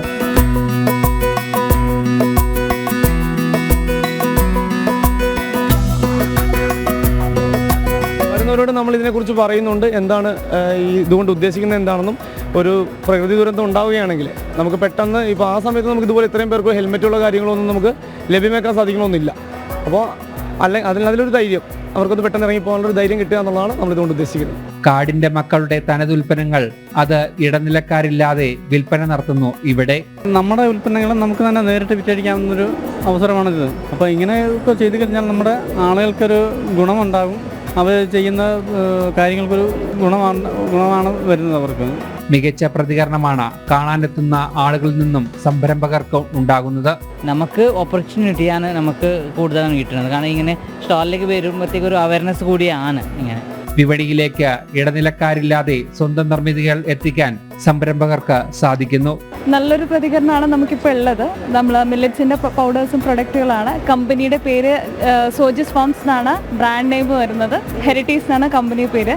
കാർഷിക വകുപ്പിൻ്റെ സഹകരണത്തോടുകൂടി നമുക്കൊരു സ്റ്റാള് കിട്ടിയിട്ടുണ്ട്. ജനത്തിരക്ക് വരുന്നുണ്ട്. നല്ല രീതിയിൽ സെയിൽ ചെയ്യാനും നമുക്ക് പറ്റുന്നുണ്ട്. എൻ്റെ കേരളം പ്രദർശന വിപണന മേള നാളെ സമാപിക്കും. വാണിജ്യ വ്യവസായ നഗരം മേളയെ സ്വീകരിച്ച സന്തോഷത്തിലാണ് സംഘാടകരും. ജനം, കൊച്ചി. കണ്ണൂർ തളിപ്പറമ്പ് കുപ്പത്ത് ദേശീയപാത നിർമ്മാണ പ്രദേശത്ത് മണ്ണിടിഞ്ഞു വീഴുന്നതിന് കാരണം ഇടത് സർക്കാരിന്റെ പിടിവാശിയാണെന്ന ആരോപണം ശക്തമാകുന്നു. കുന്നിടിക്കാതെയും വയൽ നികത്താതെയും ദേശീയപാത നിർമ്മിക്കാനുള്ള അലൈൻമെന്റ് BJP നേതൃത്വമടക്കം മുന്നോട്ട് വെച്ചിട്ടും നിലവിലെ അലൈൻമെന്റുമായി സംസ്ഥാന സർക്കാർ മുന്നോട്ട് പോയി എന്നാണ് വിമർശനം. അന്ന് BJP നേതൃത്വം മുന്നോട്ട് വെച്ച നിർദ്ദേശം അംഗീകരിച്ചിരുന്നെങ്കിൽ ഈ ദുരവസ്ഥ ഒഴിവായേനെ. മിഥുൻ പിള്ള ചേരുന്ന വിവരങ്ങളുമായി. മിഥുൻ, അത് നാട്ടുകാരുമൊക്കെ ചൂണ്ടിക്കാണിക്കുന്നൊരു വിഷയമായി മാറിയിരിക്കുകയാണ്. വിവരങ്ങൾ എന്താണ്?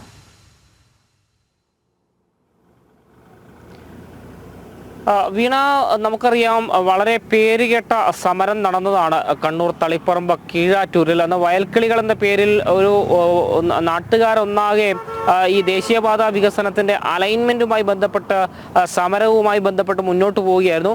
മാസങ്ങളോളം നീണ്ട സമരത്തിനൊടുവിൽ സംസ്ഥാന സർക്കാരിന്റെ പിടിവാശി അവിടെ ജയിക്കുകയും നാട്ടുകാർ തോൽക്കുകയും ചെയ്യുന്നൊരു സാഹചര്യമായിരുന്നു. കാരണം ഈ കീഴാറ്റൂരിന്റെ വയൽ കീറി മുറിച്ച് വലിയ കുന്ന് ഇടിച്ചുകൊണ്ടാണ് ആദ്യഘട്ടത്തിലെ അലൈൻമെന്റ് തീരുമാനിച്ചിരുന്നത്. ആ അലൈൻമെന്റ് അത് ഒരുപാട് ജനവാസ മേഖലകളെ ബാധിക്കുമെന്ന് കണ്ടാണ് ആ തീരുമാനത്തിൽ നിന്ന് പിന്മാറണമെന്ന് ആവശ്യപ്പെട്ടുകൊണ്ട് നാട്ടുകാർ ഒന്നടങ്കം രംഗത്ത് വരുന്നൊരു സാഹചര്യമുണ്ടായത്. അന്ന് ഈ സമരം ന്യായമാണെന്ന് കണ്ട് BJP നേതൃത്വം ആ സമരത്തെ പിന്തുണയ്ക്കുകയും ചെയ്തു. നിലവിലെ ഇപ്പോഴത്തെ കേന്ദ്രമന്ത്രി സുരേഷ് ഗോപിയും അന്നത്തെ BJPയുടെ സംസ്ഥാന അധ്യക്ഷനായിരുന്ന കുമ്മനം രാജശേഖരനും BJP ദേശീയ നിർവാഹക സമിതി അംഗമായ PK കൃഷ്ണദാസ് അടക്കമുള്ള ആളുകൾ ഇവിടെ എത്തുകയും ഈ കീഴാറ്റൂരിലെ വയൽക്കിളികൾക്ക് പിന്തുണ അർപ്പിക്കുകയും ചെയ്തിരുന്നു. ഇത്തരത്തിൽ വലിയ പരിശോധനകൾ നടന്ന് അല്ലെങ്കിൽ ജനങ്ങളുടെ അഭിപ്രായങ്ങൾ കേട്ടുകൊണ്ട് അവിടെ ഒരു ഡ്രോൺ സർവേ അടക്കം നടത്തിക്കൊണ്ട് ഈ പ്രകൃതിക്ക് ദോഷം വരാത്ത രീതിയിലുള്ള മറ്റൊരു അലൈൻമെന്റ് ഈ BJP നേതൃത്വം സജസ്റ്റ് ചെയ്യുകയായിരുന്നു. അത് ഇപ്പോഴത്തെ പോലെ വയൽ കീറിമുറിച്ചുകൊണ്ടല്ല, ഇപ്പോഴത്തേതുപോലെ കുന്ന് ഇടിച്ചുകൊണ്ടല്ല. അത് തീർത്തും ജനവാസ മേഖലകൾ ഒഴിവാക്കിക്കൊണ്ട് മറ്റ് ബുദ്ധിമുട്ടുകൾ ഇല്ലാത്ത രീതിയിലുള്ള മറ്റൊരു അലൈൻമെന്റാണ് അവർ സജസ്റ്റ് ചെയ്തത്. എന്നാൽ ജനങ്ങളുടെ പ്രതിഷേധത്തെ ഒന്നും വകവയ്ക്കാതെ ഇടത് സർക്കാർ ഈ ഒരു പഴയ അലൈൻമെന്റ് തന്നെ നടപ്പാക്കണം, അല്ലെങ്കിൽ ഈ വികസന പദ്ധതിയിൽ നിന്ന് തന്നെ പിന്മാറുമെന്നൊരു നിലപാട് സ്വീകരിച്ചു എന്ന ആരോപണം തന്നെയാണ് BJP നേതൃത്വം ഉന്നയിക്കുന്നത്. കാരണം ആദ്യഘട്ടത്തിൽ തീരുമാനിച്ച അലൈൻമെന്റ് എന്താണോ അതിൽ നിന്ന് അണുകിട മാറില്ല എന്നൊരു നിലപാടാണ് ഇടത് സർക്കാർ സ്വീകരിച്ചത്.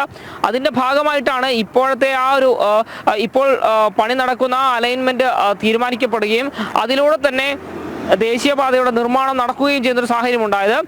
അതുതന്നെയാണ് ഇപ്പോൾ ആ പ്രദേശത്തെ ജനങ്ങളുടെ ജീവിതം തന്നെ ദുരിതത്തിലാക്കുന്ന ഒരു സാഹചര്യത്തിലേക്ക് കാര്യങ്ങൾ കൊണ്ടുപോയത്. കാരണം അവിടെ വലിയ കുന്നിടിക്കേണ്ടി വന്നു, വയലിന് നടുവിലൂടെ പാലം പണിയേണ്ടി വന്നു. ഈ കുന്നിടിച്ചത് മൂലമുണ്ടായ ഭവിഷ്യത്തുകളാണ് ഇപ്പോൾ ആ പ്രദേശം അനുഭവിച്ചുകൊണ്ടിരിക്കുന്നത്. കാരണം ആ വലിയ കുന്ന് മീറ്ററുകൾ ഉയരത്തിലാണ് ആ കുന്ന് ഇടിച്ചിരിക്കുന്നത്. അതുകൊണ്ട് തന്നെ മഴ പെയ്തപ്പോൾ ആ കുന്നിന്റെ മുകൾ ഭാഗം വീണ്ടും ഇടിഞ്ഞു താഴേക്ക് വന്നുകൊണ്ടിരിക്കുന്ന ഒരു സാഹചര്യം. മാത്രമല്ല ഈ കുന്നിടിച്ച് ദേശീയപാത നിർമ്മിക്കുന്നതിന് താഴ്ഭാഗത്തുള്ള വീടുകളിലേക്ക് മലിനജലം, അതായത് ഈ ചളിവെള്ളം ഒഴുകിയെത്തുന്നൊരു സാഹചര്യമുണ്ട്. ഇത്തരത്തിൽ ആ പ്രദേശത്തെ നിരവധി കുടുംബങ്ങൾക്ക് ജീവിക്കാൻ പറ്റാത്തൊരു സാഹചര്യം ഉണ്ടാക്കിയത് അന്നത്തെ ഇടത് സർക്കാരിന്റെ പിടിവാശി കൊണ്ട് തന്നെയാണ്. അന്നത്തെ എന്ന് പറയുമ്പോൾ പിണറായി സർക്കാർ തന്നെയാണ് അന്നും ഭരിച്ചിരുന്നത്. ആ പിണറായി സർക്കാരിന്റെ ഒരു പിടിവാശിയാണ് ഇപ്പോഴത്തെ മുഴുവൻ പ്രതിസന്ധിക്കും കാരണമെന്നൊരു ആരോപണം തന്നെയാണ് BJP നേതൃത്വം ഉന്നയിക്കുന്നത്. അന്ന് BJP മുന്നോട്ട് വെച്ച അലൈൻമെന്റ് ആയിരുന്നുവെങ്കിൽ കുന്നിടിക്കാതെ വയൽ നികത്താതെ മറ്റൊരു അലൈൻമെന്റിലൂടെ തന്നെ ഈ റോഡ് നിർമ്മാണം മുന്നോട്ട് പോകുമായിരുന്നു. അങ്ങനെയെങ്കിൽ ഇപ്പോഴത്തെ ഒരു പ്രശ്നങ്ങളും ഉണ്ടാകുമായിരുന്നില്ല എന്നും BJPയുടെ അന്നത്തെ നേതൃത്വം ഉൾപ്പെടെ പറയുന്നുമുണ്ട്. വീണ, ഓക്കെ, ശരി മിഥുൻ. കോഴിക്കോട് ചെറുപ്പയിലെ സർക്കാർ ആശുപത്രിയുടെ ദുരവസ്ഥയിൽ കേസെടുത്ത മനുഷ്യാവകാശ കമ്മീഷൻ. ആശുപത്രിയുടെ ശോചനീയാവസ്ഥ ജനം TV റിപ്പോർട്ട് ചെയ്തതിന് പിന്നാലെയാണ് നടപടി. ജനം ഇമ്പാക്ട്. ആശുപത്രിയുടെ ദുരിതാവസ്ഥയിൽ കേസെടുത്ത മനുഷ്യാവകാശ കമ്മീഷൻ വിശദമായ റിപ്പോർട്ട് സമർപ്പിക്കാനും നിർദ്ദേശം നൽകി. പരിശോധിച്ച് 15 ദിവസത്തിനകം റിപ്പോർട്ട് നൽകാൻ മെഡിക്കൽ കോളേജ് സൂപ്രണ്ടിനാണ് നിർദ്ദേശം നൽകിയത്. സാധാരണക്കാരായ നൂറുകണക്കിന് രോഗികൾ ആശ്രയിക്കുന്ന ആശുപത്രിയിൽ അടിസ്ഥാന സൗകര്യങ്ങളില്ലാത്തതും ഡോക്ടർമാരുടെയും ജീവനക്കാരുടെയും കുറവും ജനം റിപ്പോർട്ട് ചെയ്തിരുന്നു. അത്യാഹിത വിഭാഗത്തിന് പുതിയ കെട്ടിടം പണിതിട്ടുണ്ടെങ്കിലും വയറിംഗ് ജോലികൾ പാതി വഴിയിലാണ്. ജീവനക്കാരില്ലാത്തതിനാൽ നഴ്സുമാരാണ് OP ടിക്കറ്റുകൾ നൽകുന്നത്. സ്ഥല സൗകര്യമില്ലാത്തതിനാൽ ഷീറ്റ് കൊണ്ട് മറച്ച സ്ഥലത്താണ് OP ടിക്കറ്റ് വിതരണം ചെയ്യുന്നത്. വൈദ്യുതി ഇല്ലാത്തതിനാൽ മൊബൈൽ ഫോണിന്റെ വെളിച്ചത്തിൽ ചികിത്സിക്കേണ്ട ഗതികേടിലുമാണ്. ഡോക്ടർമാരുടെ ക്വാർട്ടേഴ്സുകളടക്കം അപകടാവസ്ഥയിലായതും ജനം വാർത്ത നൽകിയിരുന്നു. മനുഷ്യാവകാശ കമ്മീഷന്റെ ഇടപെടലോടെ ആശുപത്രിയുടെ ദുരിതാവസ്ഥയ്ക്ക് മാറ്റമുണ്ടാകുമെന്ന പ്രതീക്ഷയിലാണ് നാട്ടുകാർ. ജനം, കോഴിക്കോട്. പുത്തൻപുലരി അതിൻ്റെ അവസാനത്തോട് അടുക്കുകയാണ്. ഇടവേളയിലേക്ക് പോകുന്നതിന് മുൻപ് ഒരു പാട്ട് കേൾക്കാം. ലഹരിക്കെതിരെയുള്ള പോരാട്ടത്തിൽ കേരള കോളേജ് അലുമിനി അസോസിയേഷൻ ഒരുക്കിയ ഗാനം ശ്രദ്ധേയമാകുന്നു. മന്ത്രിമാർ, MLA മാർ, ഉദ്യോഗസ്ഥർ, സിനിമാ മേഖലയിലെ പ്രവർത്തകർ, സാമൂഹിക വിദ്യാഭ്യാസ പ്രവർത്തകർ തുടങ്ങി 33 പേർ ചേർന്നാണ് ഈ ഗാനം ആലപിച്ചിരിക്കുന്നത്. മധുബാൽ സംവിധാനം ചെയ്ത ഗാനത്തിൻ്റെ വരികൾ എഴുതിയത് AB ജോർജാണ്. വരികൾ ഈണം പകർന്നത് സുവീൻ ബാല. ഈ ഗാനം കേട്ടതിന് ശേഷം ഇടവേളയാണ്. ഇടവേളയ്ക്ക് ശേഷം ലൈവ് റിപ്പോർട്ട്സ് ആയിരിക്കും. നമസ്തേ. ലഹരിക്കെതിരെ കേരളം ഒന്നാകെ ഉണർന്നു കഴിഞ്ഞു. ഒരു സ്വരമായി, ഒരു ലയമായി, ഒരേ താളത്തിൽ ലഹരി മുക്ത കേരളത്തിനായി നമുക്ക് പോരാടാം. കോളേജ് അലുമിനി അസോസിയേഷൻ ഓഫ് കേരളയുടെ ഈ ഗാനം നിങ്ങൾക്കായി ഞാൻ സമർപ്പിക്കുന്നു. ലഹരി വിരുദ്ധ പ്രവർത്തനങ്ങൾക്കായി ഒറ്റക്കെട്ടായി നമുക്ക് തുടരാം.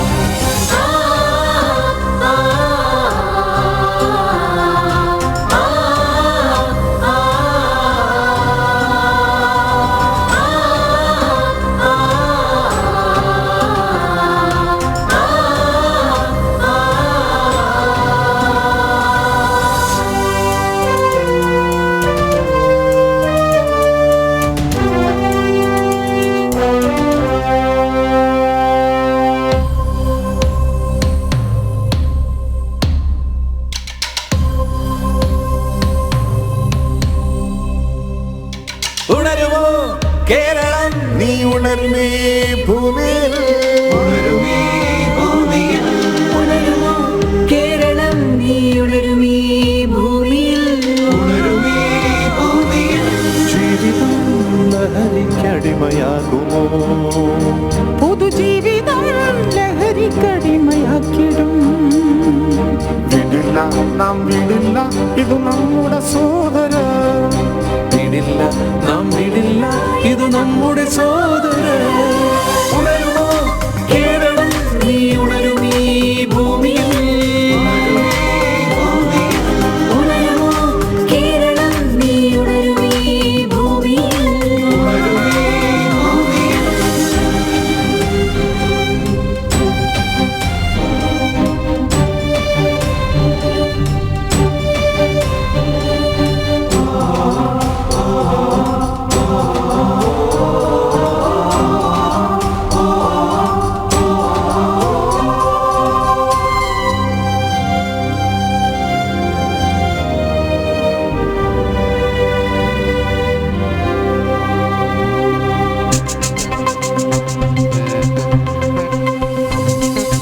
അച്ഛനമ്മമാരെ തല്ലും മകനെ, അവരുടെ ജീവൻ പോൽ പോറ്റി വളർത്തിയ മകനെ. അച്ഛനമ്മമാരെ കൊല്ലും മകനെ, അവരുടെ ജീവൻ പോൽ പോറ്റി വളർത്തിയ മകനെ. നീയൽ ഇത് ചെയ്യുന്നതെല്ലാം ലഹരിയാണ്, നിന്നിലുള്ളിലെ എല്ലാം എല്ലാം ലഹരിയാണ്. ഇത് മാറണം, ഇത് മാറ്റണം. ഒരേ മനസ്സായി, ഒരേ ശക്തിയായി പുതിയൊരു ലോകം പണിയാം. ഉണരും കേരളം, നീ ഉണരുമീ ഭൂമിയിൽ, ഉണരും കേരളം, നീ ഉണരുമീ ഭൂമിയിൽ.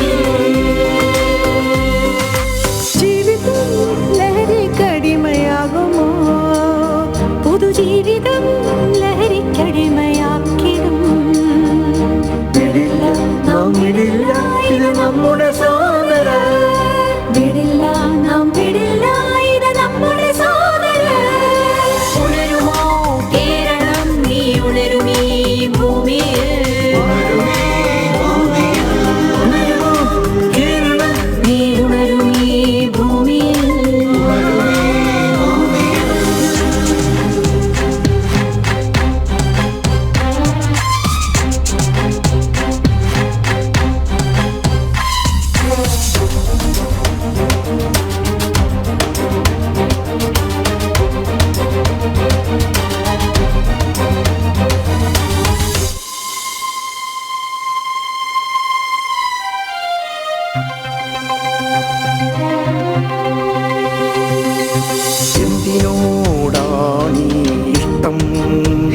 പാട്ടും വായനയും മറന്നുപോയോ? എന്തിനോടാണ് ഇഷ്ടം? മനവും ബോധവും മാഞ്ഞുപോയോ? എന്തിനോ